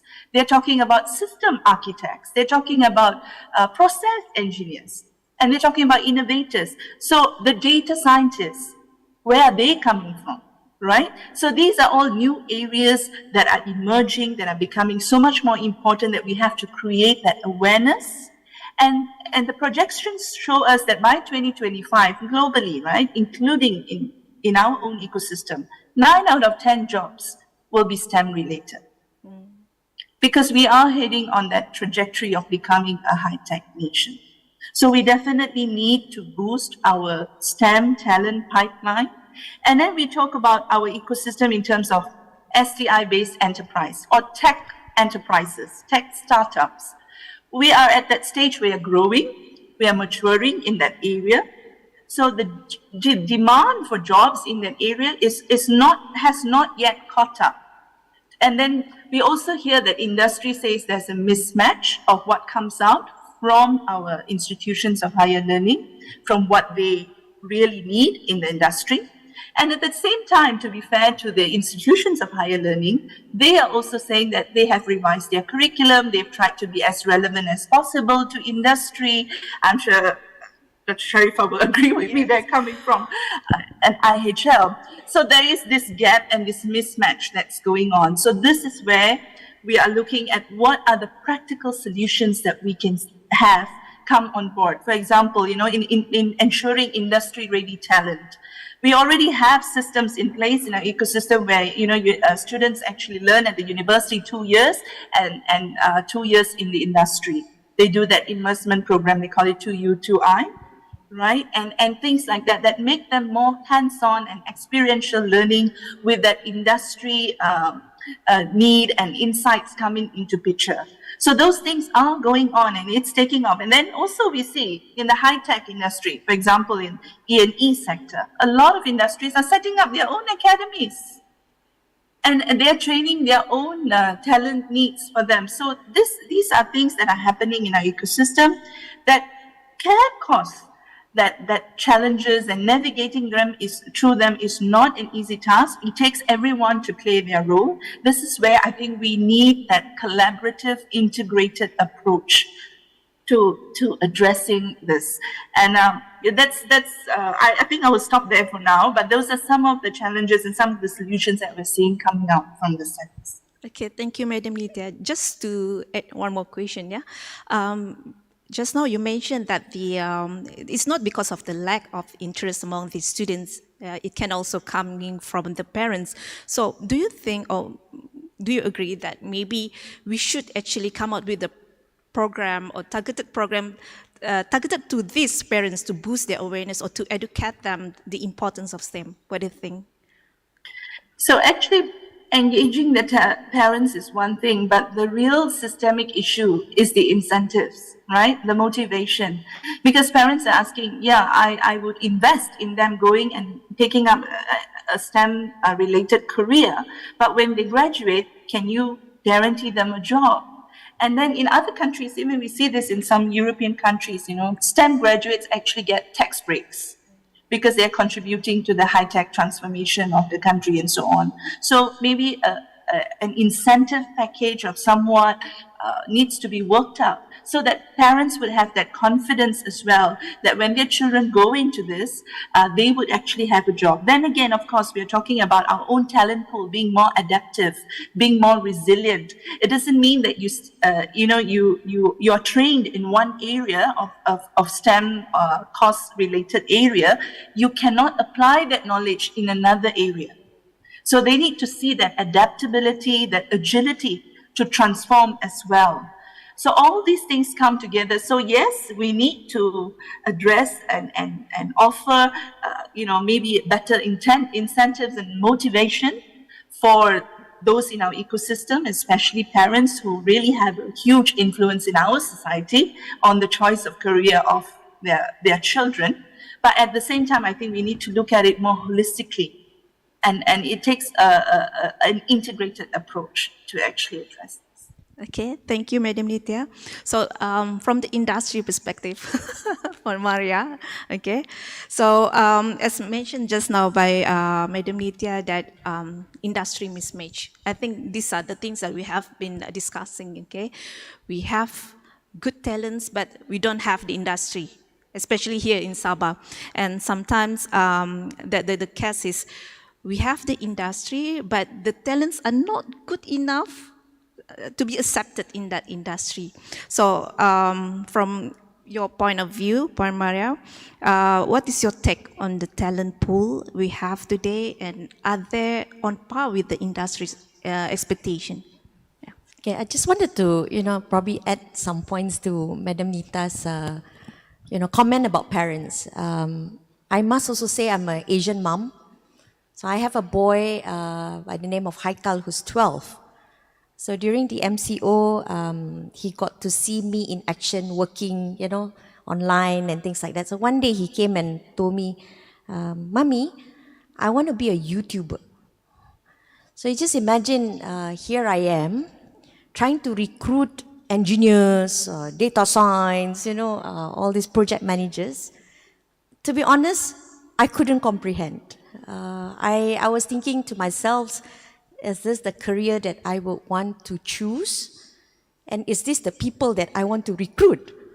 So a lot of actually reflection. I was sharing with some of my colleagues here, even parents like me, who is in the crux of, by the way, I'm an IT graduate, but never practiced. So people like me who's in this generation who manages, those young ones, also need education and awareness. Gone are the days that we look at engineers as engineers. And that's why I think, it's important for us to also have this support system to parents, because if I have that feeling of, I wonder if my son can be a YouTuber and earn a good living, maybe that's also a perception that I need to change, right? So that led me to this topic about Industrial Revolution 4.0. I think what Madam Nita has mentioned about all these skills along, analytics, digitalization, the upcoming artificial intelligence, I think those are the technical skills that, if we were to step back, we have to start thinking like a system thinker. The civil engineers can no longer work in the civil engineering world. Even in HR and finance, analytics and digital skills are very, very crucial. But I guess where, people whom I think, or talents that will be required in the future would also need people skills. We do note that, for example, decision and judgment skills, right? Collaboration, negotiation, empathy. Those are starting to see a different perspective and area. When we also interview, potential candidates, we don't only look at what's their hard skills, right? I think in this world of digital technology, where we communicate a lot more through WhatsApp and Discord and things like that, right? These are the people skills that I think we still have to put a lot of emphasis, because one probably aspect of the future talents that need to work on is teamwork. So if you are working in the team, there's no way that you can work alone, right? So to complement, I think the questions that's being asked, I think the people skills are the one that also equally important as opposed to technical skills. And it becomes a lot more critical as we move into a very high-paced VUCA world. Yeah, so that's my input, Sharifah. But from your experience, hiring, recruiting, what do you think of the young talents? I mean, do they really meet the expectation of the industry? Okay, so I give you an example of a program that we run here in Sabah, right? The B Digital Bootcamp. No doubt, we do note that the dwindling number of STEM students coming out from secondary as well as university students, particularly in Sabah. But I must also say sometimes the condition or the environment they are in didn't provide that opportunity for them to flourish. Yeah, the Be Digital Bootcamp that we conducted 2 cohorts this year, amazingly, I must say amazingly, these young talents really shine after we provided some opportunity to upskill them. I don't know about other states, but where I come from in Sabah, sometimes that opportunity is never presented to us, right? But it's amazing. You can know maybe confidence in speaking, maybe confidence in teamwork is lacking. But I must say, if we search hard enough and provide that opportunity for many talents, I think the talents are there. Right. Again, like I said, when we do recruitment, we also look at the other skills of having to collaborate and work together. I think that's more important to me. And where if I'm a recruiter, I would look for someone who's willing to learn, someone who's more adaptive and agile, because technical skills you can actually pick up as you go through your career. Yeah. Yeah, okay. Thank you, Mamaria. So SDC has done a tremendous job in coordinating and providing digital and innovation opportunities for all Sarawakians. Correct me if I'm wrong, yeah, Mr. Noto, such as organizing the SME Digitize, Go Digital, and to name a few.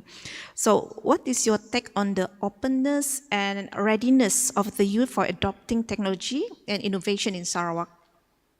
Okay.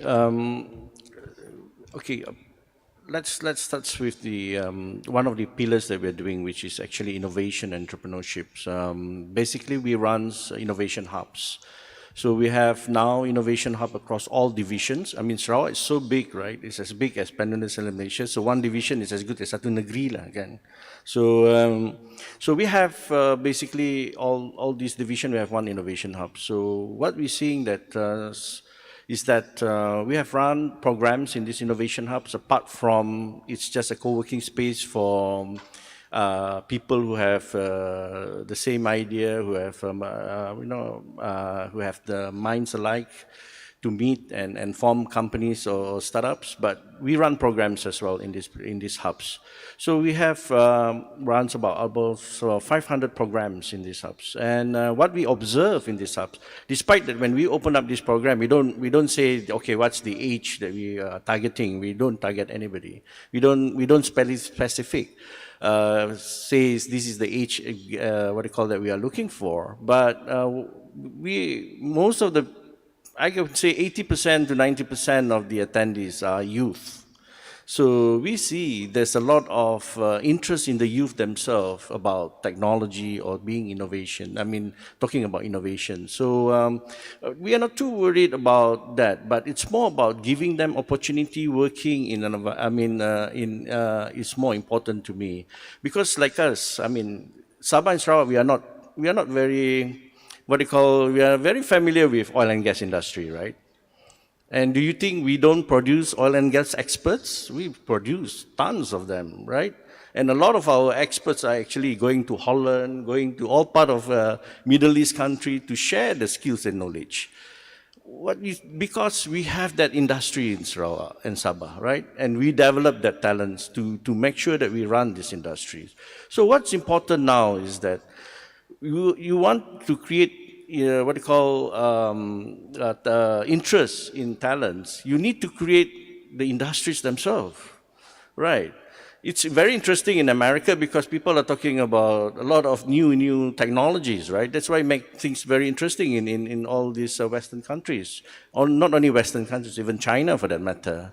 But if we make ourselves, our country or our state to be very vibrant as well, with all these new economy coming in, new industry coming in, we will definitely need talents. Yes, we need to channel that talents. This is where the universities are coming with their programs. And to be honest with you, whatever the university produce will never be enough for the industry. Right, what we are doing, what we are facing at the moment is so fast, the movement in the technology itself is very, very fast. And we must think as well, at what value change that we want to produce our talents for. Gone are the days we want to produce STIE talents that are going to do what they call repetitive jobs, right? Because that is no longer something that is very interesting to them.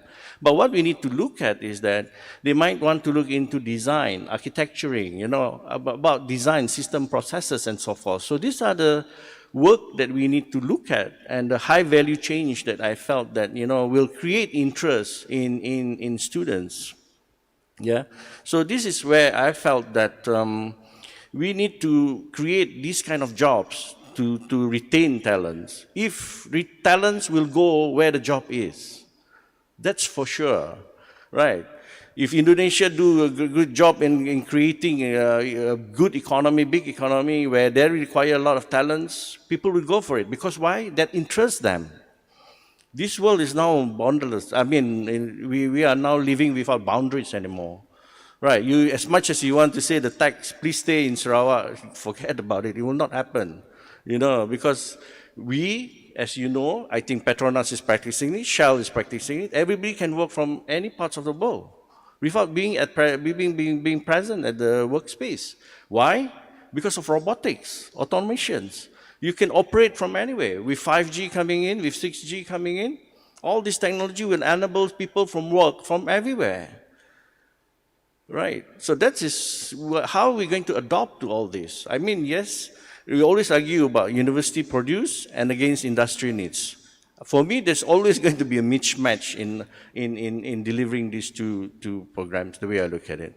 And as far as SDAC is concerned, apart from that as well, we try to create STEM's, what they call interests when they're still young, even at primary school students, you know. So we have run various STEMs programs, which I think this year alone we have already targeted about 20 STEMs programs, started from primary school all the way to tertiary studies, even in the universities.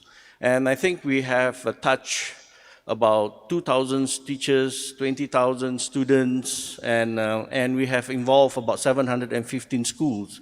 And we are trying to get more and more what we call rural schools to be involved as well, because STEM subject is very, very interesting. It's not something that you can teach online as well. You need hands-ons as well to make it more interesting, you know.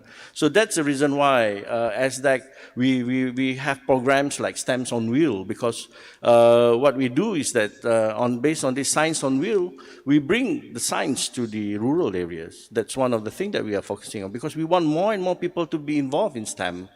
And of course, we also have what we call programs that focus on reskilling and upskilling, because when we talk about learning, it doesn't stop when you finish studying, right? It's actually when you are working, you still be able to learn, and it's not too late to learn STEMs even when you are working, for that matter. But it's more important now is that how do you want to make sure that your workforce is still relevant to what you're doing in the future?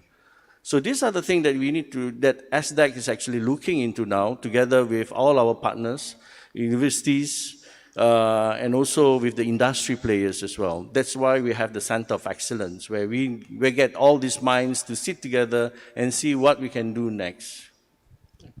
Okay, thank you, Mr. Noto. So are you saying that we should create the industry first and develop the talent later? No, I think we need to do it together. I mean, well, there's no right or wrong. I mean, it's always a chicken and egg issue, right? But end of the day, it's like for example, we take for Sarawak for that matter. Now that we wanted to move into hydrogen economy, we want to move into circular economy. So what is it? What are we going to do? What are the things that we need to look at? You know, so all these talents that we want to create. And you talk about hydrogen economy. You know how many countries are talking about hydrogen economy? Not many. And you think there is a lot of talents out there in the world? No, there will definitely no. And is there any curriculum in universities that can teach that? No. Right? So this is something very, very new as well. So we need to come up with, I mean, of course, it's not going to happen the next day, tomorrow. Right? It will take years down the road for that to happen. But then again, we have to work towards it. You know, now that's where we need to create curriculum about hydrogen. We need to create curriculum, what are the use cases to, for all this economy. So what are the things that we need to do? What are the supporting elements to this economy? So these are the things that we need to look at now. And then, of course, digitalization will be the foundation of everything. Because you know, nothing moves without computer, IT, right? Because we need that.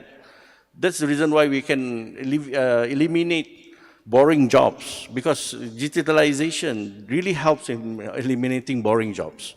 And then nowadays, calculation makes easier now because of the computer do everything for you.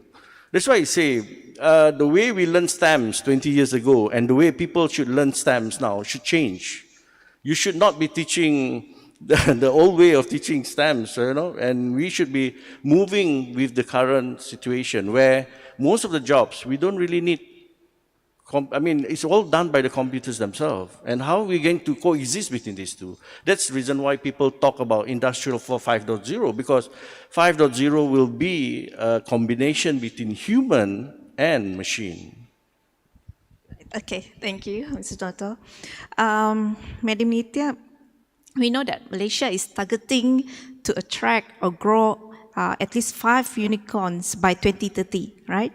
And this target can be achieved through the incorporation of the 1010 Malaysian Science, Technology, Innovation and Economy, MyST, framework, which came out in 2020. So what ASM did with the 1010 MyST framework is really amazing, as it provides guidelines on how we can generate shared economy prosperity across the diverse ecosystem. So what is your approach, in this case ASM, to ensure this great framework is communicated well to the grassroots? Okay, thank you. If you don't mind, Dr. Sharifah, can I just quickly share one slide just to, illustrate this point, one or two slides, so that I can explain this.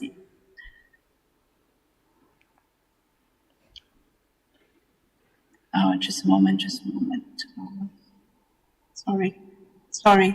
Just a moment. No worries.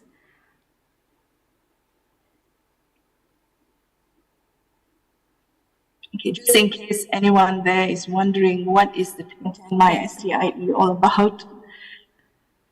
So let me just put this on show. Can you see the slide? Yeah, but maybe you can make it bigger. Okay. Okay. All right. All right. So basically, when we speak about the 1010 MySTIE framework, this is really just a tool to transform Malaysia into, as it says, a knowledge-intensive economy by design. And the whole idea is actually to link the priorities, the STI priorities, to the economy. And this is hoped to create that collaborative ecosystem to move Malaysia up the value chain. But whenever we talk about 1010 MySTIE, people only see this matrix. And this matrix is really just the 10 global S&T drivers, where you talk about the technologies that are really up at the cutting edge globally, the 5G, 6G, sensor technology, advanced materials, advanced intelligence systems, cybersecurity, encryption, data analytics, blockchain, neurotechnology, bioscience technology, and so on and so forth.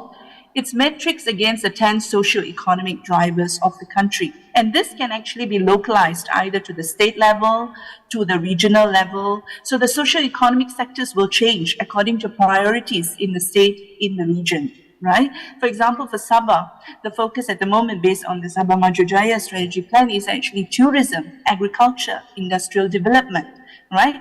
So very often we just see this as the 1010 MySTIE framework. But when you talk about the mechanism, implementing it, communicating it to those on the ground, there are actually 6 different elements that we look at.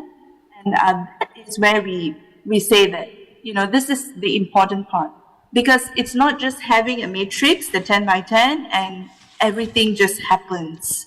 So there are 6 elements that we look into in actually deploying this and cascading it and communicating it to the people on the ground. So the first one is focus, right? So when we talk about focus, that's where the 1010 framework that I mentioned earlier comes in.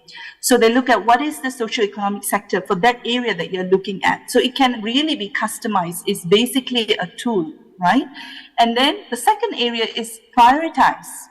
So we have identified in the 1010 MySTIE framework 30 different niche areas that fall under each socioeconomic sector. So it's only about 3 or 4 niche areas per socioeconomic sector. And then wherever we want to localize this, you can actually look at it and see what is most relevant, right, to the area. For example, in Sabah, if you're talking about tourism, the niche areas are actually digitalized tourism, high-value tourism, creative content, and heritage. And this really speaks of that diversity and inclusivity that Sabah brings onto the on board, right? And Sabah has so much to offer in this area. So with Nusantara coming in and all that, I think Sabah has an advantage in this area. So how do we use this strategic tool to maximize that advantage, right? And position the region in such a manner. The third one is to systematize. Now, to systematize, yes, you need the digital enablers, but you also need an overview, an ecosystem analysis. So this is where we look at the 8I framework. That we look at we look at factors like the infrastructure, the infrastructure, the digital infrastructure, the talent, and then we look at the governance systems. We look at the institutions, the incentives. We look at the interactions that's happening in the ecosystem, and we look at the internationalization as well. So that is done so that we can systematize, we can see what is the strategy, what is the way to position things. Then we go to the fourth one, which is really a very key one because it's the collaborative platform. There are many players in our ecosystem that play a different role in so many ways. Some are connectors, some are producers, some are financiers, some are knowledge providers, and some are actually the people that orchestrate that ecosystem. So how do we bring these players together? While we talk about talent, we have to be very conscious of the fact that today we don't just have the formal track of talent that is developing. We also have a booming gig economy that is coming up. And many people today, they don't even want to go in for many of our young talent, young generation, they don't want to have a formal education because at tertiary level, some of them just stop at pre-university because they feel they just need industry certification, they need skills, and they go based on competencies and skills and badges. And they actually do very well because they are solving the problems that are relevant to industry. And so how do we cater for this gig economy that is happening at the moment, right? So we bring them into this collaborative platform and we empower and we open up opportunities for everyone to participate so that no one is left behind when we talk about socio-economic development, right? And then we go to the fifth element is about being inclusive. So what ASM has done is actually we've mapped the priority areas in each of the states and the corridors, the regions across Malaysia, so that we can now customize those projects. We work with the ministries, we work with the agencies to see what are the ones that they want to deploy on the ground. And then, of course, the last one is being future-proof. Maria mentioned just now, we live in a VUCA world, true. And in this VUCA world, we need to have the handles on how to be more prepared for the future. We need to know where there is uncertainty, how do we build in clarity? And where there is volatility, how do we have a vision for the future? And when there's ambiguity, what do we do about it? So we need to have that through the foresighting exercise. So if you ask me, how do we communicate this on the ground? It is a tall order, but we are doing it through these 6 different steps. It doesn't have to happen in sequence, but we try to do this so that people get the idea, and it's really about people driving it. And we look at our ecosystem and we say, most of our researchers who have that technical knowledge, 80%, they are in the institutions of higher learning. Those in the industry, only about 15%. So how do we translate this? How do we make sure that these people, these knowledgeable people who have that handles and the know-how also are at the industry to do that translation? So that's how we communicate on the ground. And it's really about being driven by people and giving talent the opportunity to shine. I'll stop there for now. Okay, thank you, Madam Nitya. Okay, maybe I move to Mr. Noto. Okay, so other than providing conducive technology and innovation hubs in Sarawak, are there other approaches done by the Sarawak's government in terms of talent development, especially in the digital talent development? Yeah, we do spend a lot of talent development efforts in Sarawak because we feel that they are the future that drive the economy. And I agree with panelists just now saying that about how we want to make sure that the best of mind normally sits in the universities. You know, but the problem is that whether they want to just produce papers or they want to produce something that is visible to the to the public, you know. So this is the thing that we are encouraging the best of minds of our people trying to contribute to the society. So that's where we at SDAC, we come with the, what we call the TRG, the Transitional Research Grant, where we get these universities, we fund the digital programs, especially the digital research. And not only that, we try to commercialize the outcome. And we look, the grants is given where likelihood their product or their research that can produce commercialized product. So these are the things that we are looking at the moment. So these are how we're trying to bring the university talents out to the world and contribute to the society. And not only that, we also giving research grant. When this research grant, we have actually given scholarships as well to postgraduates, not only postgraduate, to research assistants as well.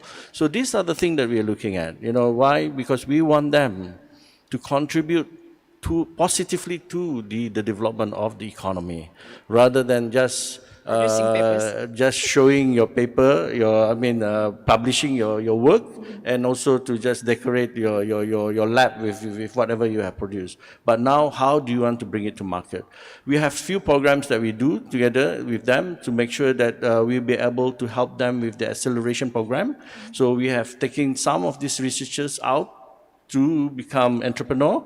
I mean, not the professor themselves, because normally if you ask the professor, well, whether I want to become entrepreneur, they are more comfortable to do their own research. But their underlings, the people that they have educated, these are the people that we're trying to see whether they have that entrepreneurial spirit to become entrepreneur at the same time being innovative in their products as well.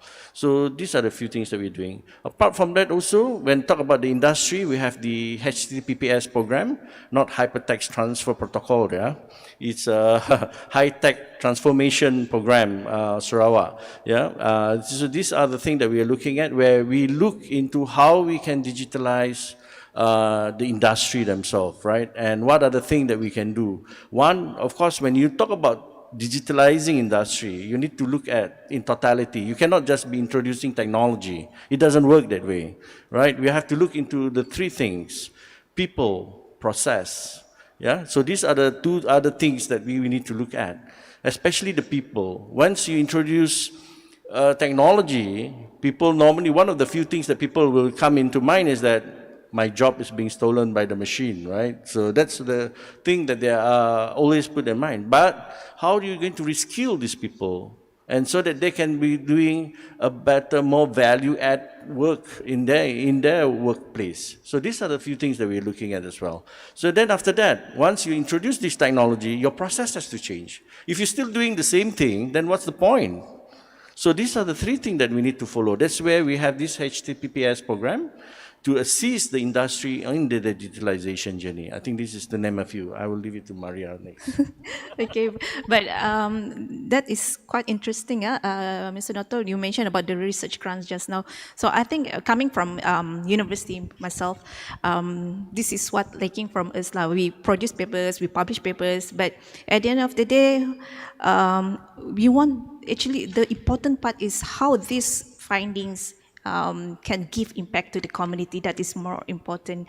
And with that, having STEC providing research grant, that is a good idea, which I believe that the state here in Sabah can learn or emulate this strategy. Yeah. Yeah, just to add on to that is that's why I say whatever IP that is that's produced by universities, we try to commercialize it as much as possible. One way that I'm talking just now is to produce spin-off companies, right?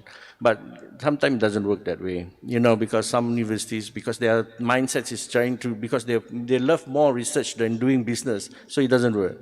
So sometimes we need to see who are the industries that are willing to take that IP and make it into a project. So that would be an interesting way to make sure that this IP can be commercialized. So these are the few things that we need to do as well. Yeah. Okay, thank you, Mr. Noto. Okay, last but not least, for Maria. So what can we do hand in hand with the ecosystem players to improve the quality and readiness of our local talent pool? Okay. I always go on this principle, jangan berebut-berebut bah. There's just so much work to be done, right? There's such a big task ahead of us.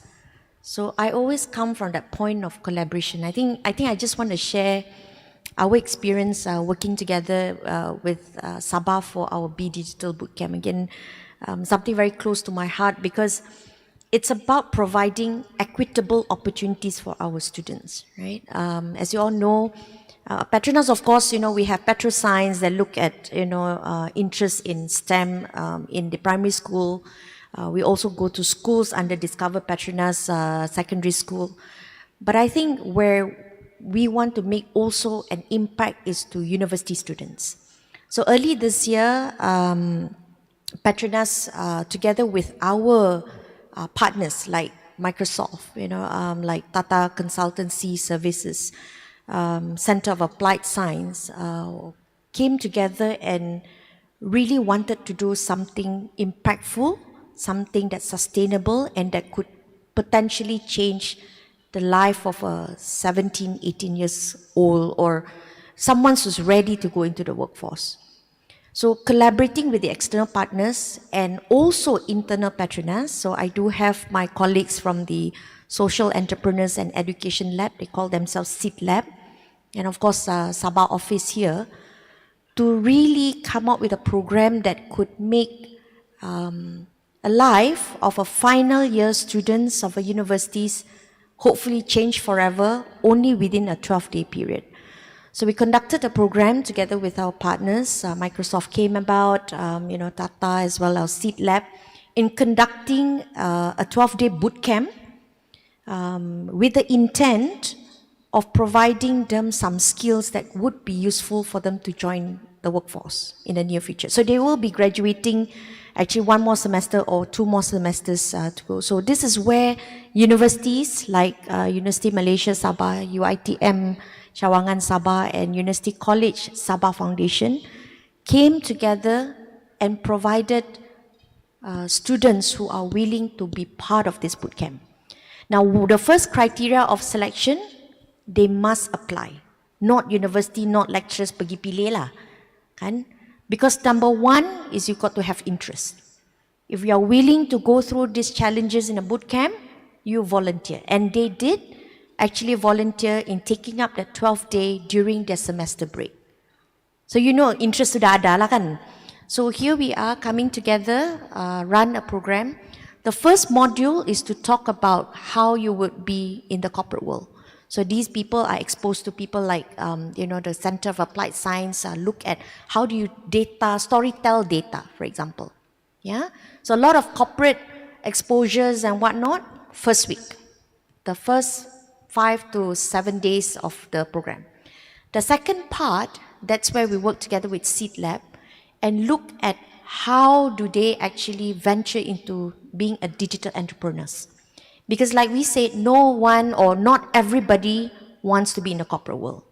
Yeah, so again, equitable opportunities for everyone.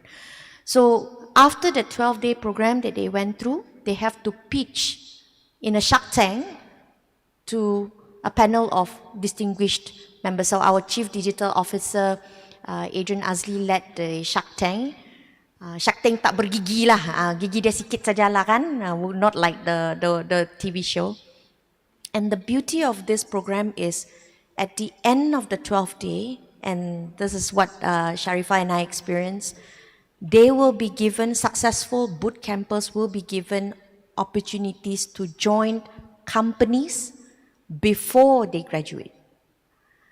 So they have to fight for it, they have to compete, they have to and I'm very proud that even, Sabah State agencies participated, some of the recruiting partners like, Sabah Energy, Four Seasons came about. The idea here to just demonstrate that there's just so much that we can do as an individual, as well as a company, as well as agencies. Like I said, tiap payah berebut-berebut. Everybody can play their role, even university lecturers can play a role. Parents can encourage them to take part because I think like Madam Nita said, this is a big task for the country, right? If we don't start, and I must say, companies like us are able to. So let's join forces. Don't compete. Don't, don't duplicate. And let's complement each other and drive what's important for the nation. I think that's important. And what's also critically important is that all Malaysians have equal or equitable opportunities in this space. So, okay, thank you, Maria. So I think now it's already 4, so we can open for Q&A session. So if anyone has any questions, you can raise up your hand, introduce yourself, and from which organization you are representing. Dr. Sharifai, if I may just interject here, I don't want to be rude, but FAMTOCO has decided to give a gift to anyone who is going to ask a question in this forum and the next. So I hope that will encourage us to ask not just questions, but smart questions as well. So there we have it. Remember, smart question. We try. Hello, everyone. My name is Razik. I'm from Sabah Creative Economy Innovation Center, SICC. So I got a question for Puan Nitya. So basically, the job market for science-based graduates are very limited due to our country landscape of economy. So is there any possibilities of our country to head to the research-based country? That's my first question. And second question is to Mr. Sodonoto. First of all, thank you for coming. And then my question is, how actually SDEC capitalize the richness of the Sarawak heritage through the digital and innovations? Because we know Sarawak and Sabah have very rich in heritage and it comes with art. So I want to know how you capitalize this and generate the social economy to the benefits of Sarawak. Thank you. Okay, thank you, Razik. So 2 gifts for Razik or 1 gift only? 2 questions? 1 gift only, all right. Okay, maybe we start with Madam Nitya first, the question. Okay, thank you for that question. So, when we look at the ecosystem, right, and then we say, okay, we want to be knowledge-driven, but being knowledge-driven really goes hand in hand with the R&D part. You can't really separate the two and say, oh, we just want to have the job market and then we don't think about what's the industry development or advancement or the area going to be like, right? It goes hand in hand, just like what was shared about by Madam Maria about the boot campus, right? They teach them those skills, right? So the skills today that we're talking about, I know we often try to divide it and say it's hard skills, soft skills, but today the soft skills are really essential skills. Whether you're talking about STEM talent development or any talent for that matter, the soft skills need to go hand in hand. They have to have that critical thinking, the creativity, the ability to be problem solvers, to bring that on board and to be able to analyze, to be able to see things from different angles and different perspectives, right? So when we talk about job market per se, yes, we can see it from different perspectives, because one perspective we may say, if it's just a job that I'm trained for, that I'm targeting, you might say that the job market is limited. But if the talent themselves is agile, adaptable, and they see that their training is just a springboard for them to explore multiple opportunities and options, then the job market is very wide. Right? So it's about how the talent positions themselves, but at the same time, they need to be given that exposure, that opportunity. They need to be empowered.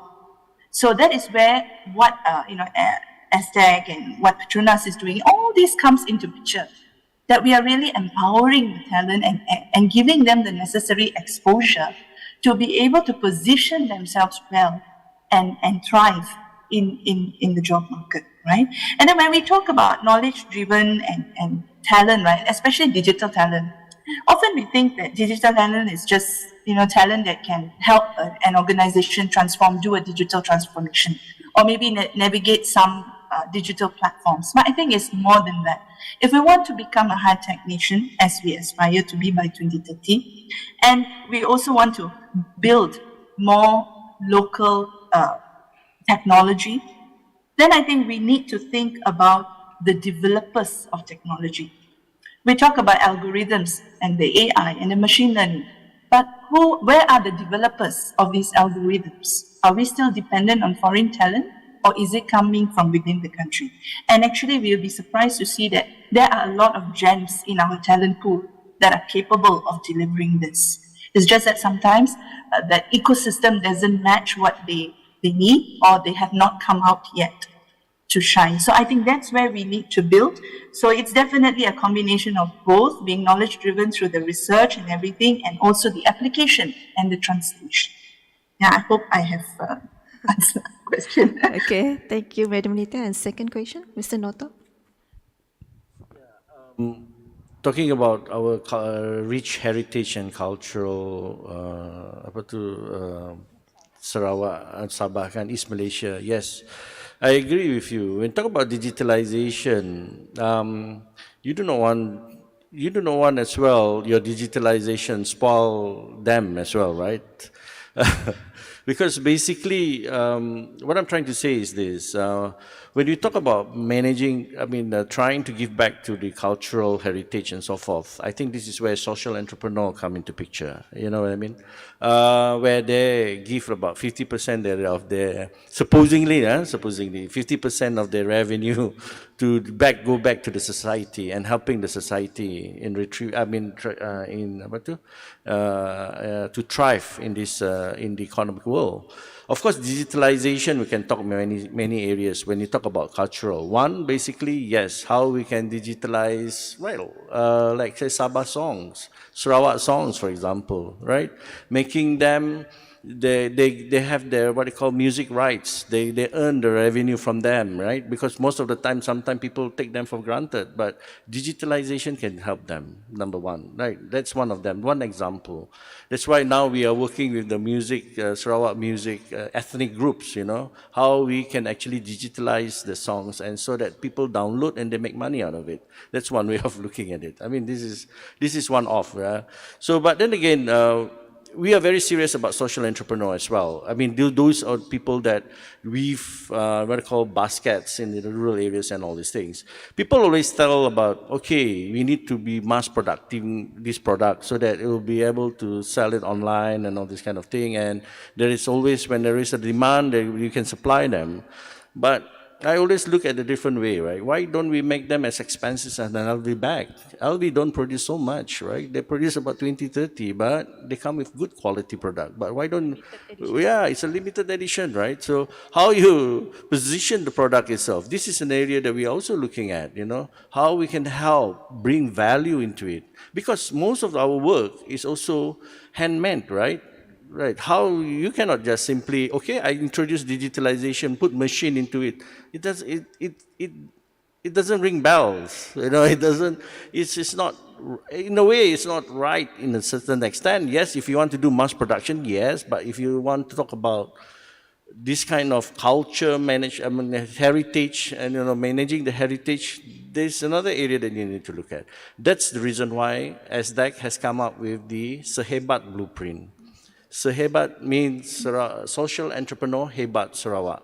So we just launched this blueprint, and it's not one-man show like us, as SICC will be the only one championing it. No, it has to be every agencies that related to social entrepreneur and also development of what they call our rural entrepreneur as well. Yeah. So these are the things that we are looking at now at the moment. So we have come up with this blueprint, and we have come up with some strategic trusts and key areas that we want to look at, and how we want to develop our social entrepreneur landscape. Because we felt that with SDG coming big in 2025, 2026, where people are talking about low carbon emission, social entrepreneurship will play a very, very, very important role in this as well. Okay, thank you, Mr. Noto. Mr. Ben, do we have more time for question or do we have another forum? We have another, okay, thank you. So I think from what has been explained by all the panels, okay, so this is definitely not one main show, yeah, all of us, we have our own role, we have our, we need to contribute to develop the talents, especially in this digital era. So we like it or not, we must embrace and we must equip ourselves with the necessary skills and knowledge. Yeah. So on behalf of the organizer, I would like to thank all the panels for your great sharing. Thank you to all the participants who joined us in this Forum 5. And thank you also to the organizer for inviting me to moderate this session. So it's a wonderful experience to be here with everyone. Thank you, and over to you, Mr. Ben. Thank you so much, Dr. Sharifah. Let's give a warm round of applause to our panelists and also moderator. Please remain on stage, and I'd like to invite Lorraine Jamini of SICC to present our panelists and moderator with a memento.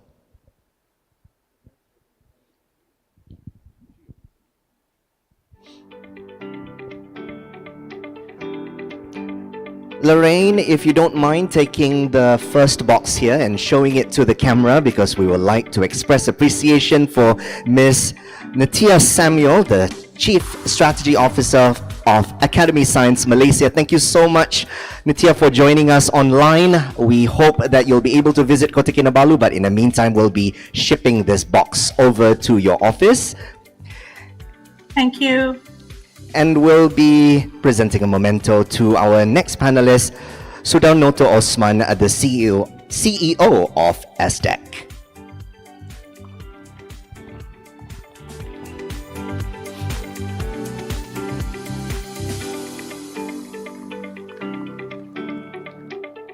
Also to Maria Teo, Global HR Partner, Project Delivery and Technology of Petronas.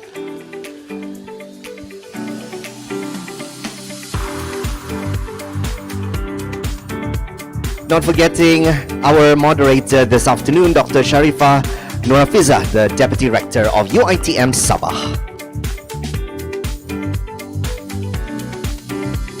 Now, I'd like for the panelists and also Dr. Sharifah to please step forward. Natia, please stand by. Don't close your camera just yet for this group photo opportunity. Digital talent development for a resilient STIE ecosystem in Sabah. Let's give a big hand to our panelists and also moderator. Thank you so much to all, and we hope to see you again very, very soon. Nitya, thank you very much for joining us online. Thank you. Bye-bye and take care. All right, ladies and gentlemen, I don't want to risk losing this very intimate crowd. I hope that in the next 1 hour, you'll be able to pandai-pandai keluar diam-diam and masuk diam-diam and go help yourself with coffee and stuff like that. I know traffic is really bad outside, and we don't have a PM just yet, so just so you know. So no need to rush to find out the news. Is it okay if we continue to the next forum? We're okay? All right. So let's go ahead and get our panelists and also moderator for session number 6 here to be on stage. I have a little activity for each and every one of you here. So, I know you've been sitting, so mari kita berdiri. Let's stand, ladies and gentlemen. Kita berdiri dulu, everyone. Please stand, please stand, please stand. Alright, I'd like to take you to 1996. Siapa suka tengok movie di sini? I know some of you are movie buffs over here. Remember that one movie of a sports agent trying to get back on his feet after being fired from his job? However, the only client he has was Rod Tidwell, a disgruntled football player who wanted a better contract. What movie is this? Jerry Maguire. Remember that one particular scene when Jerry was on the phone with Rod? What were those famous words, ladies and gentlemen? Show me the money. Everybody wants money, betul atau tidak? Can you shout those magic words of 1996? Show me the money. here's the fun part. I want you to pick a friend that's standing on your left or on your right, and I want you to give your best "show me the money" yell to him. Oh, you don't have to scream. Use it persuasively. Make sure that it's words that you are able to say properly so that the other person's going to give you some money. Go ahead, see that person, give some eye contact, and say, "Show me the money." I want to hear more, ladies and gentlemen. Show me the money. May I invite our panelists and also moderators to be on stage. Thank you very much. Let's have a seat. Now, those famous words. And that brings us to our final forum, funding for tech startups, financing options for tech startups. So you've been screaming and yelling, "Show me the money." I am very happy to tell you that the 4 individuals up here, well, I don't think they have money physically to give you right now, but they can give you options and give you ideas. And I am certain that they will have wonderful things to say about opportunities here.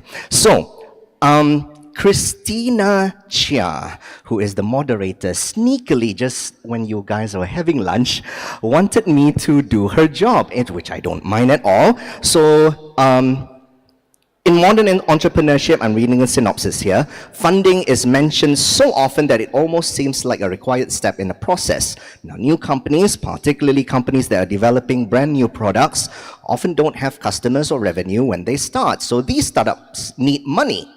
Show me the money. For product development and to support the company's operations until revenues or sales pay the bills. So this topic further discusses the areas of funding for tech startup, financing options for tech startups. So I have 3 awesome individuals here on stage, and Christina smartly wanted me to wake all of you up, and I'm going to read their profiles here. So let me just go ahead to this particular page on my phone. Let's first introduce Encik Luqman Zulhusni, I believe. Zulhusni bin Ismail of Khazanah Quantum Sendirian Berhad. He is also the investment director of the company. All right. So he holds a Bachelor's of Science from the Rensselaer Polytechnic Institute in New York, holds an MBA from the Management Science University of Malaysia in Khazanah. Encik Luqman covers a few sectors such as infrastructure and consumer retail, as well as Khazanah's investment in Indonesia. He also co-founded an e-commerce website before this and was also featured in mentorbusiness.com, as well as a book called Rahsia Kejayaan 50 Usahawan. Next, we have Mr. Gary Ambrose from Mara. By the way, can our panelists just take a microphone and please say, well, they've been saying, "Show me the money." I'd like for you to say, "I'll show you the money." But I think we haven't heard enough from the floor yet. Oh, do you want more, Christina? Can we have it louder? Okay. Repeat after me, ladies and gentlemen. Show me the money. All right. So Not good enough. Not good enough. All right. One more time. With the passion that you have at 4:35 in the afternoon. It's not 35, 25. Show me the money. Is it good enough, gentlemen? Excellent. Okay. Mr. Luqman, please say, "I'll show you the money." Can I say, "I show you the government money"? There you go. Mr. Gary. Mr. Gary holds an MBA from UKM and has been serving in Mara for 20 years. Mara has an objective to advance, encourage, facilitate, as well as develop projects, especially in the outskirts. In 2019, a total of 21,000 entrepreneurs have joined Mara's Entrepreneurship Development Program. Mr. Gary, will you show the money? I'll show you the money. All right.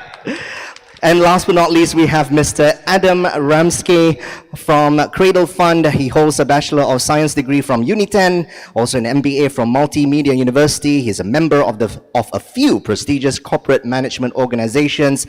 He joined Cradle Fund in 2016 and currently heads the Strategic Planning Unit, and was also heavily involved in the development and initial execution of the Malaysia Startup Ecosystem Roadmap, or SUPER. Mr. Adam, will you show us the money? I'll show you the money. There we go. Ladies and gentlemen, I will now pass to Christina, Christina also has a profile which I need to read out. She is passionate in finance and a professional for more than 23 years of extensive knowledge in the world of international business, holds memberships with a few prestigious international accounting and taxation bodies, began her apprenticeship in Big Four firm and advises organizations with global presence on matters relating to global tax and corporate laws, corporate financing, business risk assessment, and business ethics in various countries: USA, Canada, Hong Kong, Mexico, China, Isle of Man, and Southeast Asia. She also has extensive experiences in e-field, ERP implementations, and e-commerce, and the latest edition, equity crowdfunding. Christina, will you show us the money? I'll show you the big boss to the money. Okay. Ladies and gentlemen, I'll pass the floor to Christina. Thank you, Ben.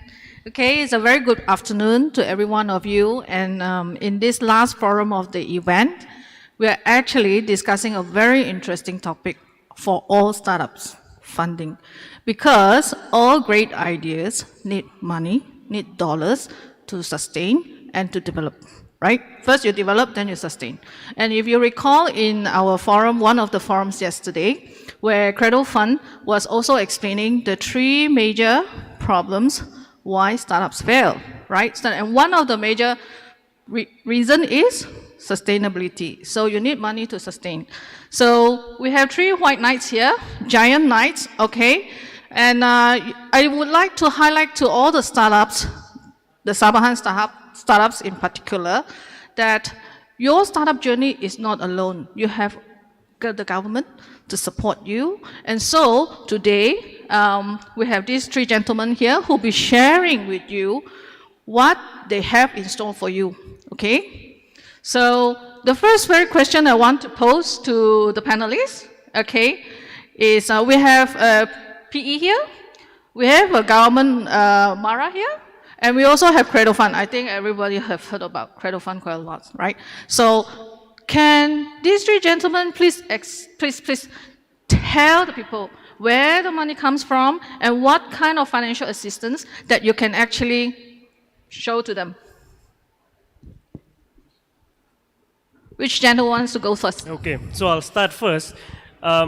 Just to share a little bit before I go into the details of things, maybe a show of hands, anyone here looking for funding? Any of the startups here looking for funding? Well, quite a number of you guys looking for funding. Fantastic. So I'll share a little bit about Cradle Fund and what we do. Cradle Fund is an agency under the Ministry of Science, Technology and Innovation. We were founded in 2003, so we've been around for about 19 years or so. And our main mandate is to fund startups. We've been funding over 1,000 plus startups in our 19 years in existence. And at the same time, we also do capacity building programs for the startups as well. And a part of some of the most successful startups that we funded, if you know, Grab was funded by Cradle. At that point of time, they were known as My Taxi.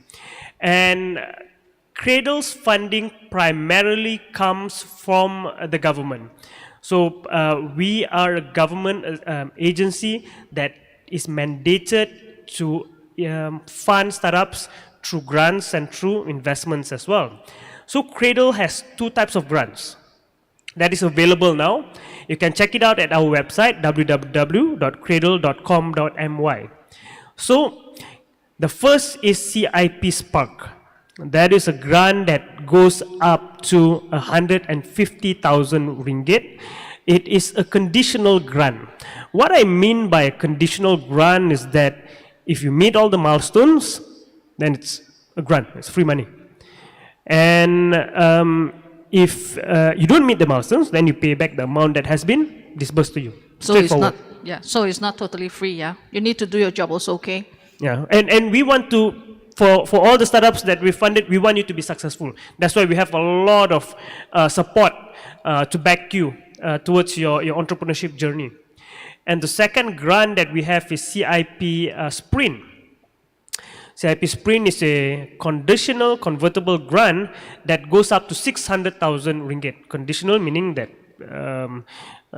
the same as previously what I said, and convertible, which means that it could be, Cradle has the option to convert it into equity if it feels that that step is necessary. So it goes up to 600 ringgit. 600,000 ringgit, that is roughly about 120,000 USD, yeah, something along those lines. So these are the two grants that we have under Cradle.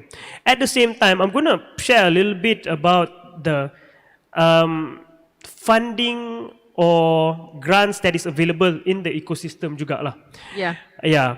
So besides Cradle, there are other agencies, other bodies that are mandated to give out grants, but for different purposes. For instance, under the Ministry of Science, Technology and Innovation, there is the Strategic Research Fund, there is the Applied Innovation Fund, there is a Technology Development Funds, and so on and so forth. And these grants go up from 50,000 ringgit up to 3 million ringgit. So there are funds out there available, but the most important thing is for you to fit their eligibility criteria and to go through the process in order to get those grants. Sorry, I don't, just to chip in a little bit. Yes. So where do they find more information about the grants that you mentioned from the ministry just now? The ministry website? They can go to the ministry website, www.mosti.gov.my. That's one thing. But I'm going to go a step better.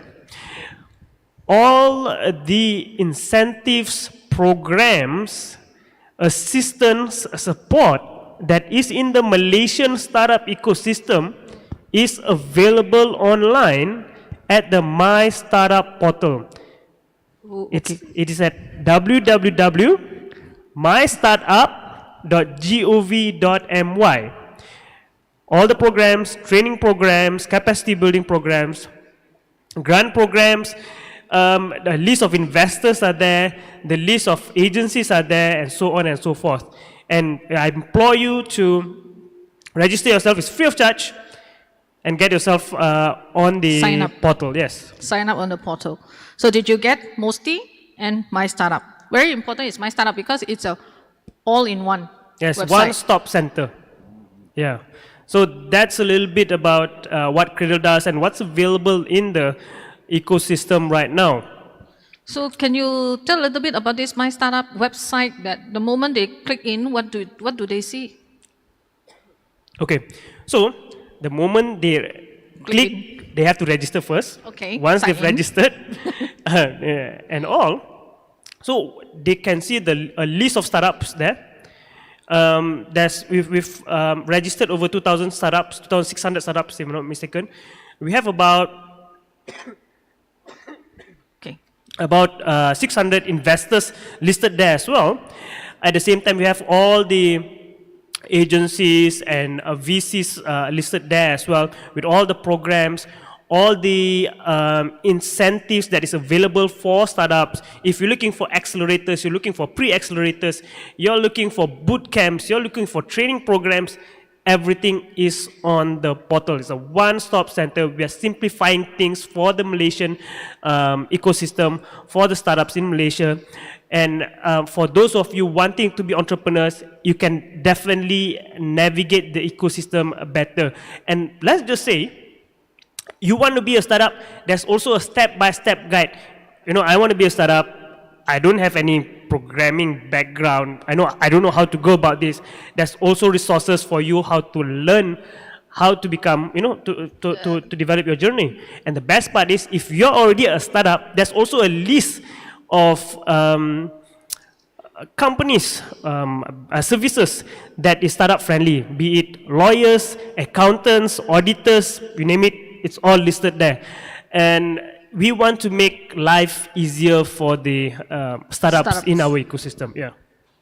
Okay, that's great. That's great. So did you all get the pertinent points in the website? Yeah, but I'm going to repeat the website again. It's at www.mystartup.gov.my. That website is not good enough. they need to sign up. Yes, and they need to sign up as well. Sign up only then you can get the list of all the VCs, the list of all the PEs, the list of all the boot camps, everything inside there. Yeah. Okay? And the best part is free. Yeah. Okay, so gentlemen, Gary from Mara, would you want to share some programs or grants that Mara has been giving to the startup communities? Okay, thank you, Christina. So, sebelum saya teruskan kepada our specific programs, yang mana kita, the programs actually to help entrepreneurs dalam bidang-bidang yang berkaitan ataupun dalam mengaplikasikan teknologi dan inovasi dalam perniagaan masing-masing. So, I would like to share tentang ekosistem keusahawanan Mara. We have, we call it, kita baru lancar dalam 2 to 3 years ago lah. Okay, we call it ekosistem keusahawanan Mara. Whereby dalam ekosistem ini kita bangunkan individu, kita bangunkan juga perniagaan, and in the same time kita ada support system ataupun program. Okay, di mana kita bangunkan individu ini melalui program-program keusahawanan Mara lah. Maksudnya through our latihan dan bimbingan usahawan Mara. And then the businesses kita lantik konsultan untuk bangunkan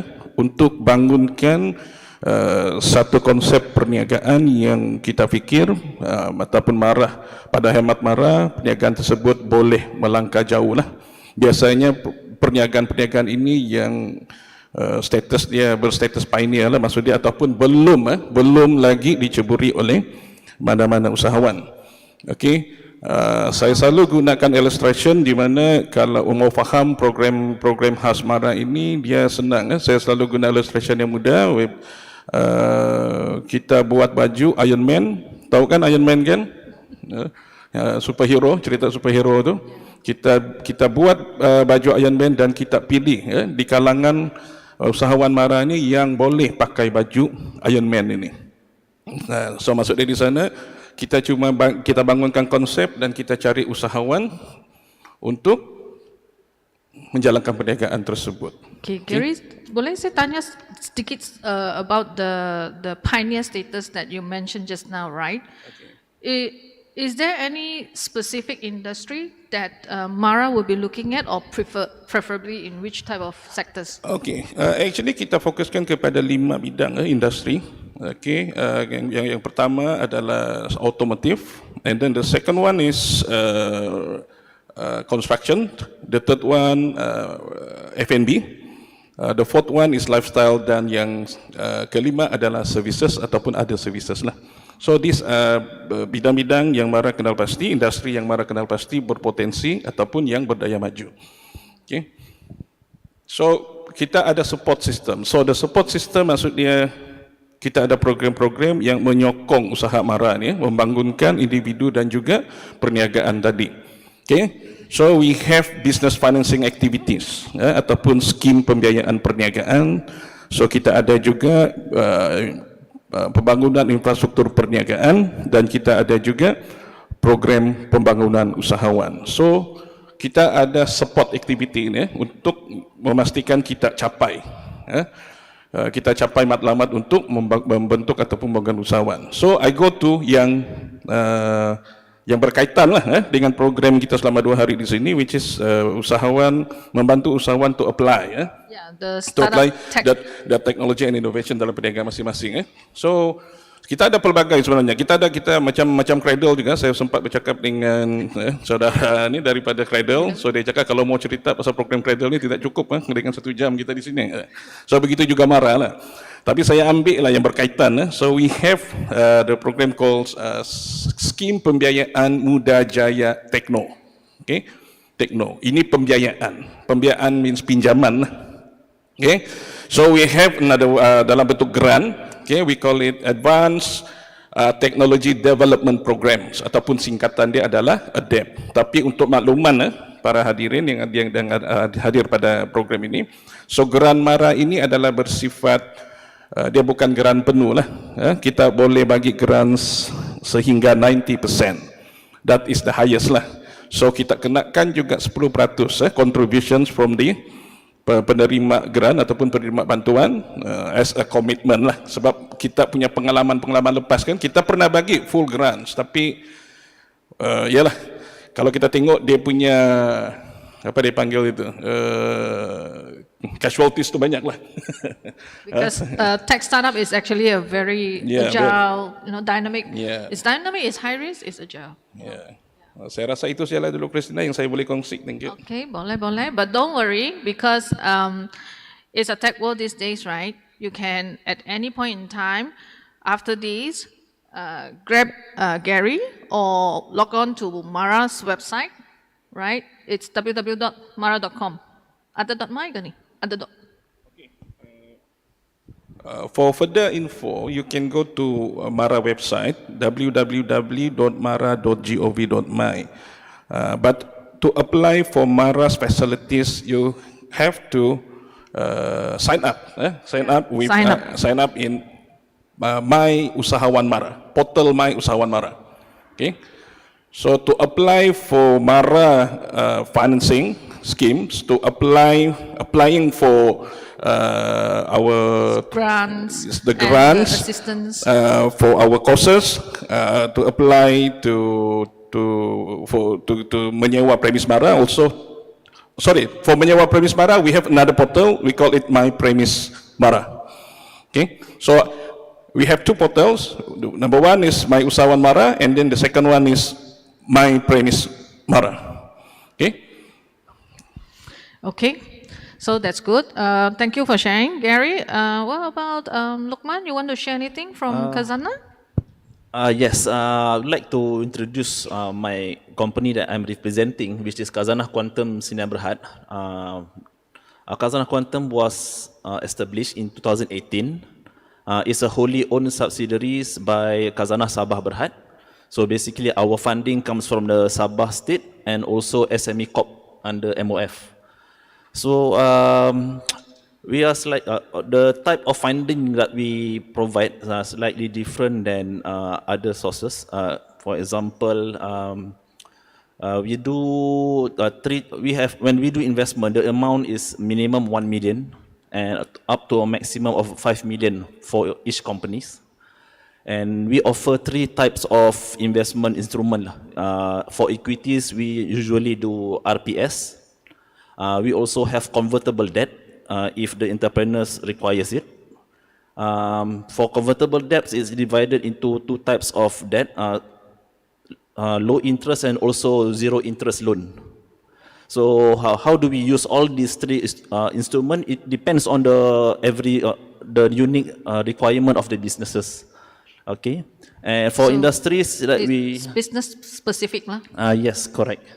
Okay, so for industries, actually we have no limitation in what industry we can invest in, but we in particular are not allowed to invest in financial services like money changing business.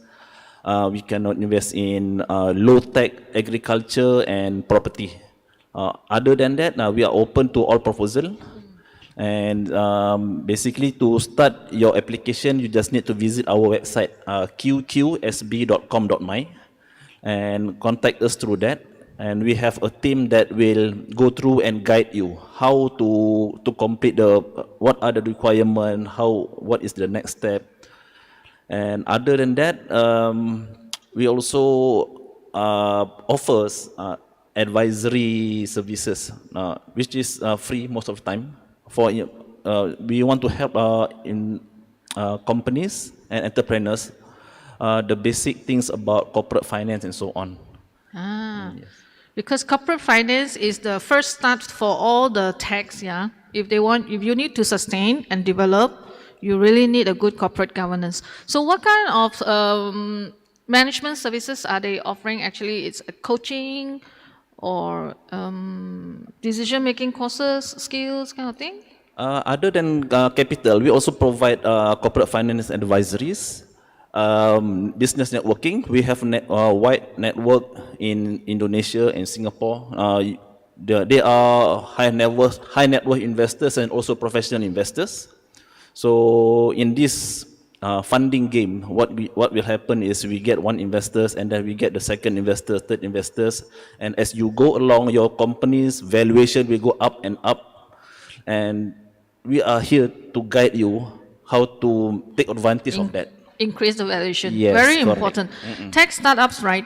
It's all about valuation. So you can't do it alone. Like I say, it's not a Lone Ranger journey. You need support, and we have a lot of assistance from the the governments, federal and local governments as well. Because you can see that these three gentlemen here, right, are all from our government's special vehicles. Okay, so you have already heard from them. They have given you very important links to the websites that you need to check on all these programs and grants. But I think the very important thing is the eligibility criteria, right? And I have already asked on behalf of all the startup communities here, the participants here, that I'm asking for special tips. How you get selected. You apply doesn't mean that you get selected, right? So I'll pass this to Adam first, right? So jot down, yeah? Okay, thank you, Christina. Here's the interesting part. I'd like to share a little bit about Cradle's grant. We have two grants, like I mentioned, CIP Spark and CIP Sprint. The best thing about Cradle's grant is that it's not only open for Malaysians, it's also open for non-Malaysians. Because I know in this room there are non-Malaysians here, right? So this is something that would be interesting for you, for the CIP Sprint and CIP Spark as well. So can I just chip in a little bit again? So I'm so sorry because I don't want all of you to fall asleep, okay? So the moment I have some idea, I'm going to ask on your behalf. And then when it comes to the Q&A session, please ask smart questions, okay? I'll ask all the stupid questions for you, okay? So you were mentioning that the grants and are actually available for non-Malaysians as well, right? Yes. Are they required to do the business here, or they can actually do the business from their home country? Okay, so for CIP Spark, let's go for the eligibility criteria for CIP Spark. Yeah. You can, the best part about CIP Spark ni lagi best. You can even apply as an individual. You don't even have to incorporate a company. And this works really well with researchers doing research in universities. You're just starting out, you're a student, and things like that. You don't have to incorporate a company. You can apply as an individual. However, it needs to be like a two-man show lah. I mean, you can't run things by yourself, right? Two person responsible for the project, yeah? Yes. So you can be Malaysians, you can be non-Malaysians as well. However, you have to be residing in Malaysia. See? So we want to attract all talent to Malaysia. So the best part is attract them to Sabah, yeah? Sabah. Yes. Yes, Sabah is part of Malaysia, definitely. Yeah. So this is something we'd like to address under the talent issue that was discussed earlier. But that's another whole issue altogether. But this is something that we'd like to address through this grant. And then the company revenue must not be more than 3 million. If the company's revenue is 5 ringgit, that's fine. 5 ringgit also can, less than 3 million, not more than 3 million, less than 3 million. No other company holds 25%. We don't fund a subsidiary of another company. And the majority of employees must be Malaysians if it is a foreign-owned company. They have to be... they must own the rights to commercialize or IP rights to the technology that they are developing, and at least 2 directors or 1 must be a Malaysian for CIP Spark. Let's go for the eligibility criteria for CIP Sprint. CIP Sprint, the 600,000 grant is open for Sendian Berhad companies only. Sendian Berhad companies only. It has to be less than 7 years, incorporated less than 7 years. If you're incorporated a week ago, that's fine. The company's revenue must not be more than 5 million. The 10 ringgit ke 5 ringgit is also fine. No other company holds 25%. Same criteria as this one. Majority of employees must be Malaysians. That means more than 51% has to be Malaysians. They have to have the IP rights as well. And at least 2 directors, at least 1 must be Malaysian. So this is the eligibility criteria for the grants. Let's go on to the more interesting part, The which special is the tips. Yeah. Okay, this one only special for Borneo Tech For Summit. BTS, yeah? Only for BTS, I'm telling this. I go anywhere else, I won't tell this. So, listen carefully. So, let's just say you want to apply for a grant, and this cuts across any other grant as well, not only Cradle's grant. Number one, you must be able to prepare a really convincing pitch deck and be able to pitch properly. That's the first thing. And the second thing is you must be able to convince the panelists or the judges, whoever it is, that you're able to execute the business plan. A lot of people I see, they have really good technology, but they're unable to convey that across through either their pitching or their business plan. That's the first thing. The second thing is they're unable to deliver or execute the business plan that they have, pitched and prepared. The third thing is, another thing is they must be able to show that they are scalable, investable, and have that go global mindset from day one. Yeah, because you're doing a startup, you see. So you want to be able to scale your business at an accelerated pace. I'm going to share a little bit. A lot of people come to me and ask, Adam, what's the difference between an SME and a startup? Startup dare to dream. Yeah. So the difference is, all startups are SMEs, but not all SMEs are startups. Excuse me. Just because we've done our studies, the average time for a startup to become a unicorn is 7 years. Custom did it in 6 years. And how did they do it? Because they have a high growth business model and it's always technology based. So that's the difference between an SME and a startup. So you must be able to show that you're scalable and have that high growth business model, appealing to investors for you to do your fundraising later on. Okay. So I'll pass this on to the next. Yeah. Gary, special tips, yeah? Yeah, special tips. Okay, if you ask me, the criteria required by MARA in order for you to be eligible to apply for MARA programs or MARA assistance or facilities, I can say that I think MARA imposed the most Success rate. No, the minimum syarat. I can say almost everybody can apply. Terms and conditions, yeah? Yeah, as long you are not blacklisted by MARA. Okay? But how do you get blacklisted by MARA? You pinjam, you tidak bayar lah. Number one. You pinjam, you tidak bayar. So, semua itu ada dalam rekod kami lah. Okay? So please, once ataupun bila kamu dapat pembiayaan daripada MARA ataupun pinjaman ataupun menerima kemudahan MARA yang memerlukan kamu membuat bayaran balik, please bayar. Because kita tengok, kalau daripada pengalaman saya, 20 years with MARA, okay, MARA ini selalu jatuh pada kedudukan tempat yang paling bawah dalam senarai yang perlu dibuat bayaran.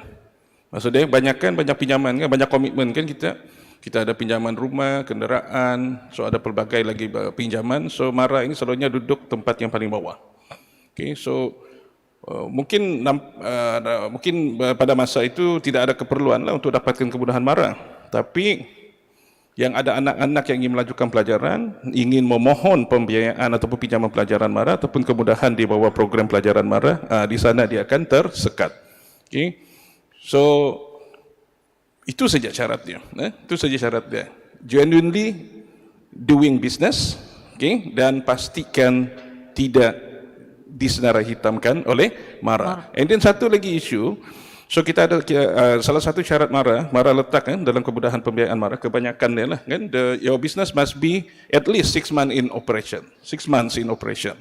So ramai yang bagi tahu, alah saya baru 3 bulan, saya baru 1 bulan. So please be creative. Sebab bukan, sebab kita tengok kan macam mana kita nilai ya, ataupun kita mengesahkan the business is sudah beroperasi lebih daripada tempoh 6 bulan tu. Kita akan tengok 2 dokumen sahaja, which is the bank statements. The bank statements and the trading license. Okay? So be creative lah, saya tidak perlu ajar lah.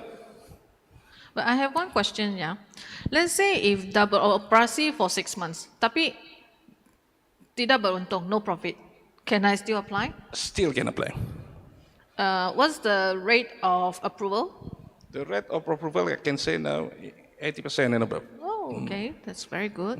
Because MARA, that is the unique about MARA punya scheme financing. So kita tidak tengok kepada prestasi sebelum. So kita tengok the potential of the business. Okay?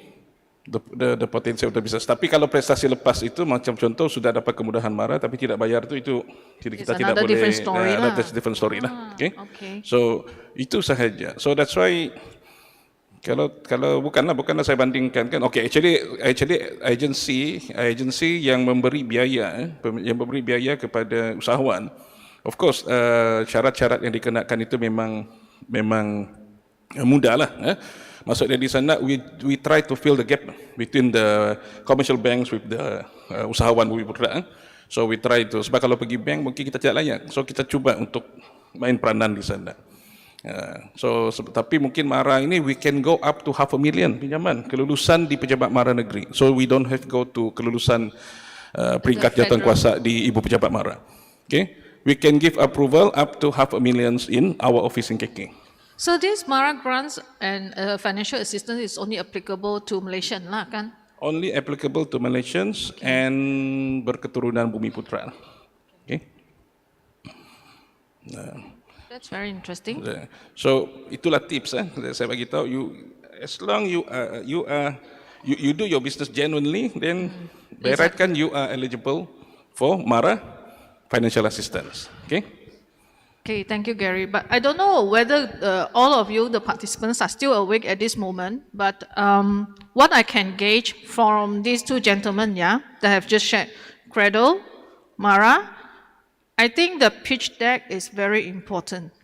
Okay, so please make sure that your pitch deck is very good. So, but let's listen. Let's get the next gentleman, Lukman, to see what's the eligibility criteria, and if he still says that it's the pitch deck, right? So please make sure that your pitch deck is worth 100 billion. Okay. I have some pro tips to share with all of you. Okay, number 1, the business model.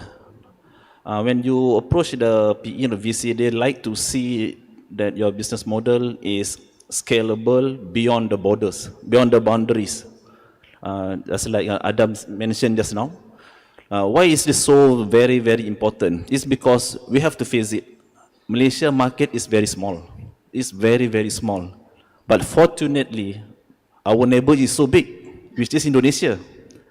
And then down south, we have Singapore. Singapore is a financial center on the same level as the Wall Street in New York. So in a way, we are very, very... We need the epicenter. We are very lucky, actually. We have direct access to one of the biggest market down there, and also access to the financial market, one of the biggest, which is Singapore. So that's why the business model needs to be scalable across the boundaries. So keep this in mind. Okay, number 2, more often than not, you will be required to submit a 5 years projection when you talk to PE and VC. So the most important part in that valuation or projection is I want to see an IRR of minimum of 20%. Okay, that is very important. Minimum 20%. Okay. I have seen some proposal that send me that shows me IRR 12% or 13%, and they said, "Oh, this is much better than ASB."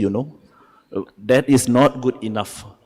Minimum 20%, You show me the IRR, I show you the money. But that's quite a very high IRR. Yes, to correct. achieve. This is exactly why most high return companies are technology companies, because technology companies are different from the conventional business in the sense that technology, you can increase your revenue much faster than the conventional business. Take for example, let's say you are running Bataras. Okay. Wow, Bataras, everybody knows Bataras, right? Yes, everybody. Okay, you see, Bataras is a great business, no doubt about it. It's everywhere in Sabah, wherever you go. If you don't know Bataras, maybe you are living, you have been coma for so many years. Okay. Wake up still Bataras, So, yeah? but if you want, let's say Bataras make, let's say one shop 1 year, 1 million per year. You want to, if you think I want to make 10 million, what do you have to do? You have to open 10 Bataras. But this kind of thing doesn't happen in technologies industry. You can, your revenue can go up 10 times, 100 times, 1,000 times with a very small increment of cost down there. It is very, very scalable. And this is why investors expect high IRR from technology companies. So don't forget, IRR 20% minimum. Okay, but don't get away by the IR 20% because I think, like I said, tech startups, right, it's all about the idea and the valuation, right? So the business model has to be right.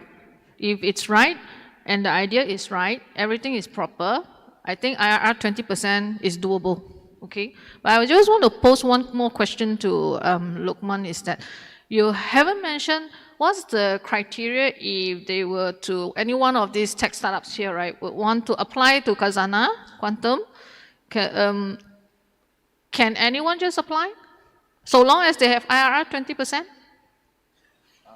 Of course, when you submit the financial projection showing the IRR 20%, the investment team will study thoroughly and discount and adjust, make adjustment. Okay, but usually they will, when they adjust, they revise the numbers down. There are other parts that they revise up.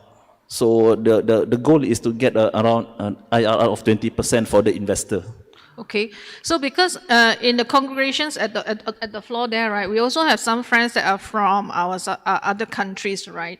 So they will also be interested to know if, let's say, there's an corporation from their home country that would want to expand over, would Khazanah be actually interested to invest in a non-Malaysian company?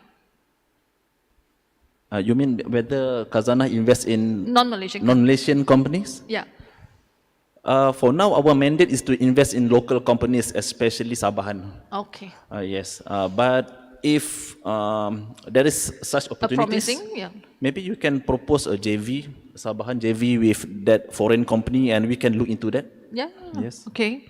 Because at the end of the day, it also promotes a lot of talent skills over its complements a lot of services. Yeah. Okay. I have one third questions that I actually want to pose to Adam. Okay. This is very specific. Okay. Because Adam has been heavily involved in the development and initial execution of the Malaysian startup ecosystem roadmap. The short name for it is SUPER. Okay. Would you like to share more about SUPER? Yes, definitely. Thank you, Christina. So, on the 18th of November 2021, the Malaysian government launched the Malaysian Startup Ecosystem Roadmap. The government sees the development and support of startups in the country a very important agenda that needs to have a whole of government approach. That means the whole of the Malaysian government, regardless of whether you are from different ministries, will focus their efforts towards getting Malaysian startups the support they need. So, the vision and goal for the Malaysian Startup Ecosystem Roadmap, or SUPER, is to have Malaysia be the top 20 global startup ecosystem by 2030. To have 5 unicorns by 2025 and 5,000 startups by 2025. And we're looking at 5 areas. Ecosystem drivers, which is funding, talent, innovation, market environment, as well as policies and regulation. With funding, we are looking at having more private participation in the funding of startups. Through talent, we want to retain as well as attract talent to the country and develop more skilled talent in the country. Through innovation, we want more homegrown innovation, more homegrown startups be given the opportunity to develop and grow their businesses and expand their businesses beyond Malaysian borders. Through policies and regulations, we are looking at more startup-friendly regulations in the ecosystem.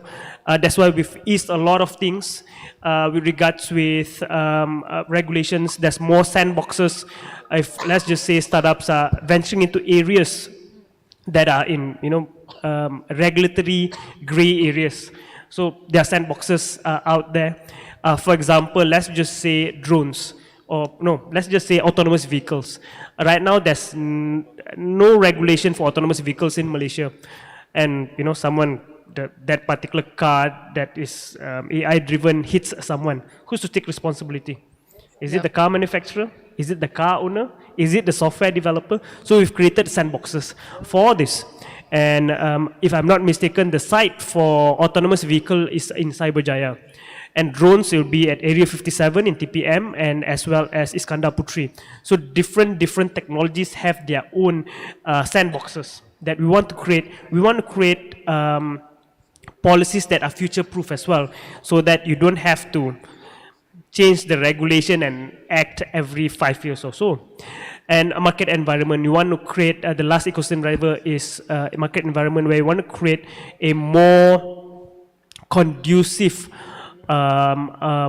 market environment for the Malaysian startup ecosystem. You want to create a Malaysia as the startup hub regionally and maybe globally by 2030. And with that, we have came out with the My Startup Portal. So it is a one-stop portal to get all the incentives, all the funding, all the programs, which includes ECF, which includes PTP, which includes PE, which includes financing, loans and whatnot on one single platform. And just to share, for those of you not from Malaysia, we've already discussed this at with our counterparts in Indonesia.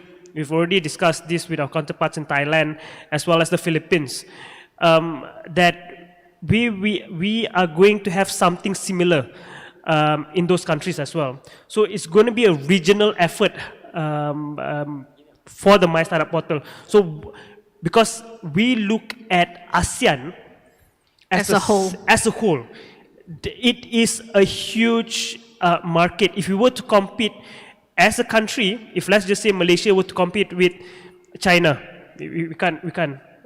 If we were to compete with the States or with Europe, there's no way we can compete.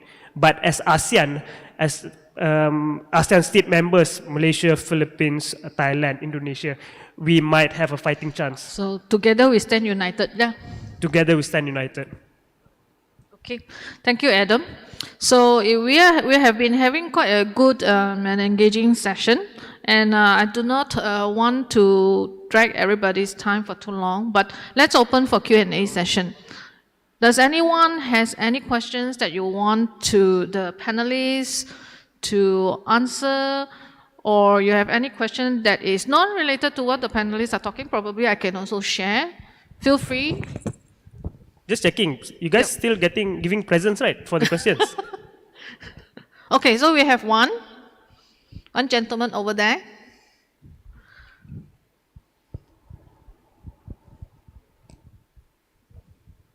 With respect, my name is Jonathan.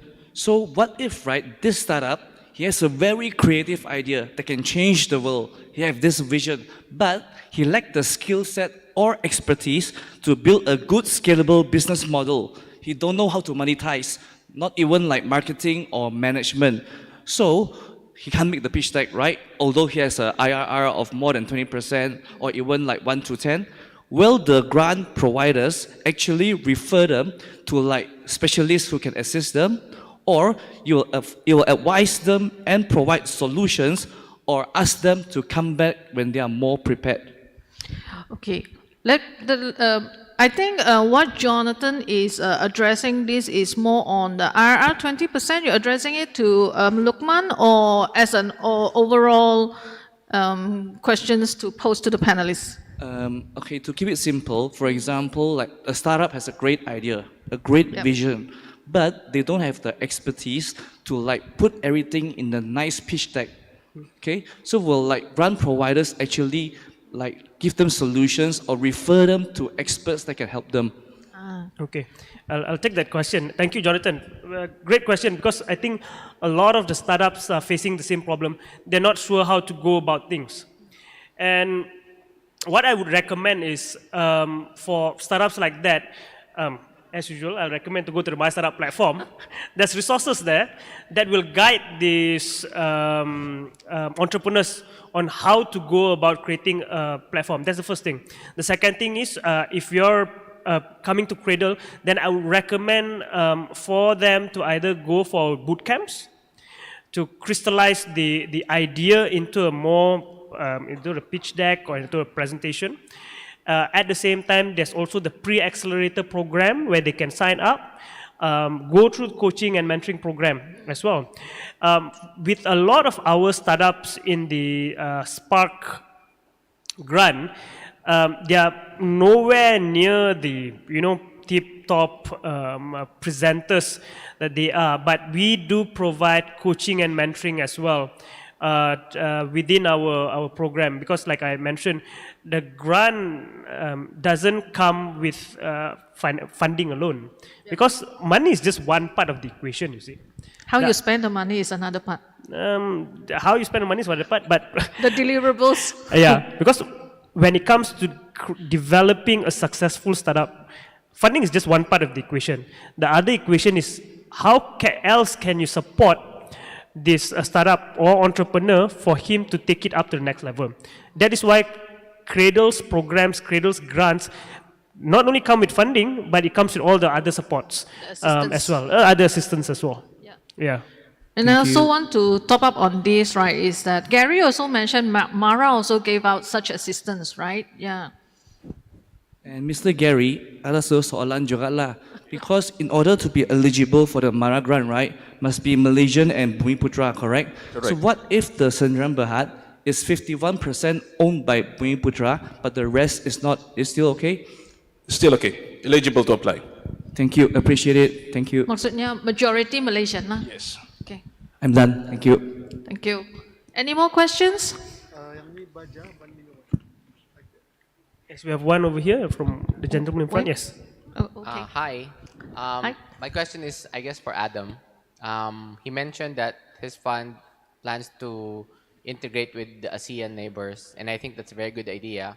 But based on our experience, from the private sector, it's easy to get along with another private sector from Malaysia, for example. But when you try to bring in government and they talk about national issues, sometimes they bog down, these kinds of programs. So how would Cradle plan to implement, including, let's say, the Philippines and Malaysia into the Cradle program, and what would it look like for the private sector side? Can you repeat that question again? How would... A while ago, you mentioned that Cradle plans to expand to the neighbors. The collaboration. Okay, with not the Cradle. ASEAN. Not Cradle. Wasn't Cradle not expanding into the other countries. However, the services on the portal, we are looking at expanding that to include our neighboring partners, our neighboring countries as well. Let's just say my startup right now is only lists startups in Malaysia, only lists investors in Malaysia, only lists programs and incentives in Malaysia.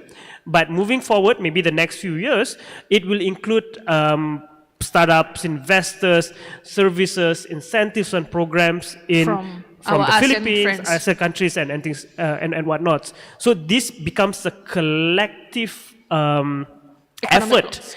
By a collective, collaborative effort by all the ASEAN state members into developing the startup ecosystem as a whole. Yeah. Maybe I can also extend a little bit on Michael's question, right? Just now under Cradle, they have this CIP Spark and CIP Spring, which are the grants that are available, right? They are actually available to non-Malaysians as well. So, but the kick to it is they must have a Malaysian presence. right? Yes. Yeah.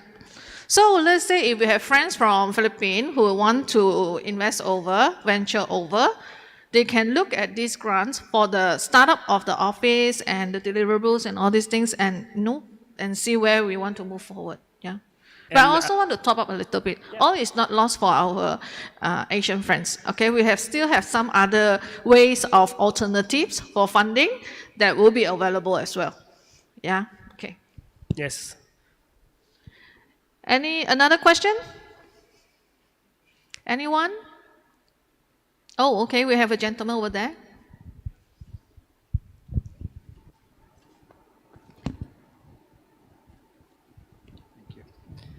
Hi everyone. My question is not so much on the technical part of the funding, but then more of your views. So is funding everything? Should the startup be focusing so much in the funding? So what is your thoughts on this?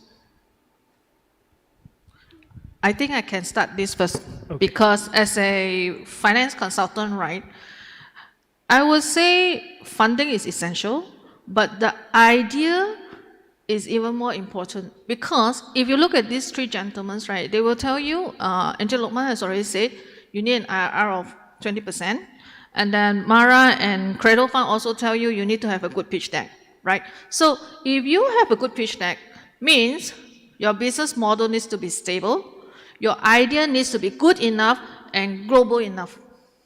Right? I think that's how I see it. What about you, gentlemen? So my opinion on funding is that, like I mentioned earlier, funding is just one part of the equation. Who you get funding from is another. This one. If let's just say you come to Cradle, you get funding. You're not only getting funding, you're getting access to all the support system that is available within Cradle's ecosystem as well. That is with us. Let's just say you're looking for investors, VCs. Getting the right VC or an angel investor that could open doors or market access is even better because they give you money and, like some VCs, they just give you money and, bye-bye. I'm not bothered about it. You try to survive yourself. But other VCs are more hands-on. They'll help you, they'll support you, and open doors for you, and they create opportunities for you. So this is, to me, very important for startups to consider when raising funds. Gary? To me, to get funding is one thing. The other thing is to manage the funding. Because that's why Mara, that's why di pada peringkat awal tadi saya ada sebut ekosistem keusahawanan Mara, right?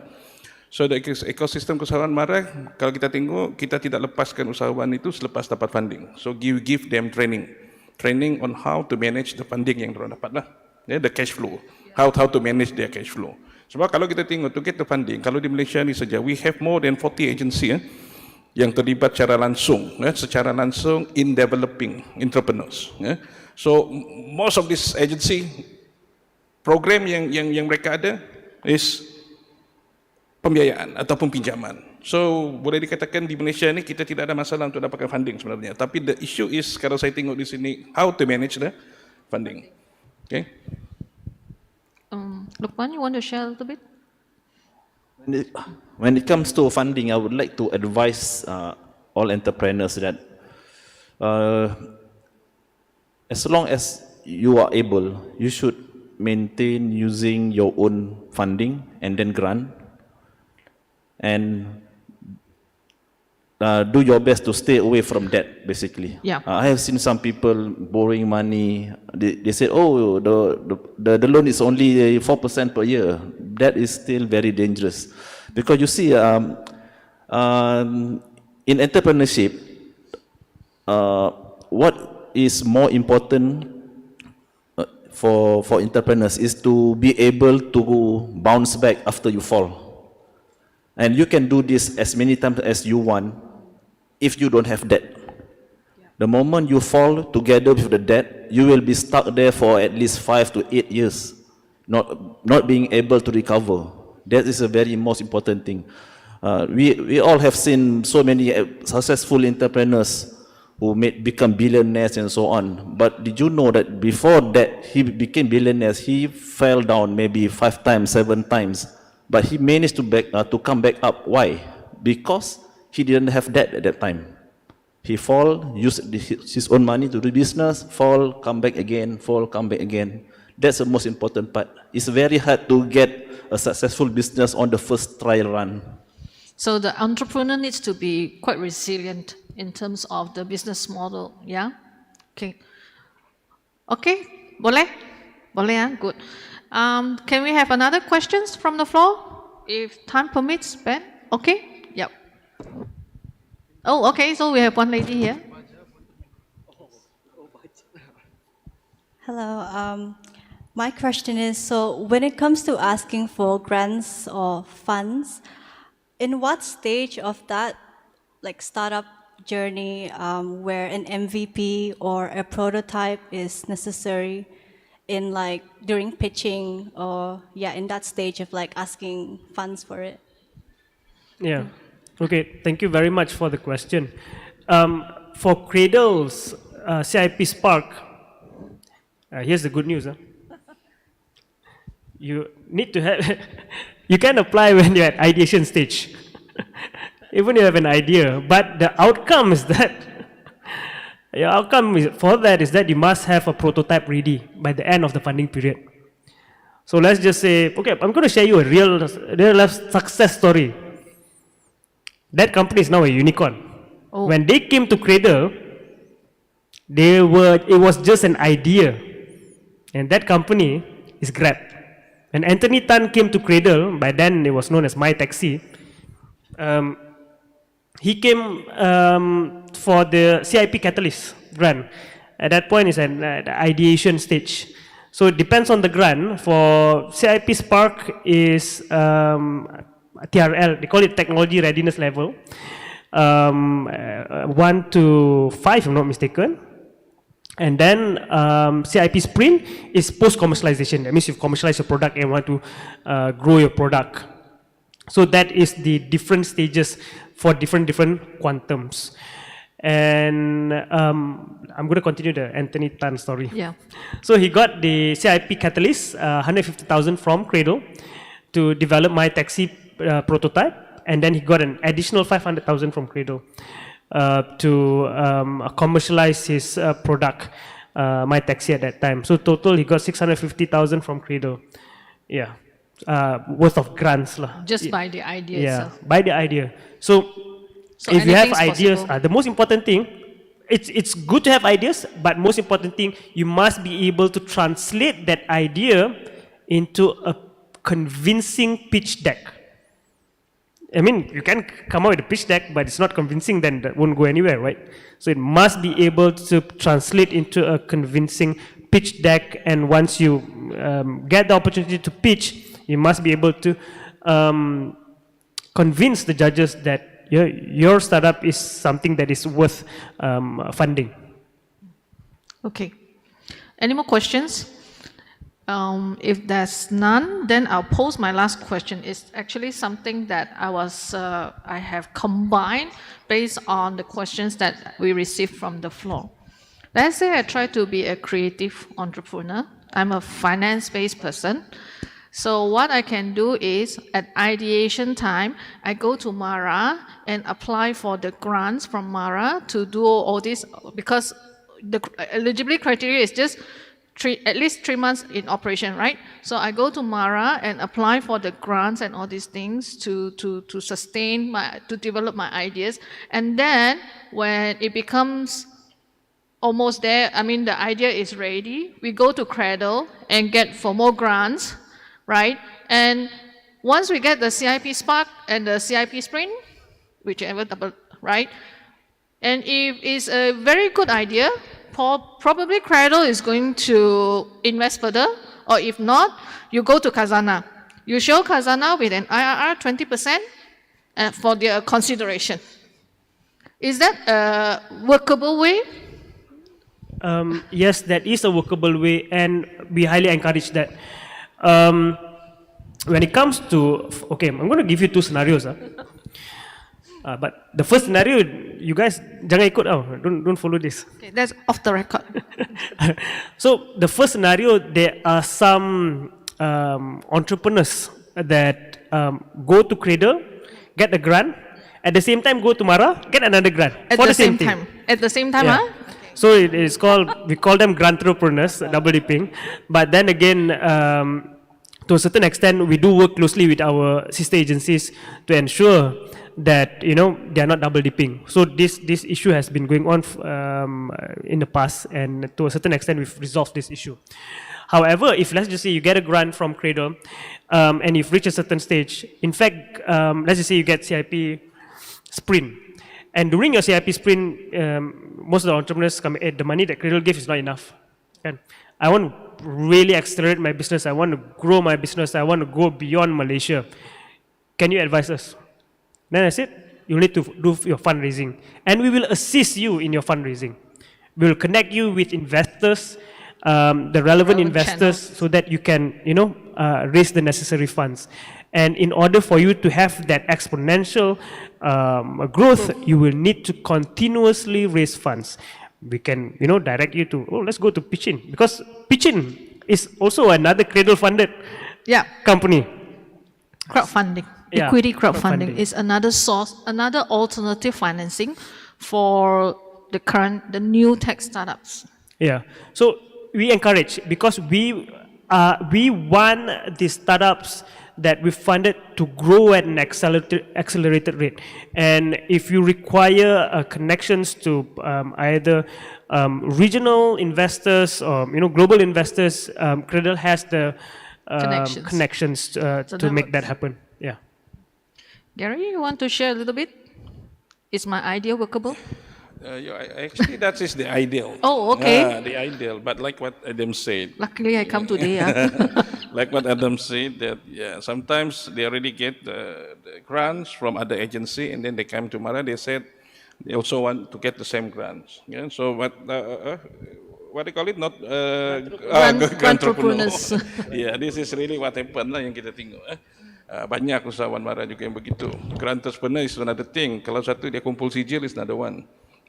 Hadir banyak program khusus, lepas itu dia masih beli takuk yang sama. Okay, so then dia looking for assistance lah pada yang sama. Tapi itu macam saya sebut, macam Adam sebut juga tadi lah, beritahu juga tadi kan, kita pun work closely lah dengan agensi-agensi pemberi biaya ataupun yang memberikan bantuan ataupun kemudahan entrepreneurship ni kan. So kita juga work closely, we try lah. Kalau kita dapat tahu, kalau boleh kita tidak akan bagi lagi lah kemudahan tersebut. Yeah. So, but actually, saya agree that is the ideal there lah sepatutnya. Yeah. Okay. So luckily, you guys stay on until now. That's the last questions that we have for today. Okay. So I think with that, we have come to the end of our forum today. If you still have further questions, even if you don't have questions, please approach this gentleman, get their name cards, right? You don't know, probably tomorrow you have a great idea, you wake up, you have a great idea, and you know where to go to, right? Yeah. So I would like to end this forum with one famous quote, my favorite famous quote from Mr. Nelson Mandela. When people are determined, they can overcome anything. So it's another way, the Malaysians always say what? Where there's a way, where there's a will, there's always a way. Right? Okay, thank you. Back to you, Ben. Thank you so much, Christina Chia, and also to our panelists. Please remain on stage. We'd like to call upon Hisham Maidin of SICC to come up on stage to present a memento to our panelists and also moderator.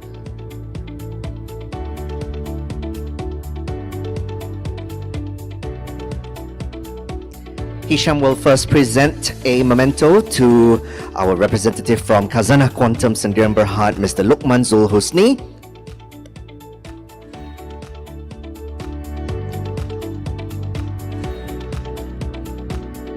Next to our representative from Mara, Mr. Gary Ambrose.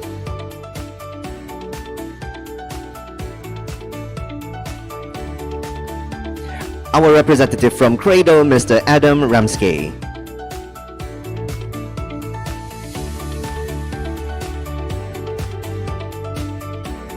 Last but not least, to our moderator from Pitch In, Christina Chia.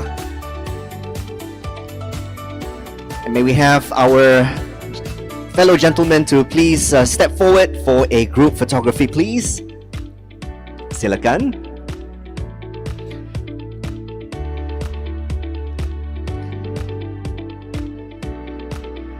Funding for tech startups, financing options for tech startups. Let's give a big hand to our panelists and also moderator. I hope they showed you the money. Gentlemen, Christina, thank you very much.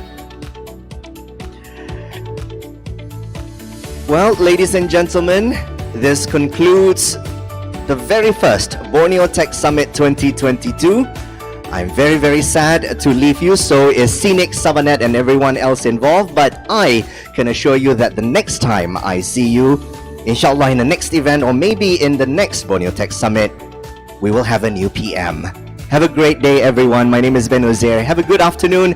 There is afternoon tea being served for you. I hope that you'll go ahead and munch, mingle, and network over a cup of tea or coffee.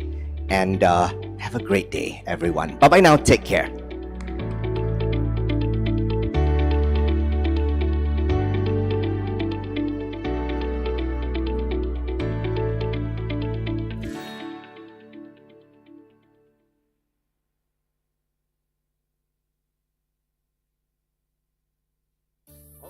Ladies and gentlemen, we present to you all the way from Tuaran, Kota Blue, Keningau. Everybody say, whoa, whoa, whoa, whoa, whoa. Hey, yeah, yeah, yeah, yeah, yeah.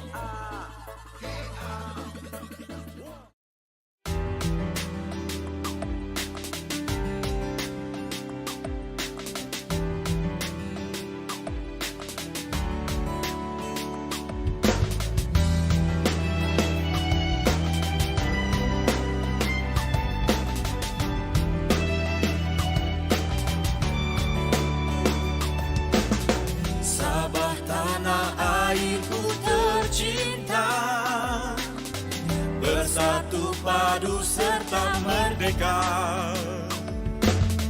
Negeriku yang aman harmoni, transformasi dikecapi dinikmati.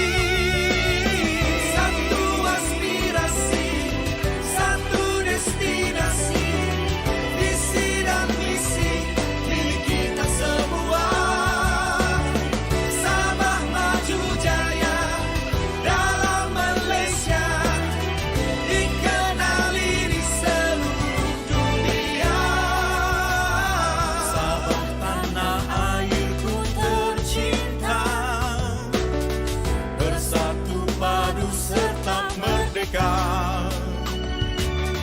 Negeriku yang aman harmoni, transformasi dikecapi dinikmati.